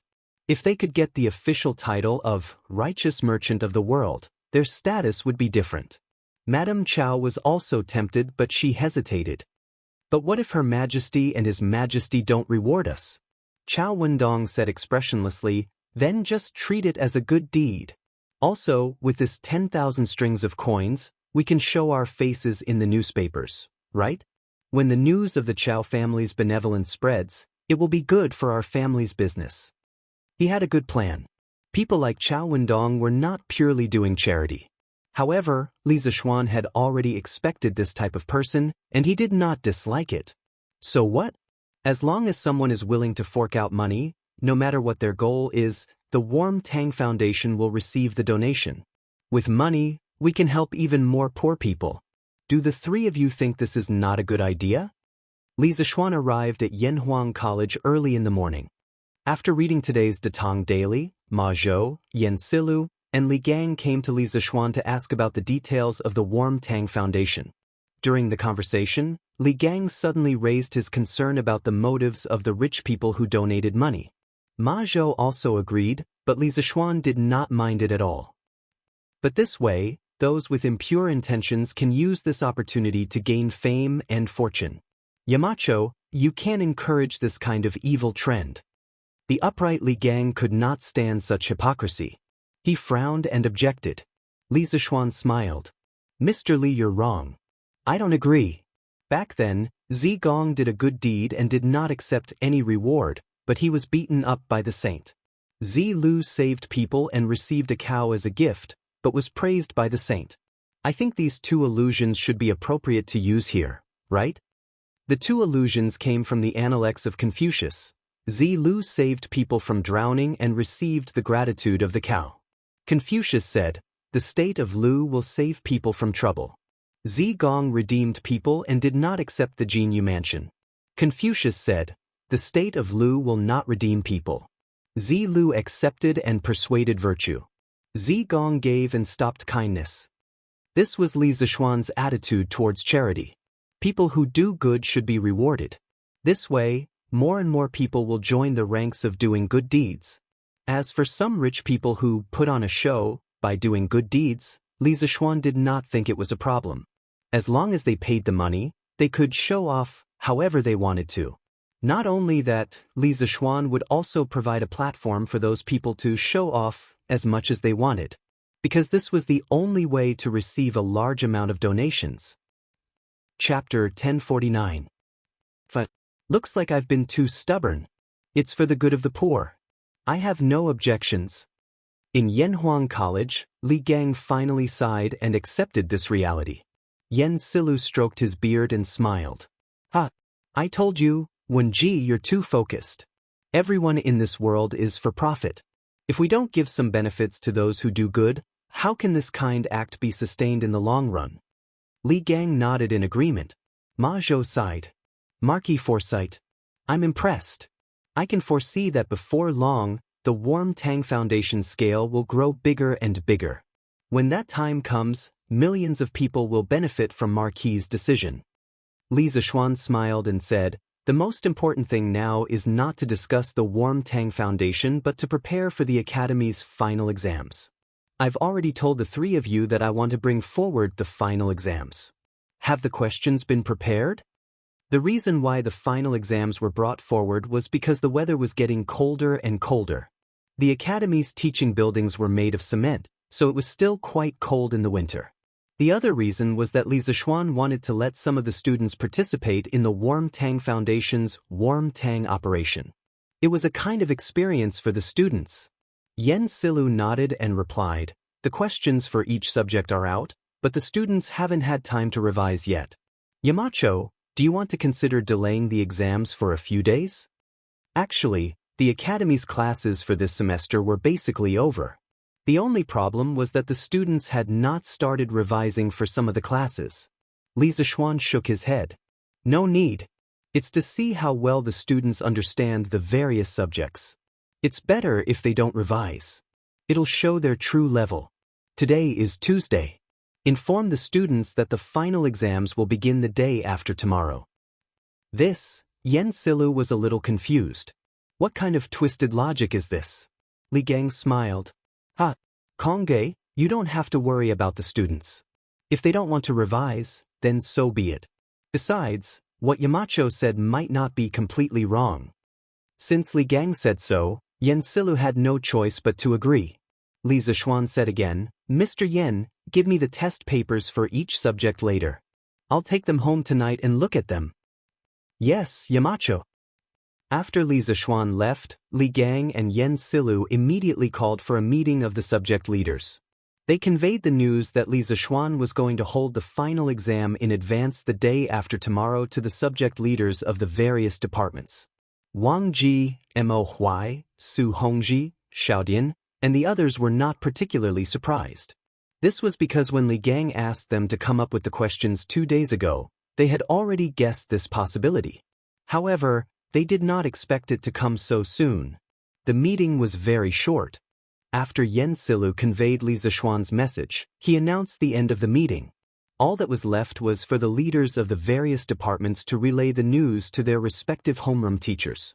As a result, when school was about to end in the afternoon, all 16 classes of Yanhuang College received this unfortunate news almost at the same time.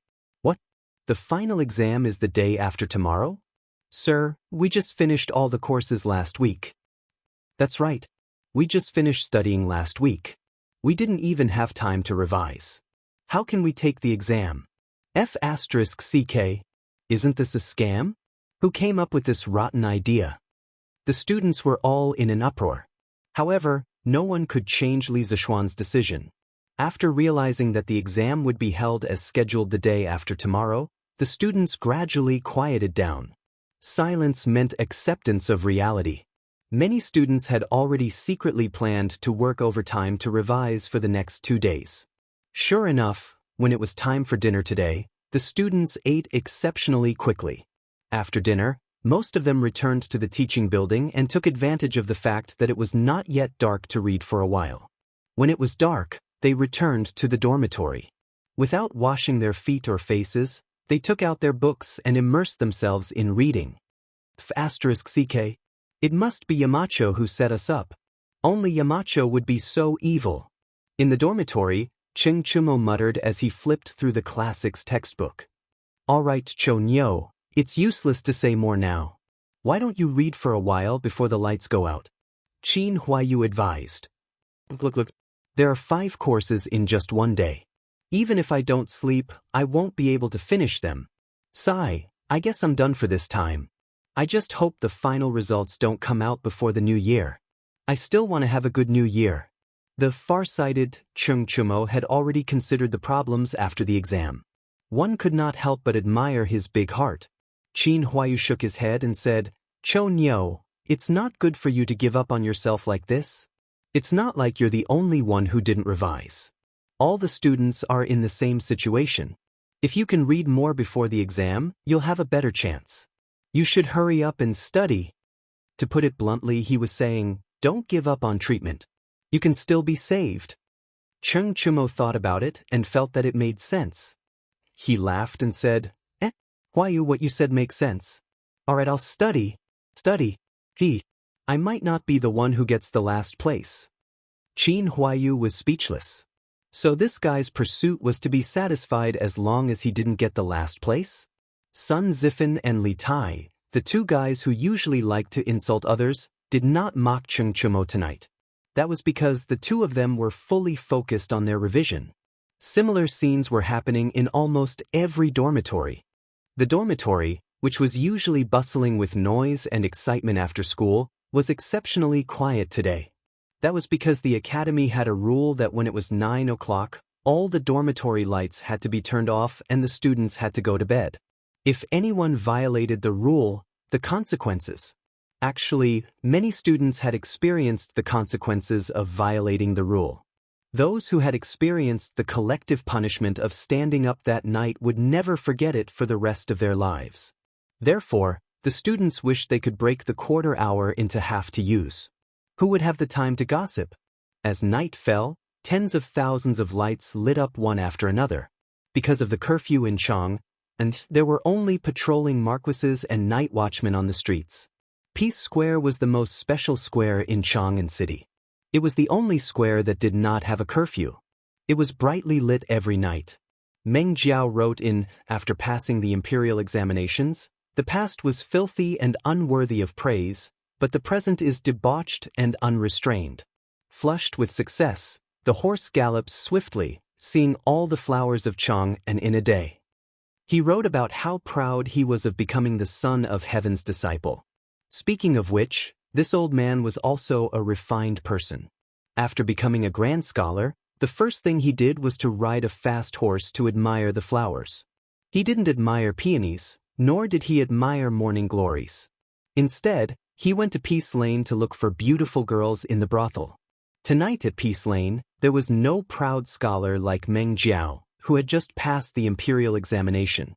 However, tonight was destined to be an extraordinary night.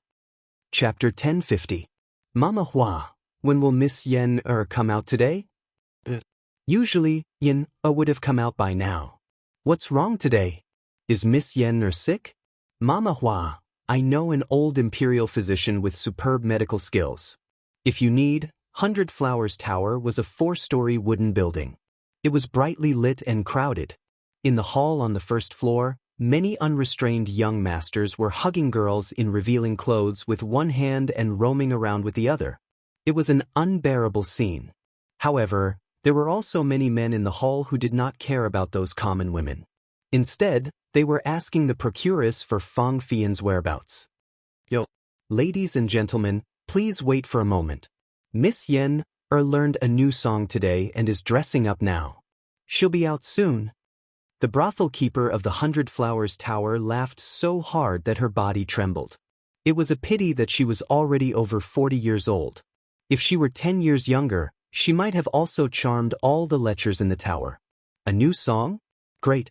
We're going to have a good time today. That's right. We didn't come here in vain.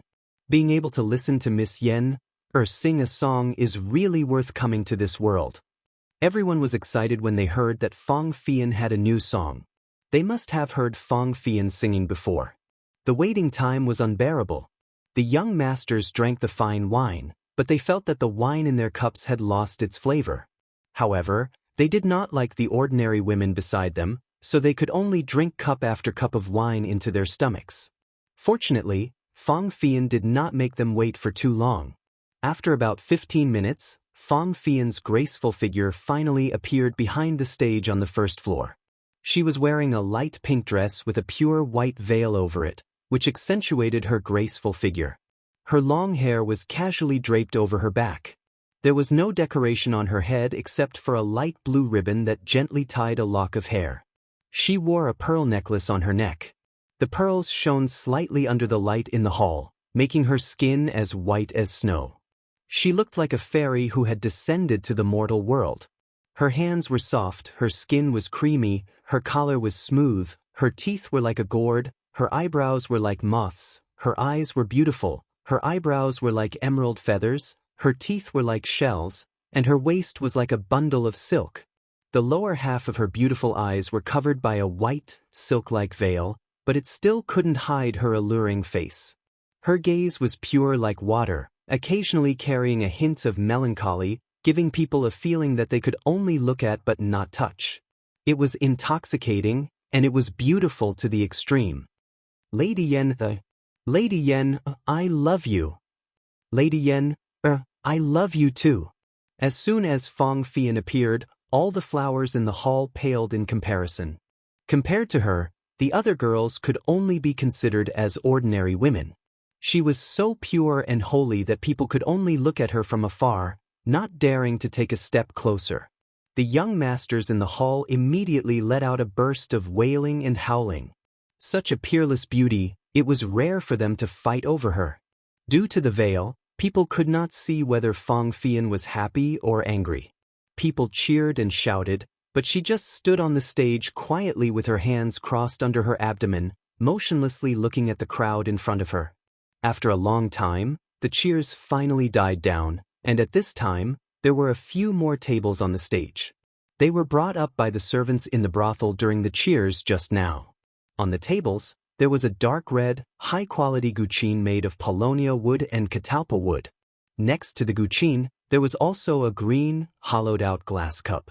Fang Fian bowed slightly to the crowd, then she opened her red lips and said, "Young masters, Fian accidentally learned a song today, and I'm here to perform. If I don't sing it well, I hope you won't laugh at me." Her voice was very soft, and as sweet as honey, flowed into the ears of the crowd like aged peach wine. The young masters below the stage were intoxicated.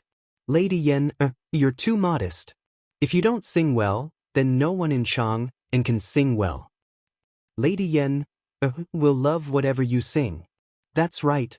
Lady Yen, quickly sing."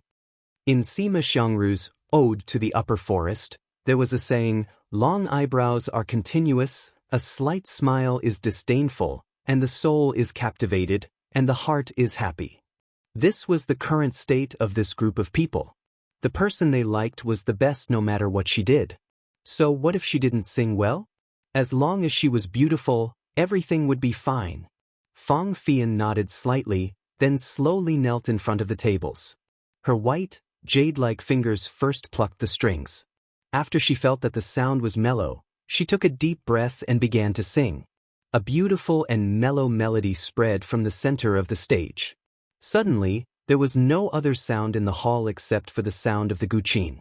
On the tables, green smoke curled up from the glass cup, exuding the fragrance of osmanthus flowers.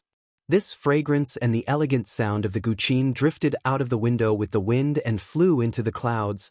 On the stage, Fang Fian was kneeling beside the guqin. Her jade-like fingers danced and plucked the strings of the guqin.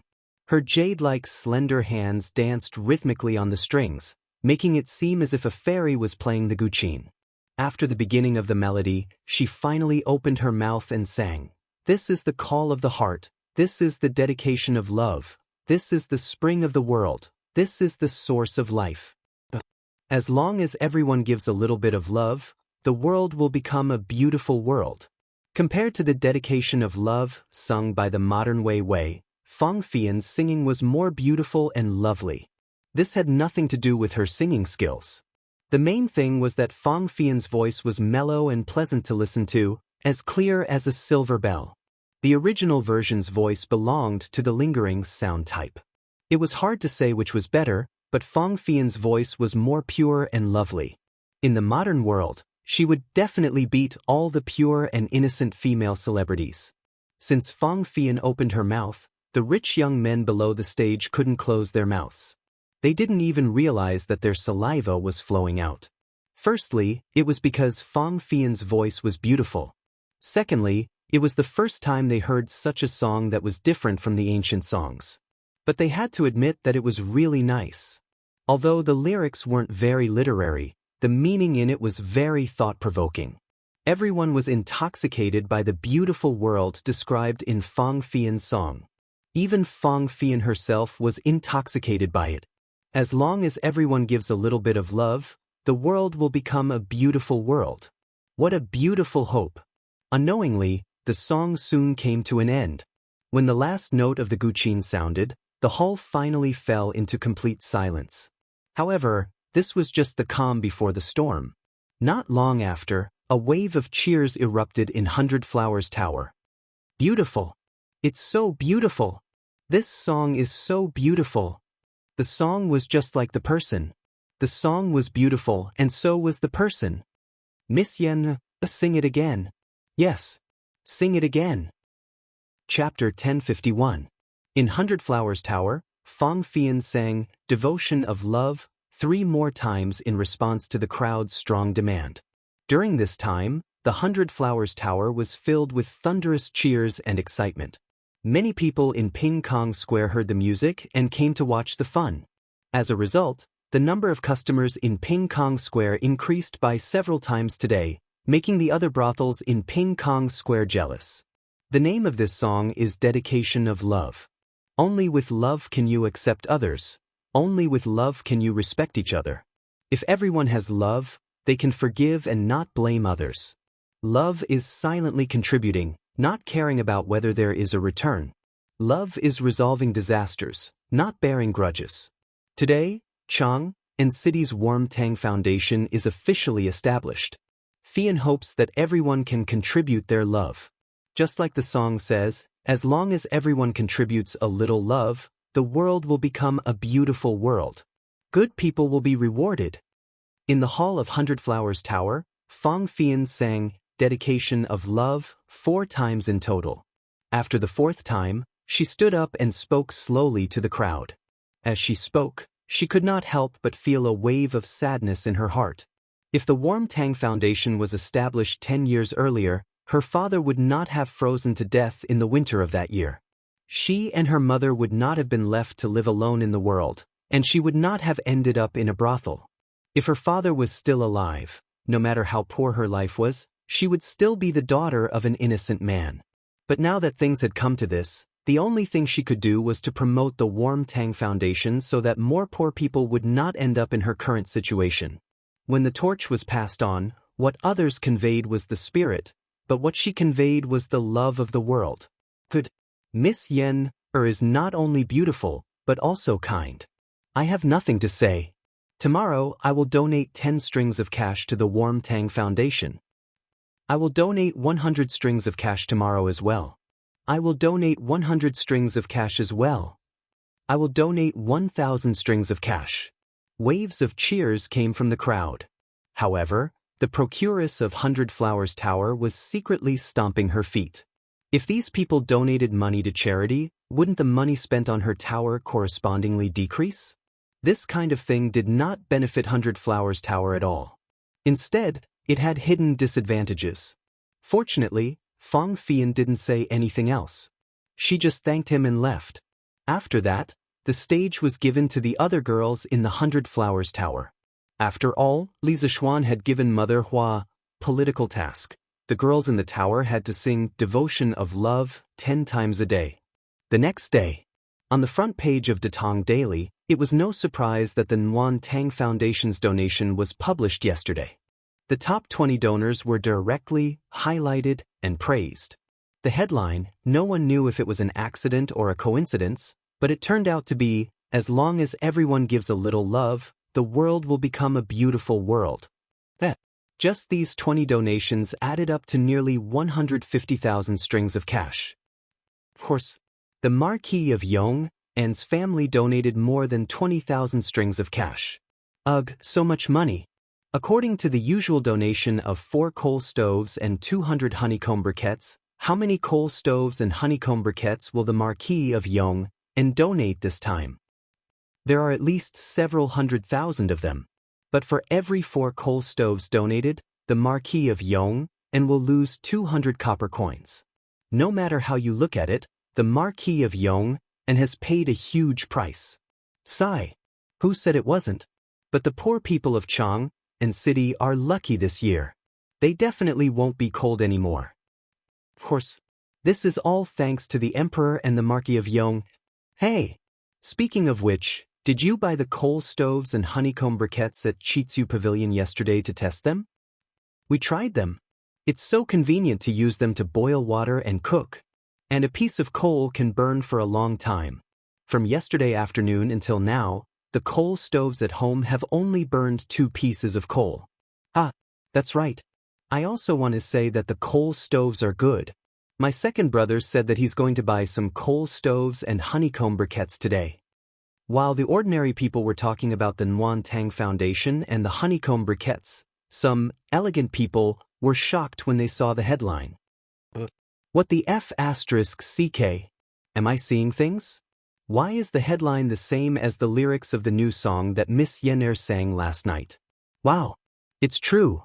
Could it be that the person who wrote the news also went to 100 Flowers Tower last night? What 100 Flowers Tower? What Miss Yener? What new song?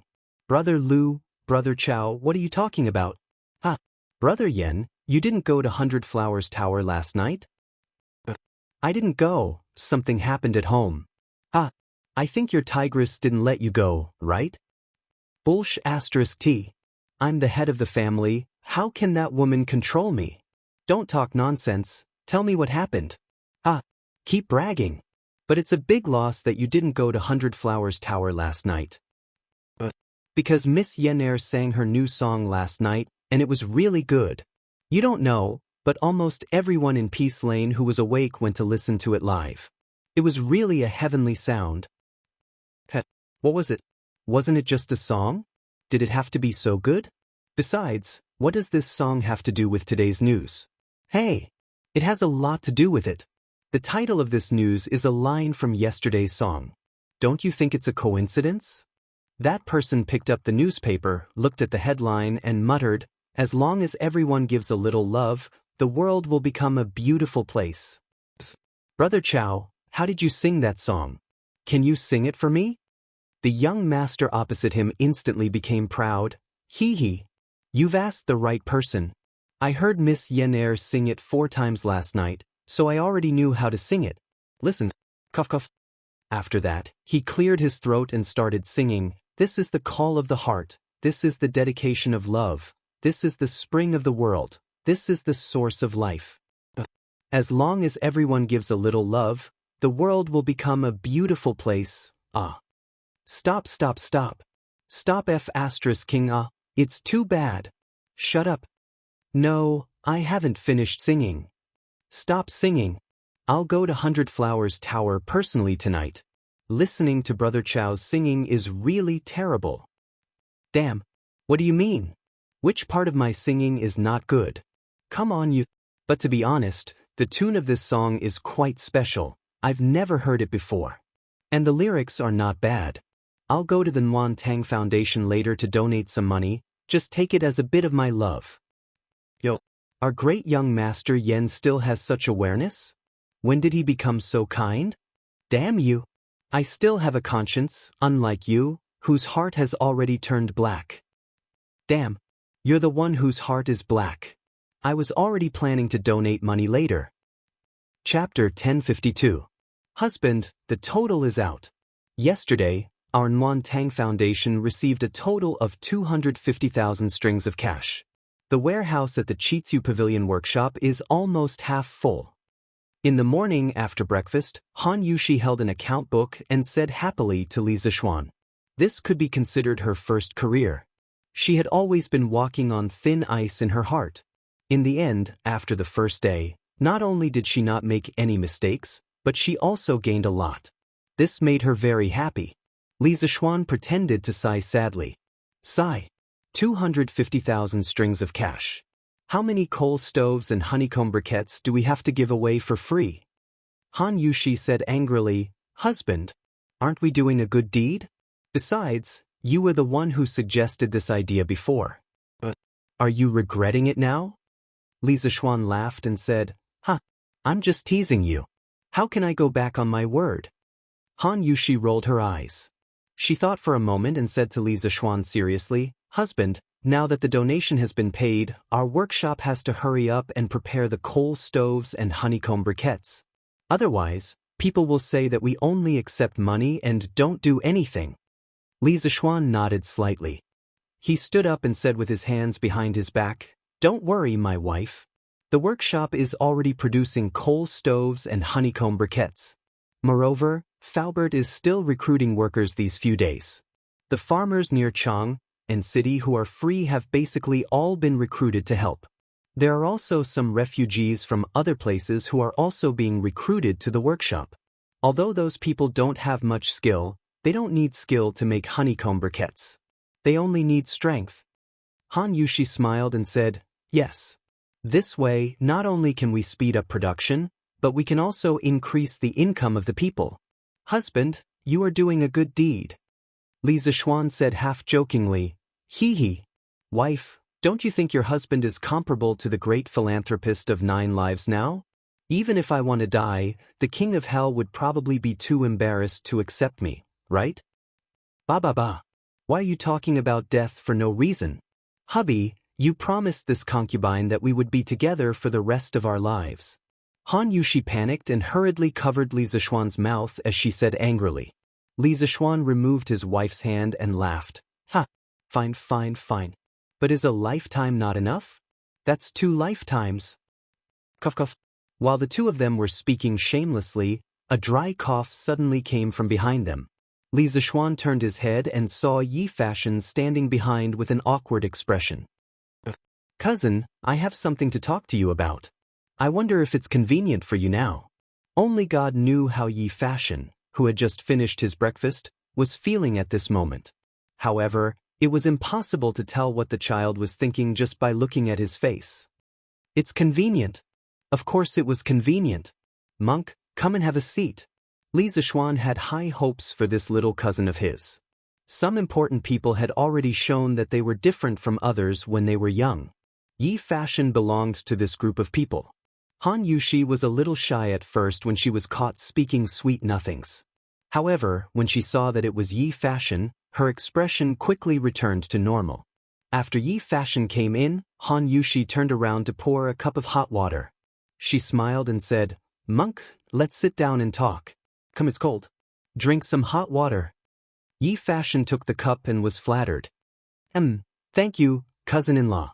Han Yushi said, you're welcome. Yi Fashion then looked at Li Zishuan and said, cousin, after yesterday, the Nuan Tang Foundation should have received a lot of donations, right? Li Zishuan nodded and said, that's right. Preliminary calculations show that it's about 250,000 strings of cash. Even though he was mentally prepared, when he heard this number, Yi Fashion could not help but be shocked. He widened his eyes and said, so much? Then, cousin, when do you plan to use this money to officially do good deeds? Li Zishuan thought for a while and answered, in 2 days. But, Monk, do you have any suggestions? Yi Fashion shook his head and said, I don't have any suggestions. Cousin, you have more experience in this area than I do. I just want to help you run some errands when the time comes. This can be considered as doing good deeds. No problem. Actually, when the time comes, there will be a lot of things to do.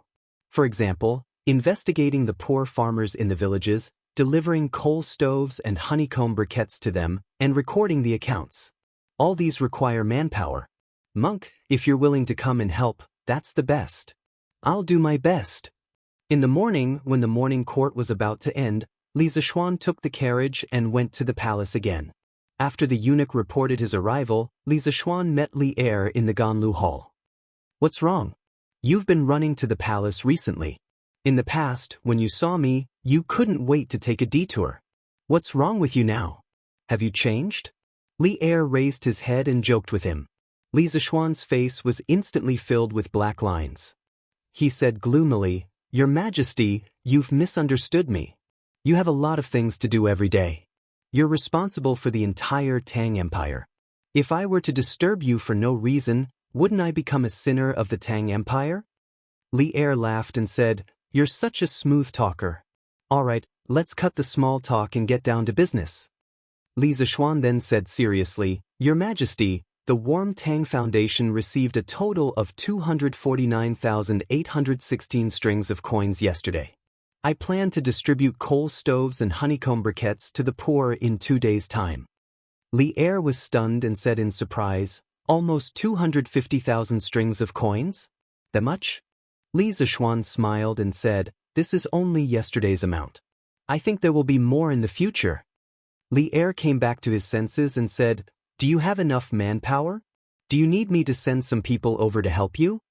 Li Zishuan replied, "Thank you, Your Majesty. I have enough people under me.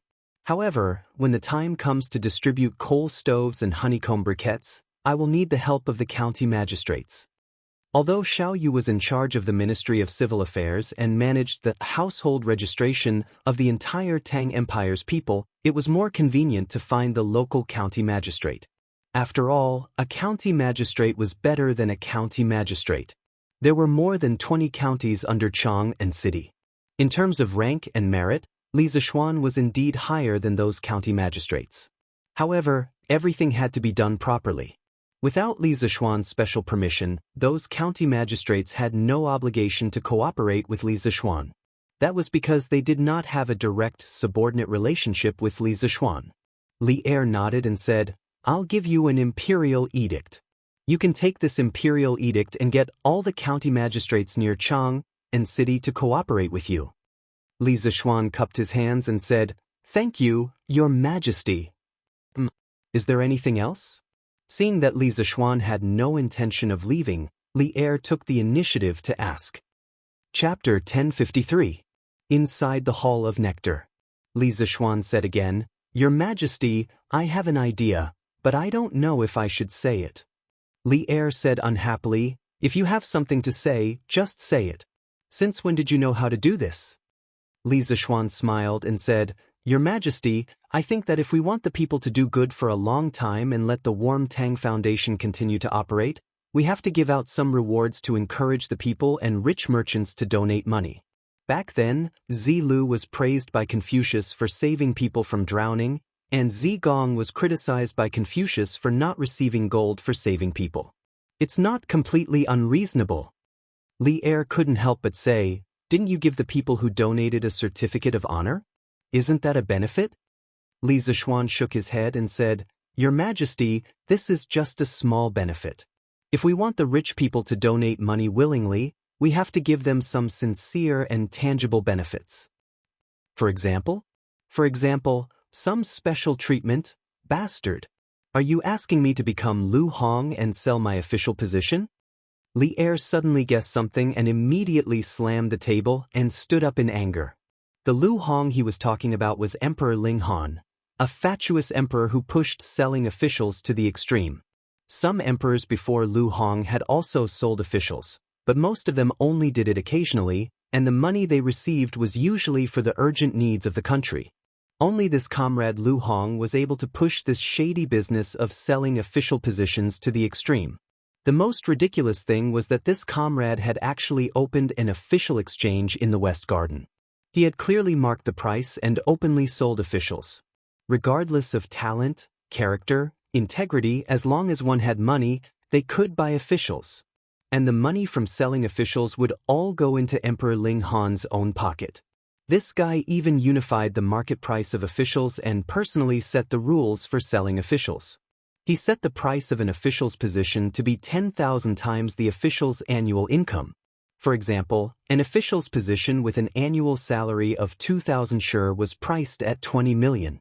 His method of selling officials was very innovative, and he was not willing to let go of any opportunity. Even Zhang Wen and the others, who had made great contributions and had a high reputation, had to first pay enough money to the emperor to buy an official position before they could ascend to an official position. Li Erjing had thought of the possibility of him selling his position, so he scolded angrily. Li Zixuan stared blankly, thinking, "When did I ask you to sell your official position? Is it because your imagination is too rich?" "Your Majesty, I have no such intentions. This official's idea is that every year, we should select 3 people from the people who donated money and give them the title of righteous merchants of the world." It was just a title. Not only would it not damage the prestige of the imperial court, but it would also stimulate the enthusiasm of the wealthy citizens to donate. Moreover, there were precedents before. It's just a few more, right? In order to prevent Old Li from misunderstanding again, Li Zixuan directly told him his plan. "Just a title? You brat, it's easy for you to talk. Do you think the title of righteous merchant is so worthless?" Li Er said with a dark face. "Your Majesty, I didn't say that it was worthless. According to my preliminary estimates, If a wealthy businessman wants to be selected, he will have to donate at least 50 to 60,000 strings of cash. This wasn't cheap at all. Moreover, all the land under the heavens belongs to the emperor, and all the people who live on the land are the emperor's subjects. Businessmen are also your majesty's subjects. Why should your majesty be so biased against them? Li Zishuan couldn't help but say. Li Er frowned and didn't say anything. After a while, he said meaningfully, "You're here to persuade me today. The division of scholars, farmers, workers, and merchants has existed since the spring and autumn period, and it has been like this for generations. How do you want me to change it?" Li Zishuan clasped his hands and said, "This official has never thought of changing the status of the merchants, but this official feels that giving the title of righteous merchant of the world to some merchants who have made outstanding contributions to the Tang dynasty should be harmless. For example, Feng Zhihua from before." Li Er thought for a moment and finally waved his hand and said, All right. I'll give you a place every year." Li Zishuan laughed and said, "This official thanks your majesty on behalf of the millions of merchants and poor citizens of the Tang dynasty." Li Er waved his hand and motioned for a certain someone to scram. "Your majesty, does this year count?" "Scram." "Hey, I didn't say it doesn't count, I just said, scram. That means it counts this year too." Sitting in the carriage, Li Zishuan muttered to himself as he recalled the situation in the sweet dew hall. As long as everyone gives a little love, the world will become a beautiful world. Just as he was thinking, Li Zishuan suddenly heard someone humming a tune outside the carriage. He couldn't help but feel happy. He thought to himself that this modern song had spread quite quickly after it came to the Tang dynasty. However, he didn't know that the reason why this song, Dedication of Love, could spread so quickly was that, other than the special tune itself, the main reason was that the first singer, Fang Fian, was extremely charismatic and sang it very well. While listening to people humming along the way, he unknowingly arrived home. "Sir, you're finally back." He jumped out of the carriage and found little Fishy waiting at the door. Li Zishuan smiled and said, "What's the matter? Are you looking for me?" Little Fishy took out the newspaper from behind and walked to Li Zishuan. She pouted and said angrily, "Sir, you're asking the obvious. Why did you insist that I change the headline to this yesterday?" Little Fishy pointed at the headline on Datang Daily with a hint of displeasure on her face. Li Zishuan suddenly understood, but he said, "Oh, this headline. Little Fishy, don't you think this headline has a better meaning?" Little Fishy said angrily, "Sir, you're still pretending. I did think so yesterday, but I only realized today that I was fooled by you. This headline is exactly the same as the song that was being sung at Hundred Flowers Tower in Ping Kong Fong last night. Now, everyone in the editorial department is asking me if I went to Ping Kong Fong last night to listen to that song. Even Steward Ma asked me this morning. Damn it." Li Zishuan wanted to laugh when he heard that, but he quickly held it back. He held back his laughter and said with a straight face, "Ahem. Coincidence. It's definitely a coincidence. Those people in the editorial department are really too much. Little Fishy, you're a pure and innocent girl. How could they say that you went to that kind of place? The next time I go to the workshop, I'll definitely give them a good scolding." Little Fishy's face suddenly turned bright. She said, "That's right. Sir, you must give them a good scolding. I didn't go, but they insisted on slandering me. I did want to listen to that song, but there was no one to accompany me. These people are really despicable." Li Zishuan was stunned. He didn't get Little Fishy's anger at all. What was this little girl thinking all day long? She actually wanted to visit a brothel. Oh my God, was she a demon? Chapter 1054. In the morning, when the doors of the Warm Tang Foundation opened, it welcomed even more donors than the day before. Of course, there were also quite a number of people who came to donate money after listening to the song Dedication of Love. Speaking of which, the merchants who had donated money yesterday and received a certificate of honor for doing good, all of them had their certificates of honor framed and hung in the most conspicuous place in their shops, attracting the attention of the customers who came and went. When the shopkeepers who did not have a certificate of honor for doing good saw this, They were more or less unhappy, so they came today to get a certificate. Otherwise, if other people had won and they did not, wouldn't they lose out in terms of prestige? Li Zixuan was very happy to see this kind of behavior where people competed even when doing charity. He did not approve of people competing for power and influence, but he approved of people competing for charity. What he wanted was the kind of enthusiasm that if you donate 100 strings of coins, I will donate 200 strings of coins. The Warm Tang Foundation was still popular, but Curious Pavilion was not bad either. In fact, it was even more popular. The people who came to buy the coal stoves and honeycomb briquettes yesterday were all believers of Curious Pavilion. They firmly believed that the things from Curious Pavilion were the best, so they bought them as soon as possible. However, after the first batch of testers tried it, people realized that honeycomb briquettes were indeed better than charcoal by a few hundred times. Therefore, basically, people who were not poor came to buy the coal stoves and honeycomb briquettes. These things were the best tools to survive the winter, boil water, and cook rice. As for those who were really poor and could not afford the coal stoves, they were hoping that the Warm Tang Foundation would come to send warmth. This winter, no one in Chang and city would be cold anymore. Yo, Uncle Hu, Uncle Nyo, Second Master Lu, why are you all here? In the afternoon, Li Zixuan went to the workshop in Plum Village to check on the progress of the production of the coal stoves and honeycomb briquettes. However, he saw Hu Hanyun, Lu Wanshan, and the other villagers of Plum Village outside the workshop. Moreover, there were also villagers from other villages in his fief. There were at least a few hundred people in total. Young master, it's been cold recently, and there aren't many herbs in the mountains. It just so happens that you need manpower in your workshop. Since we farmers have nothing to do at home, we all came to helps. Hu Hanyun was knocking on a piece of coal when he saw Li Zixuan coming over. He stopped what he was doing and replied. Fu Bin and his men were mining happily in Yifang County. Moreover, the goods route from Yifang County to Chang and had been completely opened. Basically, every 2 days, a large batch of iron ore, sulfur ore and coal would be shipped here. The sulfur ores were naturally piled up in the warehouse, while the iron ores and coal ores were piled up outside the workshop. Because there were too many of them, they took up space inside. Thus, young master, you're using the coal stoves and honeycomb briquettes to do good deeds. Even if we farmers donate money, we won't be able to donate much. If we help young master make honeycomb briquettes, isn't that the same as doing good deeds?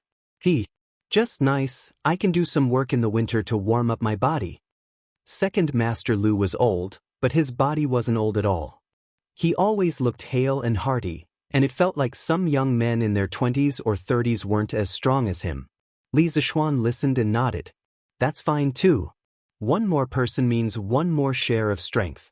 Moreover, the farmers can also earn more money because of this. Not bad, not bad. At first, Li Zixuan didn't let Faubert recruit people from his fief. The main reason was that the commoners usually had to go into the mountains to gather herbs. Moreover, recently, every household was basically distributing bean sprouts. He expected that they wouldn't be able to free themselves. However, since the situation was like this now, he didn't have any objections. It was more reassuring to recruit people from his own side than outsiders. Young Master, Xiao Hu and the others refused to accept wages no matter what. This old man has been trying to persuade them until my mouth is about to break. Just as Li Zixuan finished speaking, Faubert's voice came from behind. There's actually such a thing? Li Zixuan was startled. He immediately looked at Hu Hanyun and Second Master Lu and said seriously, Uncle Hu, Second Master Lu, this work is like doing business. How can you only contribute and not receive money? How can I have the face to ask the workshop to hire you to work like this? Old Hu said stubbornly, Young Master, I, Old Hu, have never done business before, and I'm not doing business now. We all owe Young Master a favor, and we're all here to return the favor. We all know how Young Master usually treats us. At this time, it's not a busy farming season, and we have nothing to do at home. We're all here to help and put in some effort. How can we still ask Young Master for money? Don't you think so? Thus, Xiao Hu's words are reasonable. We farmers don't know how to do business, But we understand the fickleness of human nature. What's the point of money? Now that everyone can eat, drink, and wear warm clothes, it's enough. Why do we need so much money? Second Master Lu couldn't help but interrupt. That's right. We have to have a conscience. We can't accept this wage. We can't accept it. Young Master, please don't try to persuade us anymore. My family has made a lot of money from selling bean sprouts recently. If we really want to calculate it, we should be the ones giving young master money, not the other way around. So we definitely can't accept this wage. At the side, the other farmers in Li Zishuan's fiefdom all shouted loudly. Li Zishuan smiled helplessly. These farmers were usually quite clumsy with their words, but now each one of them was better than the other. Moreover, their thoughts were very clear. He didn't know how to persuade them even if he wanted to. All right then. I'll accept the friendship of my fellow villagers. It's fine if you don't accept the wage, but everyone has to eat lunch at the workshop. It's best if you call your wives and children over to eat. There'll be enough food. Some friendships could not be measured with money. It would only be an insult to these friendships, so Li Zishuan decisively stopped trying to persuade them. Instead, he said half-jokingly, "Good. That's not a problem. I, old who, can eat a few more bowls of rice to my heart's content." Hearing Li Zishuan's bold and unrestrained words, the other farmers also laughed heartily. When the other farmers who came to work saw Li Zishuan and the other farmers in the fiefdom, their eyes were filled with yearning. At this time, they, who could get paid, started to envy the farmers in the Han village, Plum village, and Liujia village who couldn't get paid. This was because they also wanted to have such a kind-hearted master. Faubert, ask the people below to improve the food conditions of the construction site. At the very least, we must ensure that there's fatty meat in every meal. After entering the workshop, Li Zishuan said to Faubert. The corners of Uncle Fu's mouth twitched. This is really... Of all the construction sites in Great Tang, which one would provide meat for every meal? However, he also knew that Li Zishuan didn't lack money, so he didn't object. Yes, young master. Chapter 1055. That's right, Faubert. The workshop recently gave me 2,200 coal furnaces and 220,000 honeycomb briquettes. I have a use for them. Li Zishuan thought for a moment before speaking to Faubert. He planned to give 2 coal furnaces and 200 honeycomb briquettes to every farmer in his fief for free. Since the farmers were not willing to accept wages, he could only use this method to give them benefits. Furthermore, it did not add up to much, and he had already donated 20,000 strings of cash to the Warm Tang Foundation. There was no reason for him to only take care of outsiders and neglect his own family, right? Young master wants so many coal furnaces and honeycomb briquettes. Are you planning to give them to the farmers? Faubert thought for a moment and understood Li Zishuan's intentions. Furthermore, after interacting with Li Zishuan for so long, he had more or less figured out Li Zishuan's personality. He knew that Li Zishuan had always been very kind to his own people. That's right. We can't really let the farmers work for free, right? Li Zishuan said with a smile. Faubert shook his head and did not deny it. In any case, he felt that Li Zishuan was already very kind to the farmers. Even if he did not give them wages, there was nothing wrong with it. Faubert, can the workshop keep up with the iron smelting speed, the furnace speed, and the honeycomb briquettes production speed? Li Zishuan finally asked the question he was concerned about. Faubert nodded lightly. It can keep up. Now that the workshop has recruited close to 5,000 workers, there is no need to worry about the honeycomb briquettes production speed. The furnace is also smelting iron day and night, so we don't lack iron here. As for the furnaces, as long as there is no shortage of iron, the workshop's production speed can keep up with the consumption speed of the interesting pavilion. Now at night, the workshop was ablaze with flames. Because the blast furnace had to work day and night, there was no such thing as light pollution in this era. On the contrary, the people of Plum Village liked this scene and treated it as a unique landmark of Plum Village. Since that's the case, I'm relieved. Li Zishuan nodded. Then he walked around the workshop again. After making sure that everything was running in an orderly manner, he went home. The next day, Thursday. Yanhuang College's final exam was held as scheduled amidst the cries of the students. At 7:45 a.m., the bell and drum sounded, and all the invigilators in the examination hall began to distribute the test papers. The arrangement of the examination venue and time was similar to that of the previous monthly examination. The only difference was that the invigilation was stricter. Entering the examination hall actually required a body search. Fortunately, all the students in the academy were male. Otherwise, it would be very inconvenient to search them. In addition, the inspection team from the previous monthly examination had expanded this time.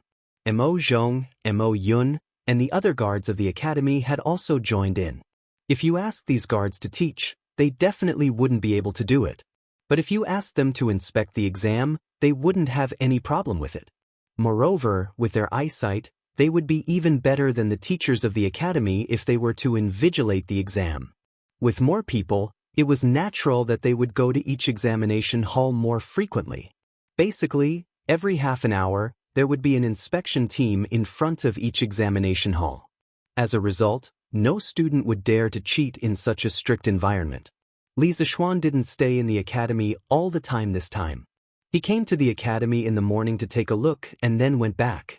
First of all, now that every teacher in the academy had their own duties, the academy could run very well even if he wasn't there. His role was only to control the general direction of the academy's teaching.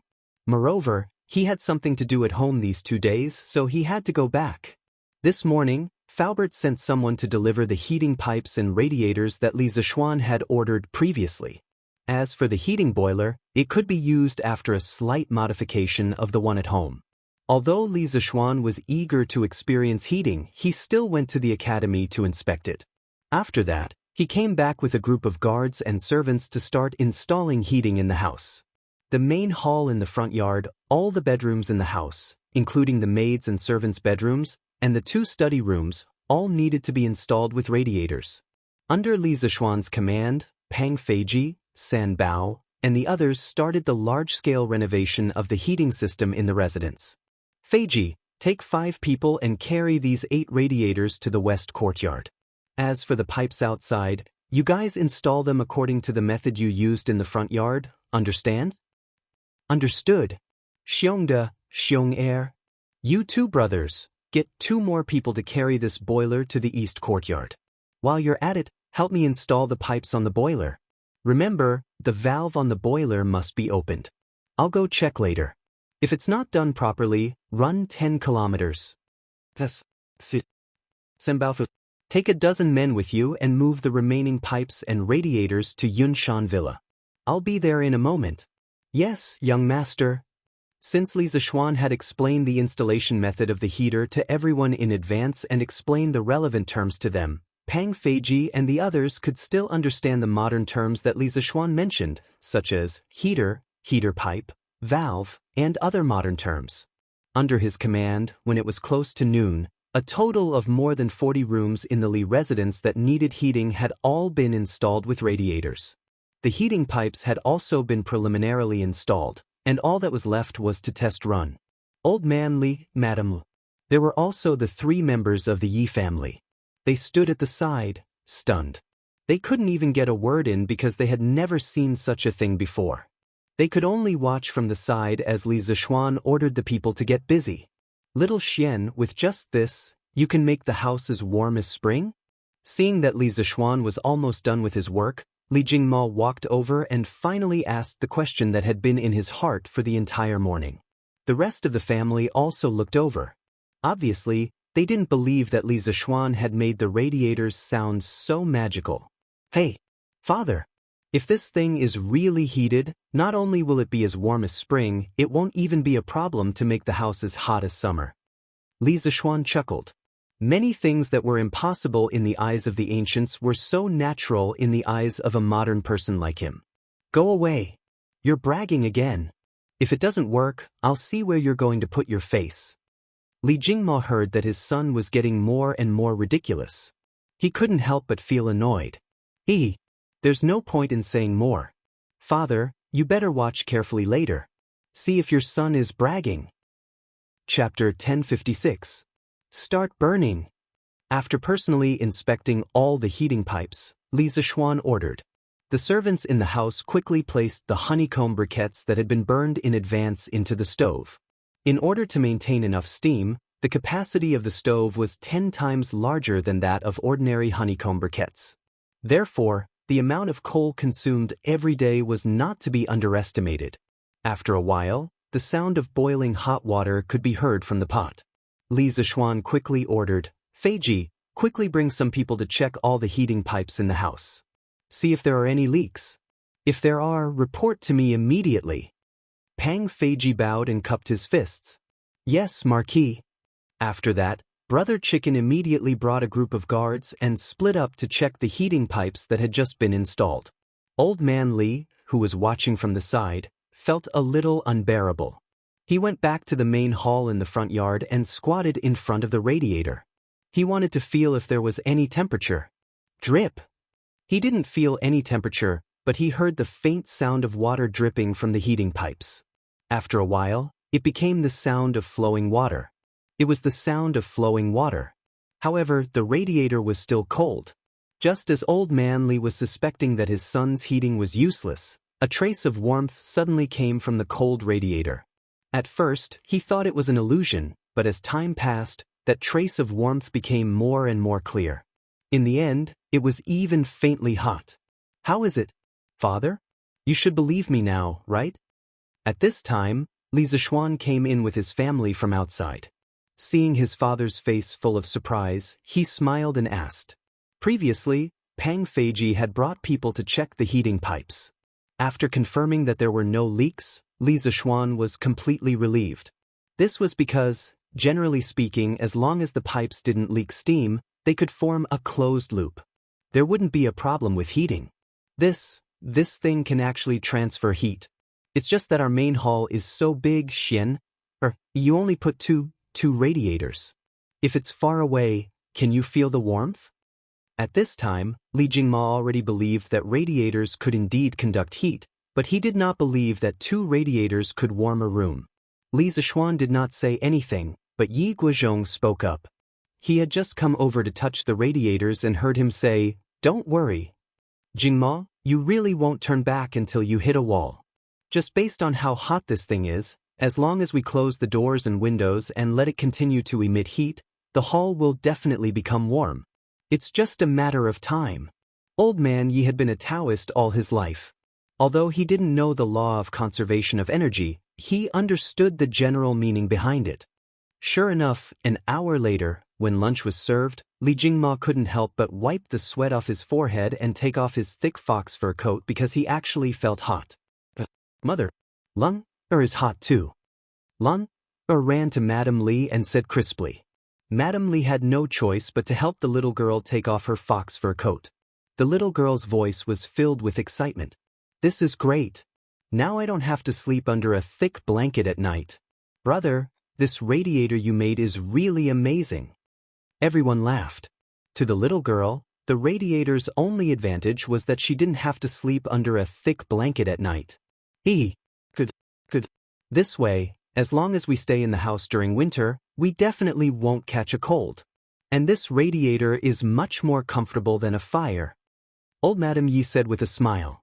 Speaking of which, during this trip to Chang, the 3 of them had seen a lot of new things. Of course. Grandmother, it's easy to get poisoned if you stay in the fire for too long, but this radiator won't have this problem at all. At most, it will make the air a little drier, but this problem can be solved by putting a basin of water in the house. Li Zishuan said with a smile. When it came to heating in winter, the most comfortable and natural method was the radiator. Even an air conditioner couldn't compare to it, let alone burning charcoal. It's really good. This time, our house can really be as warm as spring in winter. When it comes to enjoyment, the whole Tang dynasty added together can't compare to you, Xian. Old Man Li said with a sigh. You old thing, you're always saying weird things. Don't tell me you didn't enjoy the radiator? Li Zishuan's little face darkened, but Mrs. Li rushed ahead of him and spoke up for him. Yi Guozhong stroked his beard and said with a smile, Hee. Jingma, little Xian isn't doing this for his own enjoyment. With his current martial arts cultivation, normal cold won't be able to enter his body at all. He's creating conditions for us to enjoy. Old Man Yi finally said something fair. Li Jingma was embarrassed by his slip of the tongue. Li Zishuan didn't blame his father. Li Jingma was his father, so what if he said a few words? Don't just talk about it. Father, mother, grandfather, grandmother, let's eat. I'll go to Yunshan again in the afternoon and install radiators there. The next morning, almost everyone in the Li residence was in high spirits. Compared to a few days ago, it was like the difference between the heavens and the earth. If you ask why, of course, it was because of the radiator. Sleeping in a heated room at night, they didn't even need to warm their beds. They could fall asleep after lying down for a while. However, before they went to sleep, they didn't forget Li Zishuan's suggestion and put a basin of water in their room. It was hard not to be energetic when they woke up in the morning. This radiator is really something. I never dreamed that the house could be as warm as spring in winter. Yeah. When I went back to my room last night, I took off all my clothes, but I didn't feel cold at all. This radiator that young master installed is really amazing. Young master is really good to us. This radiator must be very expensive, but young master installed it for us without even thinking about it. Damn it, there were 6 people who betrayed young master for money last time. Those people should be struck by lightning. That's right. Strike them to death. Now, even if someone wants my life, I won't betray young master and the Li family, let alone give me money. Yes.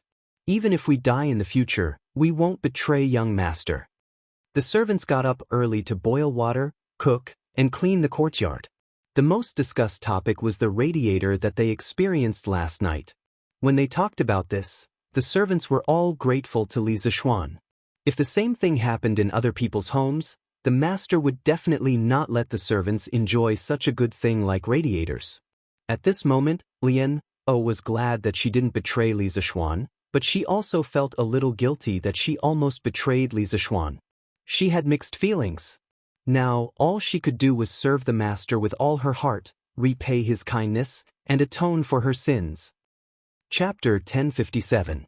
Li Zishuan didn't know what the servants were thinking. Yesterday, he had installed a heater in the servants' room.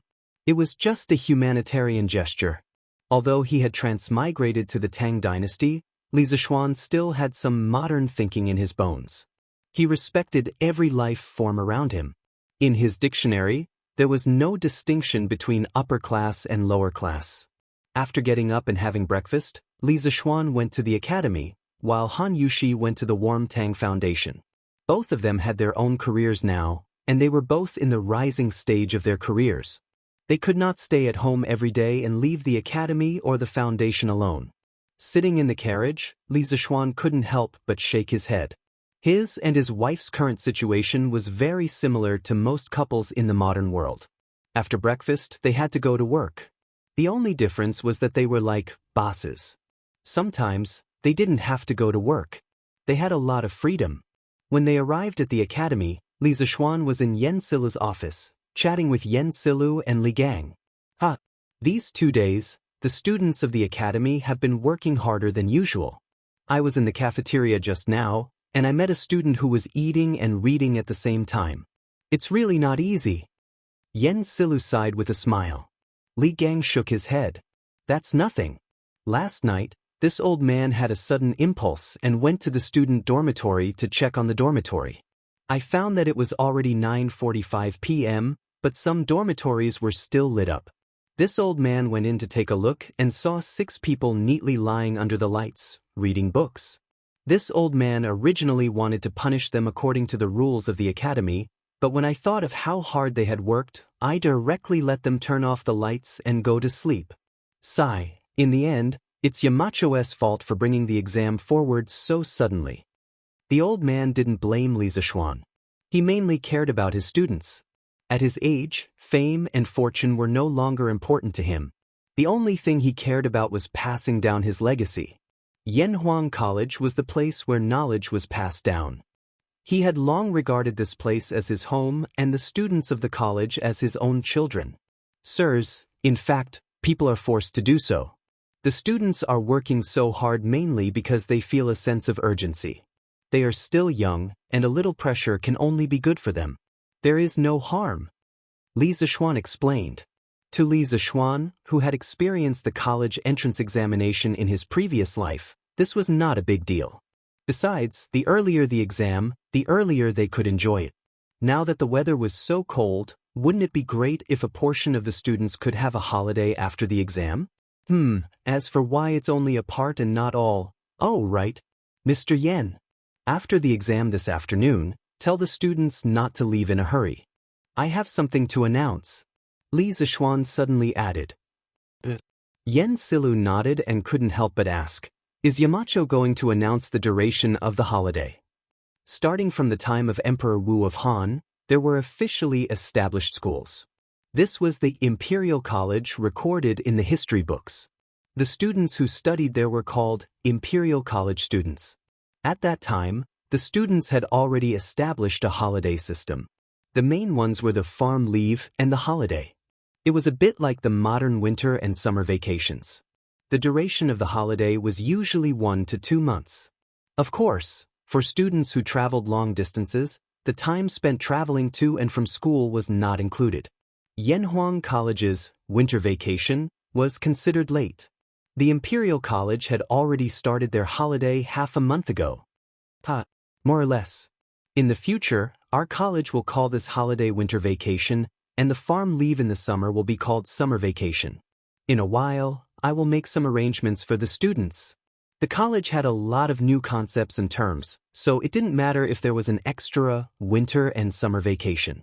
However, when Li Zixuan talked about the arrangements for the winter vacation, why did the smile on his face look so creepy?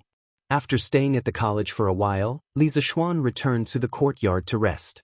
Yesterday afternoon, he had brought some people to install a heater here. It was a good time to go in and enjoy himself.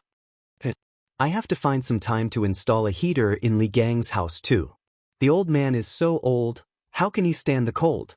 After installing the heater, I will ask Priest's son to give him a physical examination next year. Li Zixuan was inexplicably startled. He suddenly remembered that according to history, Li Gang had less than 4 years to live. Moreover, the old man was now 81 years old. Let alone the academy, even in the entire Great Tang, people of this age were as rare as phoenix feathers and qilin horns. He absolutely had to be taken care of. Therefore, Li Zixuan planned to install a heater in Li Gang's courtyard. In addition, he was thinking of asking Sun Simiao to give Li Gang a physical examination. He sincerely hoped that his arrival could slightly change history and let Li Gang live a long life. Clang, clang, clang. In the afternoon, the sound of gongs and drums suddenly rang out in Yanhuang College. It meant that the students' 2-day final exam was finally over. Stop writing. Stand up. The teachers in the 32 examination halls gave the order at the same time and started to collect the papers. Regardless of whether the students had finished or not, they all obediently put down their pens and returned to their classrooms after handing in their papers. Then the students started to chat. Some compared their answers, some complained that they did not do well, and some looked forward to a better life during the holidays. Suddenly, the classrooms of each class became noisy. However, not long after, the students regained their silence. This was because their respective form teachers came and brought a notice. All students, gather at the sports field.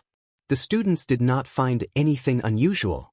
They guessed that Li Zixuan was probably going to tell them some things to take note of during the holidays.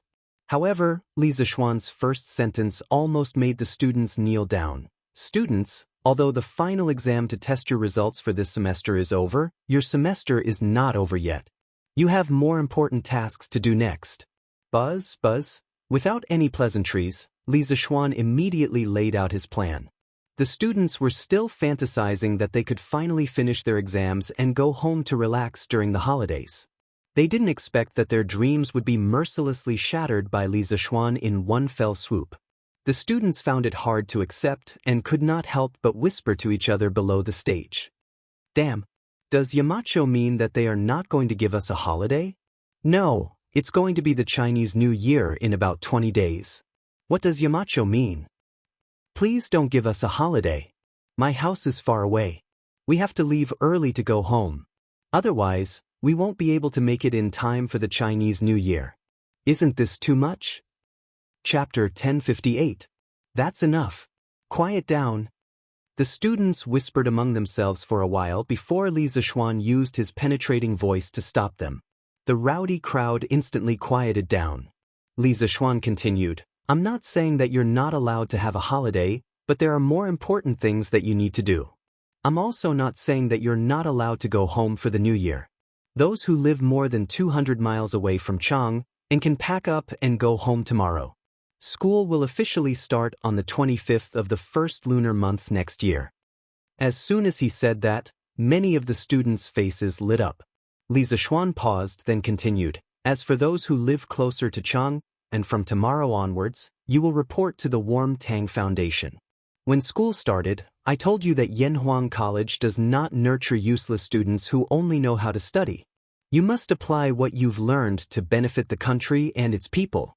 Sending you to the Warm Tang Foundation is a very valuable opportunity for you to practice. At the same time, what you're doing is very meaningful. I hope that you'll cherish this opportunity. Yamacho, what does the Warm Tang Foundation do? Yeah, why does the name sound so weird? After listening to Li Zishuan, many of the students were confused. They were not confused because they could not have a holiday, but because they had no idea what the Warm Tang Foundation was. On the day that the Warm Tang Foundation was first established, the students had received news that the final exams would be held on Thursday. Because of that, they did not even have enough time to study, let alone read the newspaper. This included Chen Tianhua and Liao Feichen, the two part-time novel writers, who did not have time to read the newspaper. Datong Daily's editorial department was still using the manuscripts that they had sent over last week. Therefore, more than 80% of the students had not heard of the Warm Tang Foundation that had recently become the talk of the town. Li Zishuan was stunned when he heard the whispers of the students. However, he quickly recovered and cleared his throat. It seems that everyone has been studying hard recently. It doesn't matter if you don't know about the Warm Tang Foundation. I'll ask Mr. Ma to tell you about it now. Other than being the leader of the Academy's economics department, Ma Zhou was also the head of the editorial department of Datong Daily. Among all the teachers in the academy, the one who knew the most about the Warm Tang Foundation was definitely Ma Zhou. Under Li Zishuan's invitation, Ma Zhou walked up to the rostrum. He did not prepare a speech in advance. If it were someone else, they would definitely be at a loss. However, Ma Zhou was someone who had seen big scenes. How could he be afraid now? Ma Zhou quickly organized his words in his heart. Then he looked at the students below the stage and said in a clear voice, Students, the Warm Tang Foundation is a charity department that was personally established by the current emperor to empathize with the people. It uses the donations of the people to help the poor people. Ma Zhou was best at writing and strategy. Under his narration, Li Zishuan became the holy son of heaven who worried about the people day and night, and Li Zishuan became the great philanthropist who would rather use up all his wealth to help the poor. The students could not help but be greatly moved. At the same time, a strong sense of pride rose in their hearts. This was because Li Zishuan was their Yamacho. They felt proud that they were Li Zishuan's students. Alright, now you should understand what kind of department the Warm Tang Foundation is, right? Now, let me talk about your upcoming tasks. After Ma Zhou spent half an hour introducing the Warm Tang Foundation, Li Zishuan continued, The Warm Tang Foundation has recently launched a warm winter program. By distributing free coal stoves and honeycomb briquettes to the poor people in and around Chang and city, they will be able to afford warmth. Your task is to be responsible for distributing the coal stoves and honeycomb briquettes. This task is actually not simple at all. First, you have to select the people who meet the requirements and confirm that there is no one who is pretending to be poor because they are greedy for our things. Then, you have to bring people to deliver the coal stoves and honeycomb briquettes to the people who meet the requirements. Finally, you have to make a record of every donation and summarize the accounts every 1 or 2 days. These tasks are indeed difficult for you, but there is nothing in this world that is impossible for those who set their minds to it. Among you, some of you will take part in the imperial examinations after you graduate from the academy and enter an official career. Some of you may stay in the academy and continue your studies. Some of you may only want to use the knowledge you have learned to settle down in a corner and become a rich man. But no matter what, you cannot forget that you graduated from Yanhuang College. Since you are a student of Yanhuang College, you have an obligation to do something for the Tang Empire and the people of Tang Empire. Many years later, when you look back on this holiday practice, you will definitely not regret the effort you have put in. Good and evil will be repaid, and the heavens will reincarnate. Your good deeds will definitely be rewarded. I hope that you will put your heart into this holiday practice. I hope that you will use your love to warm this city. Use your love to warm this city. After Li Zishuan finished speaking, the entire field suddenly became quiet. At this time, no one had any complaints about Li Zishuan not having a holiday because Li Zishuan's words had touched them. Use your love to warm this city. The Tang people's sense of national honor was actually the strongest in the entire history of China. They loved this land and their people. Now that they had a chance to help their people, how could they not help because of their own selfishness? Yamacho, I want to join too. I don't have to go home for the new year. On the field, among the silent students, such a voice suddenly rang out. This shout was like a fuse, and it was followed by more and more similar shouts. Yamacho, I don't have to go home for the new year. I also want to join this holiday practice. Yamacho, I don't have to go home either. More and more students stood out. They were not locals of Chang, and they lived far away from the academy. Li Zishuan had also given them the opportunity to go home for the new year, but at this moment, they felt that some things were more important than going home for the new year. When Li Zishuan saw this, he smiled and said, Good. I am very happy that so many people are willing to give up the opportunity to go home for the new year to help the Nuan Tang Foundation. But I still hope that you will think carefully before making a decision. Those who are willing to go home, I will support. Those who are willing to stay at the academy to do good, I will also support. Tonight, think about it carefully, and tomorrow, you will tell your final decision to your class teacher. Chapter 1059. The next morning, when Li Zishuan arrived at the academy, he found hundreds of students gathered in front of the school building. He glanced around and found that the number was about the same as the one at the field yesterday. He could not help but nod to himself.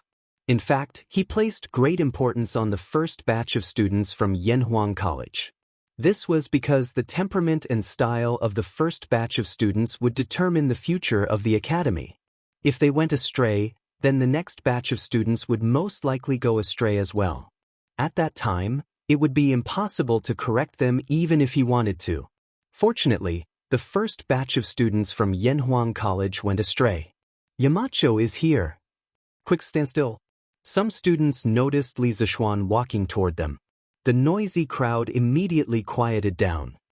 Yamacho, other than 2 students who have urgent family matters, the rest of the students are willing to join the warm winter operation. Ma Zhou walked to Li Zishuan's side and said, Li Zishuan nodded, then walked to the front of the group of students. He paused for a moment before saying, I'm glad that most of you have chosen to stay. In the next half a month, you will definitely get more than what you put in.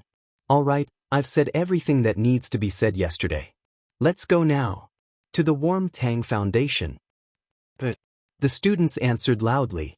And so, more than 600 students, led by Li Zishuan, left Yunshan and headed toward Chang'an City.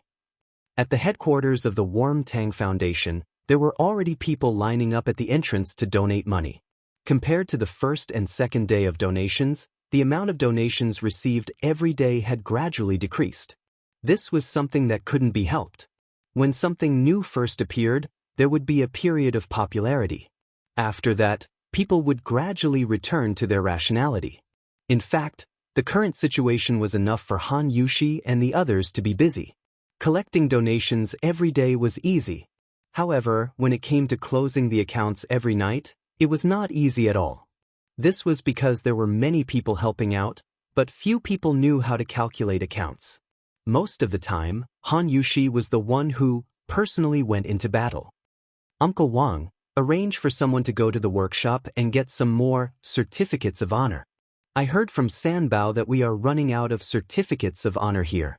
The workshop was originally a small room used to store blueprints. Han Yushi had transformed it into a study room. At this moment, she was sorting out the accounts while speaking to Wang Zhong. "Yes, madam." Wang Zhong accepted the order and left. Han Yushi lowered her head again, but she suddenly heard a commotion outside.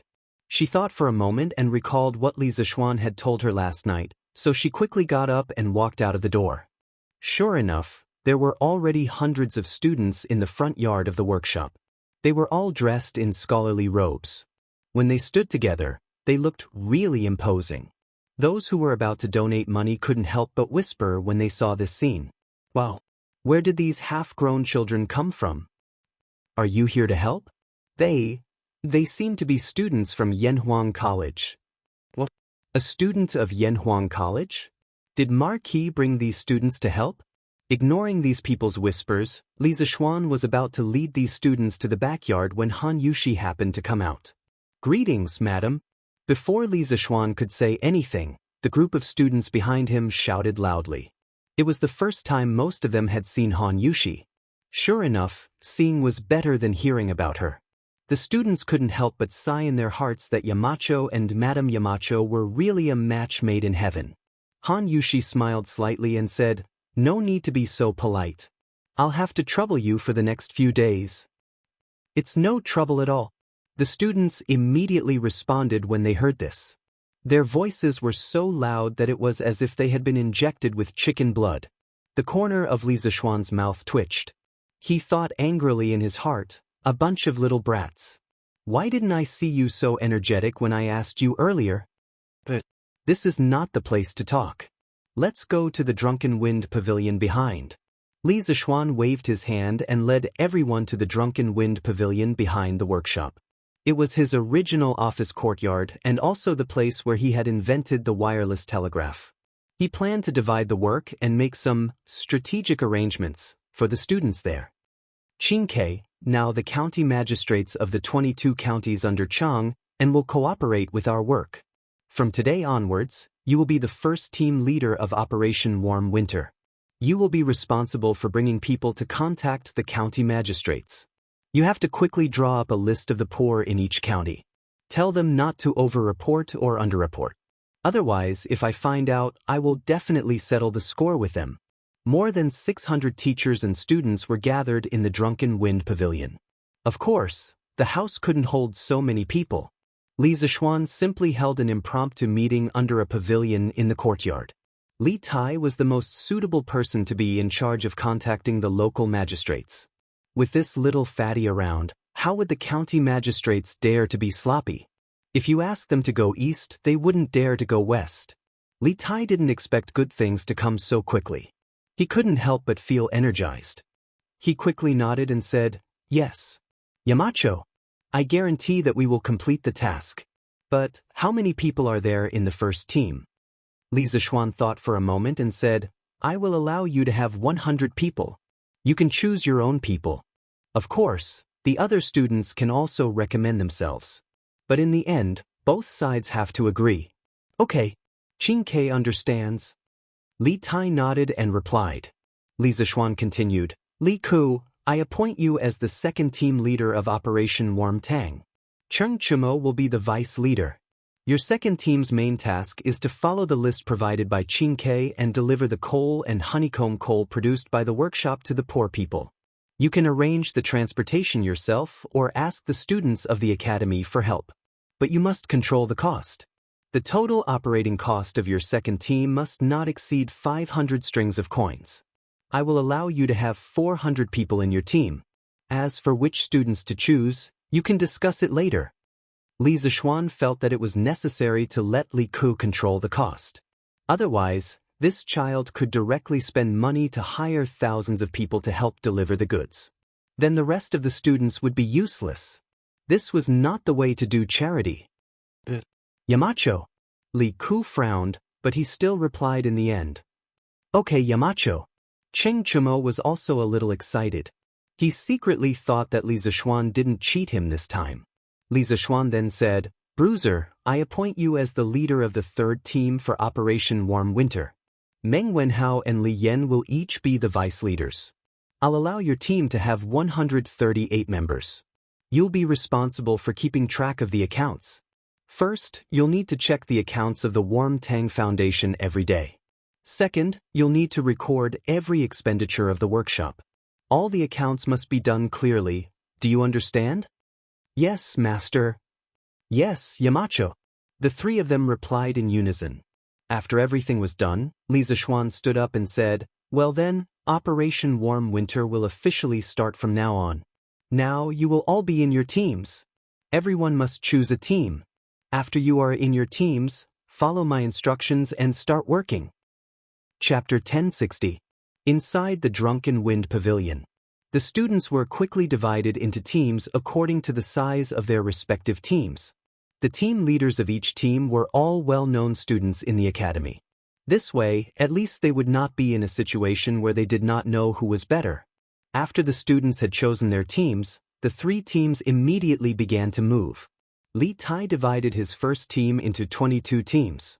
They went to Chang'an County, Wanyan County, and the 20 counties outside of Chang'an City. He personally led a team to Chang'an County.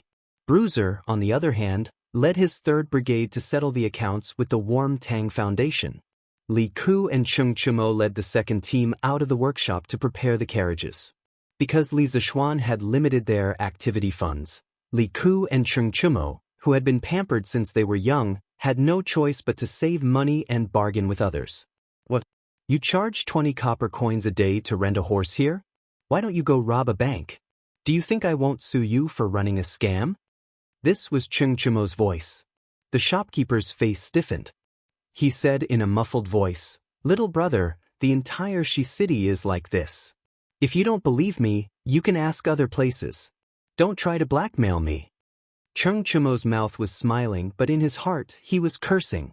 It was not like he had not asked other places, but the prices of the carriages and horses were more expensive than this place. Otherwise, why would he be chatting with an old man here? "Oh my, you say I'm blackmailing you? Let this young master tell you, an old horse like yours can only earn 3 copper coins a day at most. Don't think I don't know anything about horses. I've seen the current emperor's white-hoofed shadow, and white-hoofed shadow with my own eyes. 3 copper coins a day is already too much for me." This idiot saw that the old man did not fall for his trick, so he started to boast. The hoofed shadow, green mantis, and Saliot Purple that he mentioned were all top-notch BMWs that had accompanied Li Er on his expeditions.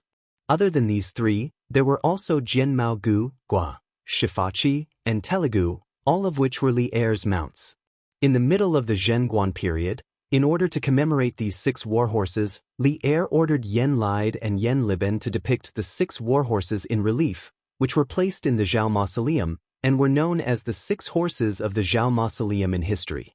Hearing this, the old man didn't know whether to laugh or cry, and said, "Little brother, since you've even seen His Majesty's beloved warhorse, it means that you're either rich or noble. Tell me, why are you arguing with me over a few copper coins?" Cheng Chumo cursed in his heart again. "It's true that I'm rich, but I can't spend it now." Just as Cheng Chumo was about to go berserk and beat someone up, Li Ku walked over from the other side of the street. "Chooks, what's wrong? Have you reached an agreement?" Li Ku asked after he came over. They had split up into several groups to look for carriages and horses. He had just finished talking with the owner of a carriage company and had come over. "Not yet. This shopkeeper is stubborn. Little Ku, you only gave me so little money, there's no way we can talk about this business. It's better for you to talk to him." Cheng Chumo curled his lips and wanted to quit. When the old man heard Cheng Chumo say that he was stubborn, he couldn't help but twitch the corner of his mouth. He actually wanted to beat someone up now. However, he saw that although Li Ku was young, he couldn't hide his noble aura. He knew that Li Ku's background was not small. He calmed himself down and then cupped his hands to Li Ku, saying, "It's not that this old man is stubborn, but the price that little brother just said is simply impossible. 3 copper coins to rent a horse, not to mention Chang, and even in Bing Province and New Province, it's impossible to have such a price." The Great Tang had many horse farms in Bing Province and New Province, so the price of horses there was slightly cheaper than in other places. Li Ku didn't feel offended. He smiled kindly and cupped his hands to the old man, saying, "Shopkeeper, we are all students from Yanhuang College. This time, we came out from the academy to help the Warm Tang Foundation, so we came here to look for some carriages to deliver honeycomb coal and coal stoves to the poor people who can't afford to burn firewood. So, can you give us a discount? After all, we didn't bring much money with us when we came out from the academy." Compared to Cheng Chumo's careless shouting, Li Ku's gentle and refined way of speaking was undoubtedly more comfortable. The shopkeeper only heard half of it and had a good impression of Li Ku. However, when he heard the purpose of Li Ku and the others looking for carriages, the shopkeeper couldn't remain calm. "Hey, so you're students working for the Warm Tang Foundation? You should have said so earlier. 3 copper coins, right? This old man will rent as much as you want. Just treat it as this old man doing a good deed." "Then, thank you very much, shopkeeper." Li Ku smiled and cupped his hands. Cheng Chumo's eyes almost popped out of their sockets when he saw this. How the F***ck is this possible? Does that mean that all the effort I've put into talking for so long was all in vain? When he thought of this, Cheng Chumo looked at the old shopkeeper with resentment. As if he could feel Cheng Chumo's resentment, the old shopkeeper inexplicably shuddered. He looked at Cheng Chumo and smiled apologetically. "Little brother, you can't blame this old man for this. If you had told me your purpose from the beginning, this old man wouldn't have disagreed no matter what." Cheng Chumo snorted and ignored the old man. Li Ku couldn't help but laugh. "Shopkeeper, don't mind him. This brother of mine has always been like this. I haven't asked you how many horses you have here. We'll rent them all." The shopkeeper was stunned when he heard this. He didn't expect Li Ku to have such a big appetite. "There are 32 horses in total. Little lord, are you sure you want to rent them all?" "I'm sure. Shopkeeper, we'll rent them for 20 days first. Here, the rent is 1,920 copper coins. That's the guarantor we hired." Li Ku quickly calculated the rent and then pointed to a middle-aged scholar who was walking over. The old shopkeeper couldn't help but feel a toothache. If he rented all the horses to Li Ku for 3 copper coins a day, then his loss would be too great. However, he had already bragged earlier. At this time, he couldn't regret it even if he wanted to. He could only accept the money and let the horses go. "Little lord, since this old man rented so many horses to you at such a low price, can you let Datong daily mention this old man's good deeds in tomorrow's news?" After the handover, the old shopkeeper remembered that Li Ku was a student of Yanhuang College, and the Yamacho of Yanhuang College was the founder of Datong Daily. He had a little evil thought in his heart, so he eagerly asked Li Ku. Before Li Ku could speak, Cheng Chumo said in a rough voice, "No. Do you think it's so easy to get into Datong Daily? If you really want to do good, why don't you just give these horses to us for free? Little Ku, ignore him. Let's go. Call someone else to take the horses." Chapter 1061. Little Ku, is this considered cheating? Cheng Chumo could not help but ask on the way back. Li Ku was still riding on his horse. He laughed and said, "How is this cheating? The Yamacho only said that we are not allowed to use our status to get help from our underlings and that the total expenditure cannot exceed 500 strings of coins. They did not say that we are not allowed to bargain with others in the name of doing good. Cho Nyo, things are different now. We have to be careful in everything we do. Otherwise, 500 strings of coins will not be enough." The Li Ku now was a completely different person compared to 4 months ago. At that time, he was living like a prince and only needed to practice martial arts in the palace. Why would he need to worry about money? Why would he need to be careful? "Hey, Little Ku, what you said makes sense. How many carriages do we need? Which one should we go to now?" Cheng Chumo scratched his head and laughed. Actually, as long as they could complete the mission and not be caught by Li Zishuan, he could not be bothered to find out if this was cheating. Li Ku's lips curled into a smile. "There's no need for that. We have enough carriages and horses." "That's it? Does that mean that Zifen, Yui Bao Lin, and the rest have already rented carriages?" Cheng Chumo was stunned for a moment and said in disbelief. The members of the 3rd Brigade had all gone out to look for carriages according to Li Ku's plan. Sun Zifen and Yui Bao Lin were members of the 3rd Brigade. This is also a coincidence. Sun Zifan's family opened a carriage company, and the scale is not small, so we rented a lot of carriages from there at a low price. Now all of them added up, it is completely enough. Li Ku said with a smile. He even emphasized the word, low price. It was obvious what he meant. *CK. Sun Zifan's family owns a carriage business? Why didn't this kid say so earlier? He made us look so hard for carriages. *CK. No, he should be back at the workshop now, right? I'm going to find him. This kid tricked me. Hiya. Cheng Chumo's eyes widened. His face was filled with disbelief and anger. Yes, anger. At this moment, he felt that Sun Zifan was even more despicable than the old man from the carriage company. After saying that, he slapped the horses but hard, and the man and the horse rushed forward. Hey, ugly bulldog. Li Ku hurriedly urged his buttocks to catch up and dissuaded him. Zifan usually doesn't care about his family's business. He only just remembered that his family has a carriage business. We can't blame him for this. Instead, we have to thank him. It's because of his family's carriage business that we saved more than 20 strings of money. Money. When it came to money, Cheng Chumo felt a headache coming on. He could not help but wonder in his heart, is this still the king of Han, Li Ku? Why do you only care about money? All right then. For your sake, I won't be angry with that brat. Cheng Chumo waved his hand. He didn't want to hear Li Ku talk about money anymore. Ching'e, how are the preparations on your side? Did you get the list of the poor people in each county? When it was close to noon, all the students returned to the Drunken Wind Pavilion in the backyard of the Warm Tang Foundation. This used to be the workshop of the Strange Taste Pavilion, so of course, there was a cafeteria. Half of the chefs in the academy's cafeteria had been transferred here by Li Zishuan, so the students had lunch there. At this time, Li Ku was holding a bowl of rice and chatting with Li Tai about work. Oh, I got it all. I'll give it to you after I finish eating. Li Tai's cheeks were puffed up. He used to be a person who lived like a prince, but after being trained by Li Zishuan, he could enjoy eating from a big pot of rice. Especially when he was in the academy's construction team, Li Zishuan's lecture left a deep impression on him. At least from then until now, he had never wasted a meal in public. Good. Our 3rd Brigade's carriages are ready. This afternoon, we'll go from house to house and deliver coal stoves and honeycomb briquettes according to the list. Li Ku said as he stuffed rice into his mouth. Little Ku, I don't think it's nice to say coal stoves. We should call this warmth. Didn't Yamacho say that? We're participating in the Warm Tang Foundation's warm winter operation, so it's only right that we call it warmth. Li Tai's eyes turned as he corrected Li Ku. Li Ku thought about it and also felt that coal, moldy, stoves didn't sound nice. He nodded and said, okay.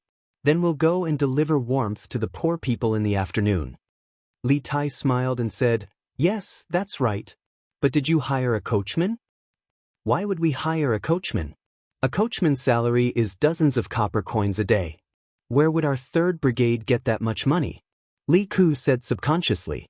Li Tai's eyes widened as if he was meeting Li Ku for the first time. He said, no, little Ku, did I hear wrong?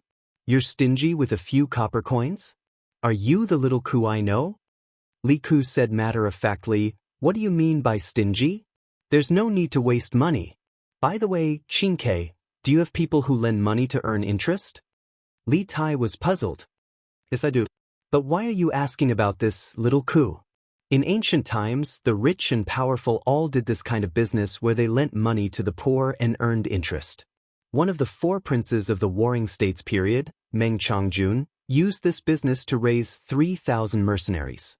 Li Ku replied, it's not convenient for us to carry around the 500 strings of coins that Yamacho gave us, and we don't need that much money at the moment. Why don't you get your people to lend 300 strings of coins to people who are short of money?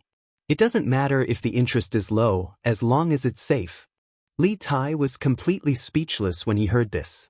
To think that Li Ku was so meticulous in his calculations, he really suspected that Li Ku was possessed by a devil. Little Ku, you're quite quick-witted.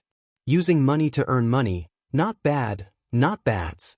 Li Zishuan, who had just finished eating at home, heard the second half of the conversation between Li Ku and Li Tai and couldn't help but laugh. Although he didn't support Li Ku's business of lending money, he still appreciated Li Ku's idea of using spare money to earn money. Because if an ordinary person was in Li Ku's situation, they would only use the 500 strings of coins in their hands sparingly.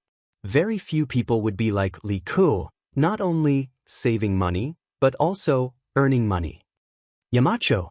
The two brothers heard and hurriedly turned around to greet him. You guys continue to eat, don't worry about me. Yamacho, I'm not breaking the rules, right? I just feel that it's inconvenient to leave the 500 strings of coins with us, so I thought. Li Ku's face turned red and quickly explained. Chapter 1062. You're trying to cover it up. Inside the Drunken Phoenix Pavilion, Li Zishuan looked at Li Ku and said with amusement, I've said before that you're not allowed to use your status to ask for help from others. Now that you're asking Green Sparrow for help, aren't you asking for help from others? Yamacho. Li Ku's face froze and he was speechless. Li Zishuan continued, but I'm glad that you know how to increase income and reduce expenditure. You said that it's inconvenient to carry 500 strings of coins around, and that's not unreasonable. But we're Yanhuang College's people, and we have to solve problems when we encounter them. When this matter is over, little Ku, you can think of a way to solve this problem. If you can solve it smoothly, then you'll start a new era, and your name will go down in history. Although, it's inconvenient to carry 500 strings of coins was just an excuse that Li Ku came up with, this was indeed a problem that Great Tang was facing. Not only would a cumbersome currency affect trade, it would also affect the economic development of a country. The Song dynasty was not as strong as Tang, but why was its economy the largest in ancient China? It was because banknotes replaced the heavy metal currency, and it greatly promoted the prosperity of domestic commerce. At that time, the Song dynasty's imperial court collected business taxes every year, and it far exceeded the agricultural taxes. Li Ku's excuse reminded Li Zishuan of the financial plan he had been planning for Tang, banknotes and banks. These two things must be done in the future. Start a new era? Go down in history? Li Ku originally thought that he would be reprimanded, but he never expected to hear such a shocking thing from Li Zishuan. His breathing became a little rapid. Yamacho, what method is so powerful? It can go down in history directly? Li Zishuan laughed. You have to think about it yourself. Come find me when you've thought about it. After that, he left with his hands behind his back, leaving a stunned Li Ku behind. Hey, little Ku, don't think about it. Eat first, we still have work to do in the afternoon. Li Tai saw that his brothers seemed to have lost his soul, so he pushed Li Ku's arm and said, Oh, Li Ku came back to his senses and continued to shovel rice into his mouth. Tai Zhu, open the door. The people from the Warm Tang Foundation are here to deliver the coal stove. In the afternoon, in the Maojia village of Xinfeng County outside Chang and City, 4 or 5 students from Yanhuang College were driving a carriage. They followed a middle-aged man with a stocky back and a bear-like waist and knocked on a shabby courtyard door. Mao Lijing, our captain, said that it's to send warmth. You can't call for coal stoves. It turned out that this middle-aged man was Li Zheng of Mao Village. Hearing him shout like that, the students behind him quickly corrected him. Fine. That's called sending warmth. As expected of a scholar, even the way he speaks is different from the people in our village. Mao Lijing didn't get angry. Instead, he gave a simple and honest laugh.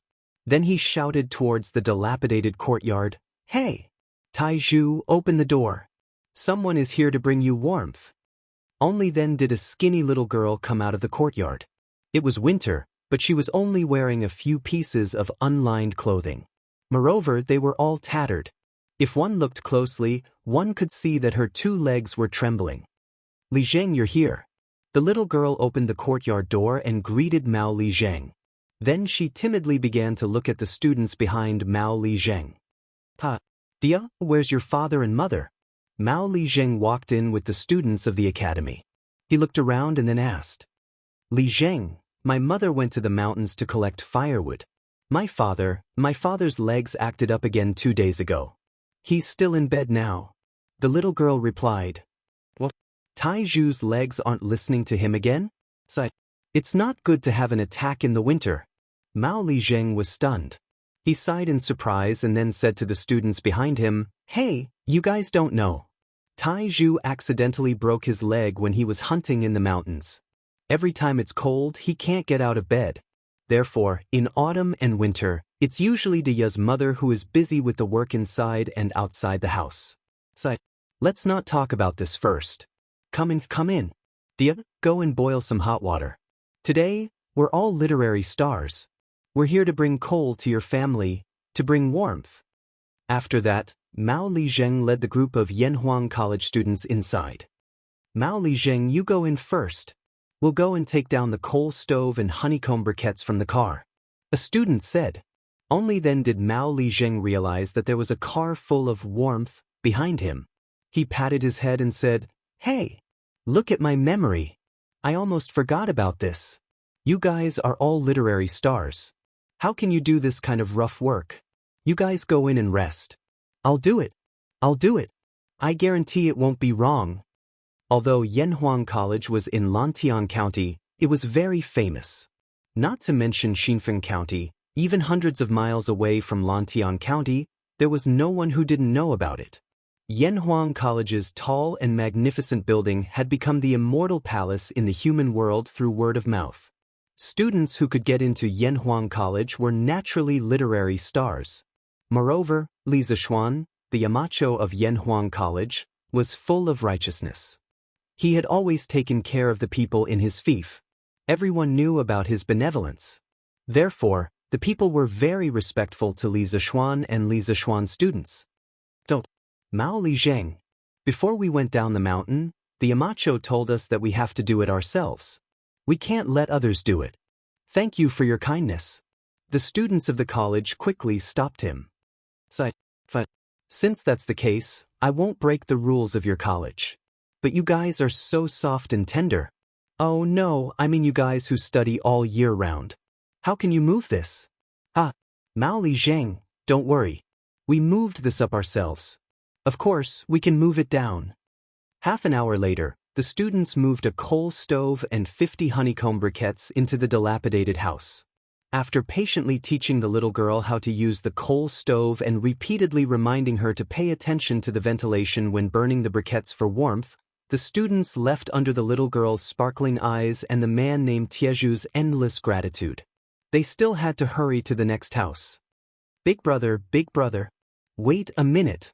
Which one of you dropped your money bag?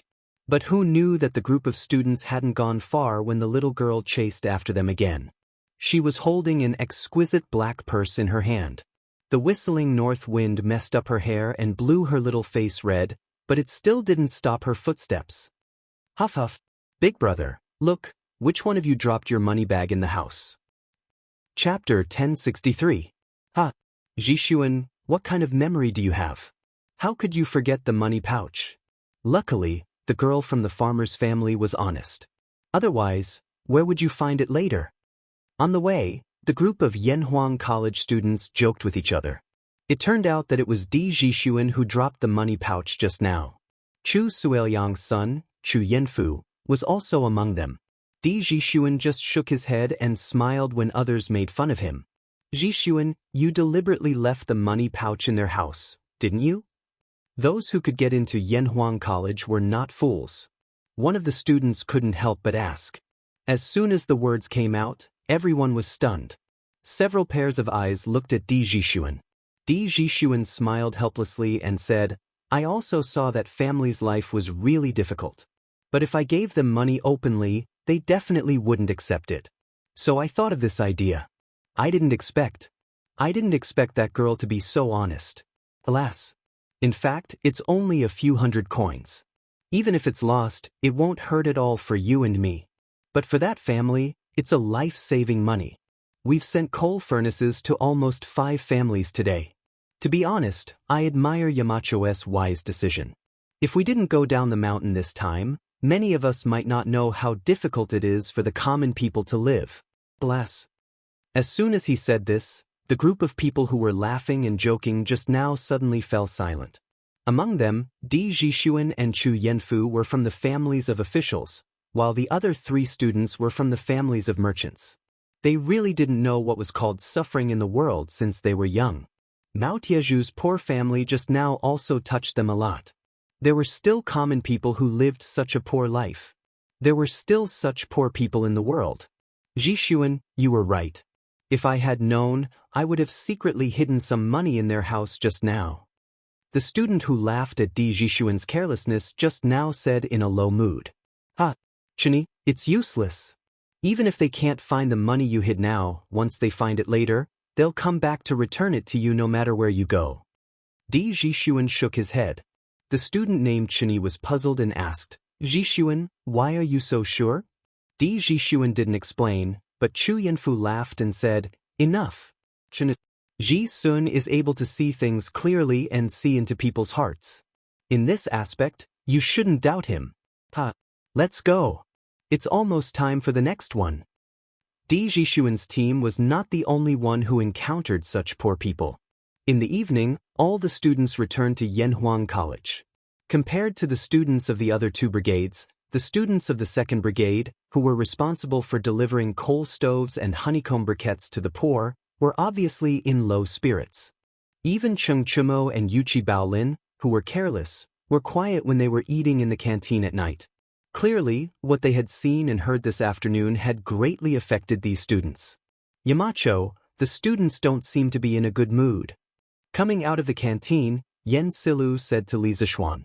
According to Li Zishuan's rules, the teachers of the academy were not allowed to intervene in the whole process of organizing the students to do good deeds down the mountain.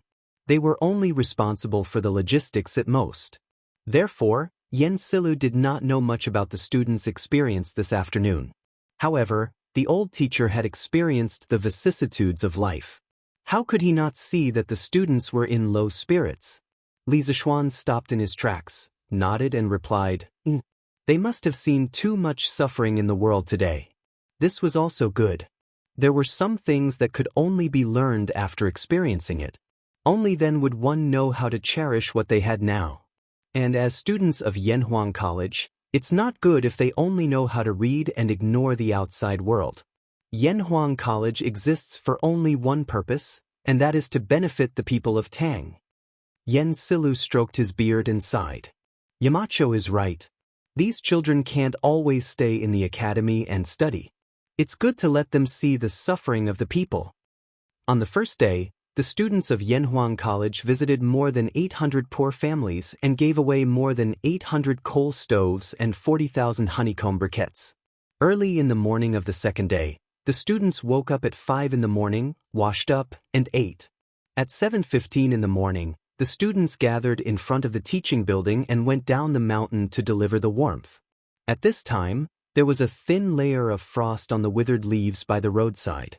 After arriving at the Warm Tang Foundation, the students of the 3 brigades immediately went into working mode. They each had their own duties. Those who needed to go to the government to coordinate, those who needed to deliver the warmth, and those who needed to stay behind to keep track of the accounts. The division of labor was clear and orderly. The news of the students of Yanhuang College going down the mountain to do charity in the name of the Warm Tang Foundation had already spread yesterday. Many people knew about it. Today's Datong Daily's headline was, without a doubt, left to this group of students who silently gave their love in the cold wind. The title was, This Winter's Not Too Cold. There was a paragraph in the news that read, They came from Yunshan, and their hearts were filled with the poor villagers. They drove their carriages to visit one village after another, and they sent warmth to one family after another. It was they who warmed this city, and it was they who made this winter not so cold. Their cheeks were red from the cold wind, and they were shivering, but they were still fearless. They still traveled over land and water to deliver their love to the people in need. They are all the students of Yanhuang College. Tisk tsk. Yesterday, I even met a group of students from Yanhuang Academy who were driving a carriage. These kids are really good. On the streets, some of the people in the city who had read the newspaper sighed. Isn't that so? Why don't you take a look at who the Yamacho of Yanhuang College is? How can the students taught by Marquis be bad? Ah, that's right. When Marquis said that he wanted to build an academy, I felt that the academy built by Marquis would definitely be extraordinary. Looking at it now, it was indeed so. Look at the Imperial College and the Hongwen School. Can they teach such students? That's definitely not possible. The Imperial College and the Hongwen School are already on holiday. I heard that the students of Yanhuang College were also on holiday, but they volunteered to do this. Many of the children who live far away might not be able to make it back in time for the new year because of this. Whoa, there's actually such a thing? How can it be fake? Sigh. In the future, if my brat can't get into Yanhuang College, I'll beat him to death. This kind of academy is a good one. Unknowingly, Yanhuang College's reputation in the hearts of the people increased again. However, the Imperial College and the Hongwen School were inexplicably implicated. Chapter 1064. While the students were busy sending warmth to the people of Chang and City, Li Zishuan was not idle either. He brought his personal guards to send warmth to the villagers in his fief. No matter if they bought a coal stove or honeycomb briquettes, they would send 2 coal stoves and 200 pieces of honeycomb briquettes. If they did not accept, they would be disrespecting the master. Young master, the house is so big. 1 coal stove is enough. Isn't it a waste to send 2? What's there to waste? It doesn't matter if the house is small. 1 stove can be used to boil water and cook rice. The other stove can be used to warm the fire. It's so cold today. Don't let these 3 children freeze. Quick, Sanbao, move the coal stove in. We have to hurry to the next house. Hey, don't. Young master, it's better for this old man to move it himself. We can't tire your men out. Sanbao chuckled and said, Second Master Han, it's not tiring. Sanbao won't tire himself out with this kind of work. Let me do it. After unloading the coal stove and honeycomb briquettes in Second Master Han's house, the small team continued to send warmth to the next house. When they went out, they met Hu Hanyun, who had heard the news and rushed over. Young master, it's so cold today. Why did you come over personally? Even if you want to send things to the villagers, you don't have to do it yourself. Han Lijing was now at Hedong Road. Old Hu was now the acting Lijing of the Han family manor. If there was any trouble in the manor, he would be the first to know. This time, Li Zishuan was really planning to visit every single household in his fief. When he heard this, he smiled and said, Hee, Uncle Hu, since I have nothing better to do at home, why don't I come out to deliver some gifts to the villagers and exercise my muscles a little? Old Hu sighed helplessly. He thought for a while and said, Hey, young master, the villagers appreciate your kindness. But there are more than 1,000 villagers in your fief. If you send them one by one, how long will you be able to do it? In this Old Hu's opinion, you can leave the Han family manor and to the Plum village to this Old Hu. Everyone was the first to follow young master. Even if young master didn't go personally, everyone would still appreciate your kindness. His suggestion was mainly to lessen the burden on Li Zishuan. Among the 8 villages under Li Zishuan's control, the Han village and Plum village had the largest population. Without these 2 villages, Li Zishuan would have a much easier time. Uncle Hu, I appreciate your good intentions. However, this matter is not urgent. If I can't finish running in 1 day, I'll run for 2 days. If I can't finish running in 2 days, I'll run for 3 days. I can't just go to one house and not go to another, right? It just so happens that the academy doesn't have classes now, so I still have time. Li Zishuan said with a smile. Actually, he wasn't doing this because he had nothing better to do. Previously, when he was conferred the title of Marquis, Li Er had rewarded him with some land. Later on, he had merged into a few villages. Because he was busy with work, he didn't go there much, let alone know the villagers. As for those few villages, Wang Zhong had been taking care of them for him. Now that the academy had stopped classes, he could finally take some time out to walk around his fief. At the same time, he could also get to know the villagers in his house. Seeing that Li Zishuan was so insistent, Hu Hanyun knew that he couldn't persuade him anymore. He said, Hey, since I've met young master, there's no need to trouble young master to personally send them to my house. I'll move them back myself. After saying that, he walked up and lifted a coal stove with one hand. The strength of his hands was not ordinary. All right, I won't stand on ceremony with Uncle Hu. Li Zixuan laughed and said to Ah Fu, who was beside him, Ah Fu, help Uncle Hu carry these honeycomb briquettes back. We'll go to the next house first. Catch up with us later. Yes, young master.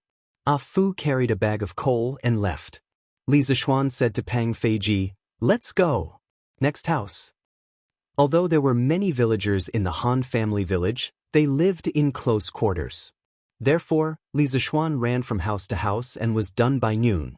Lunch was naturally settled at the academy.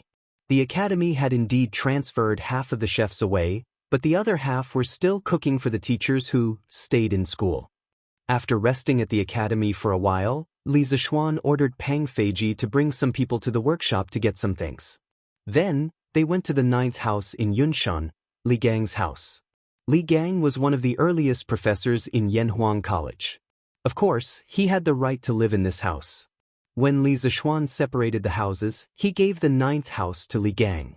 The number 9 represented longevity and health. He had put in a lot of effort in this. Grandfather, why isn't it snowing this year? And Ren, why are you looking forward to it snowing? It's fun when it snows. When it snows and Ren can snowball. And Ren, you think it's fun when it snows, but those poor people who can't afford to wear clothes will freeze to death when it snows. Do you still want it to snow now? Grandfather, why don't they have clothes to wear? Can't Ren let them wear his clothes? If you let them wear your clothes, what will you do? And Ren will hide in the blanket and not go out. Then he won't freeze. As they approached the 9th courtyard, due to Li Zixuan's astonishing hearing, he was able to hear the conversation between the grandfather and grandson from far away. He couldn't help but feel a trace of warmth in his heart. What an adorable and sensible child. At this moment, he felt that his decision to set up the Warm Tang Foundation and Operation Warm Winter was absolutely correct. If even a child had the ambition to protect the poor people of the world, as an adult with a high position, if he still remained indifferent despite having the ability to do so, then wouldn't he have lived 2 lives in vain? Little Ren, you don't have to hide in the blanket. Those poor people have a fire to roast them now. They won't freeze to death. Li Zixuan pushed open the courtyard door and smiled at the cute little boy in the courtyard. Yamacho! It's brother Xiao Xian. Li Gang got up and looked at Li Zixuan in surprise, but Li Anren had already jogged over to greet him. He had met Li Zixuan many times, and his grandfather always praised Li Zixuan in front of him. This made him have a good impression of this big brother Li Zixuan. Little Ren, long time no see. Li Zixuan smiled and patted Li Ren's head. Then, he looked at Li Gang and said, Mr. Li, have you eaten? Li Gang chuckled and replied, I've eaten. Why does Yamacho have time to think about an old man like me? Li Zixuan pointed at the carriage of pipes behind him and said with a smile, I thought that it would be a little cold recently, so I brought people over to install a heater in Mr. Li's house. This way, when it snows, Mr. Li and little Ren won't be cold.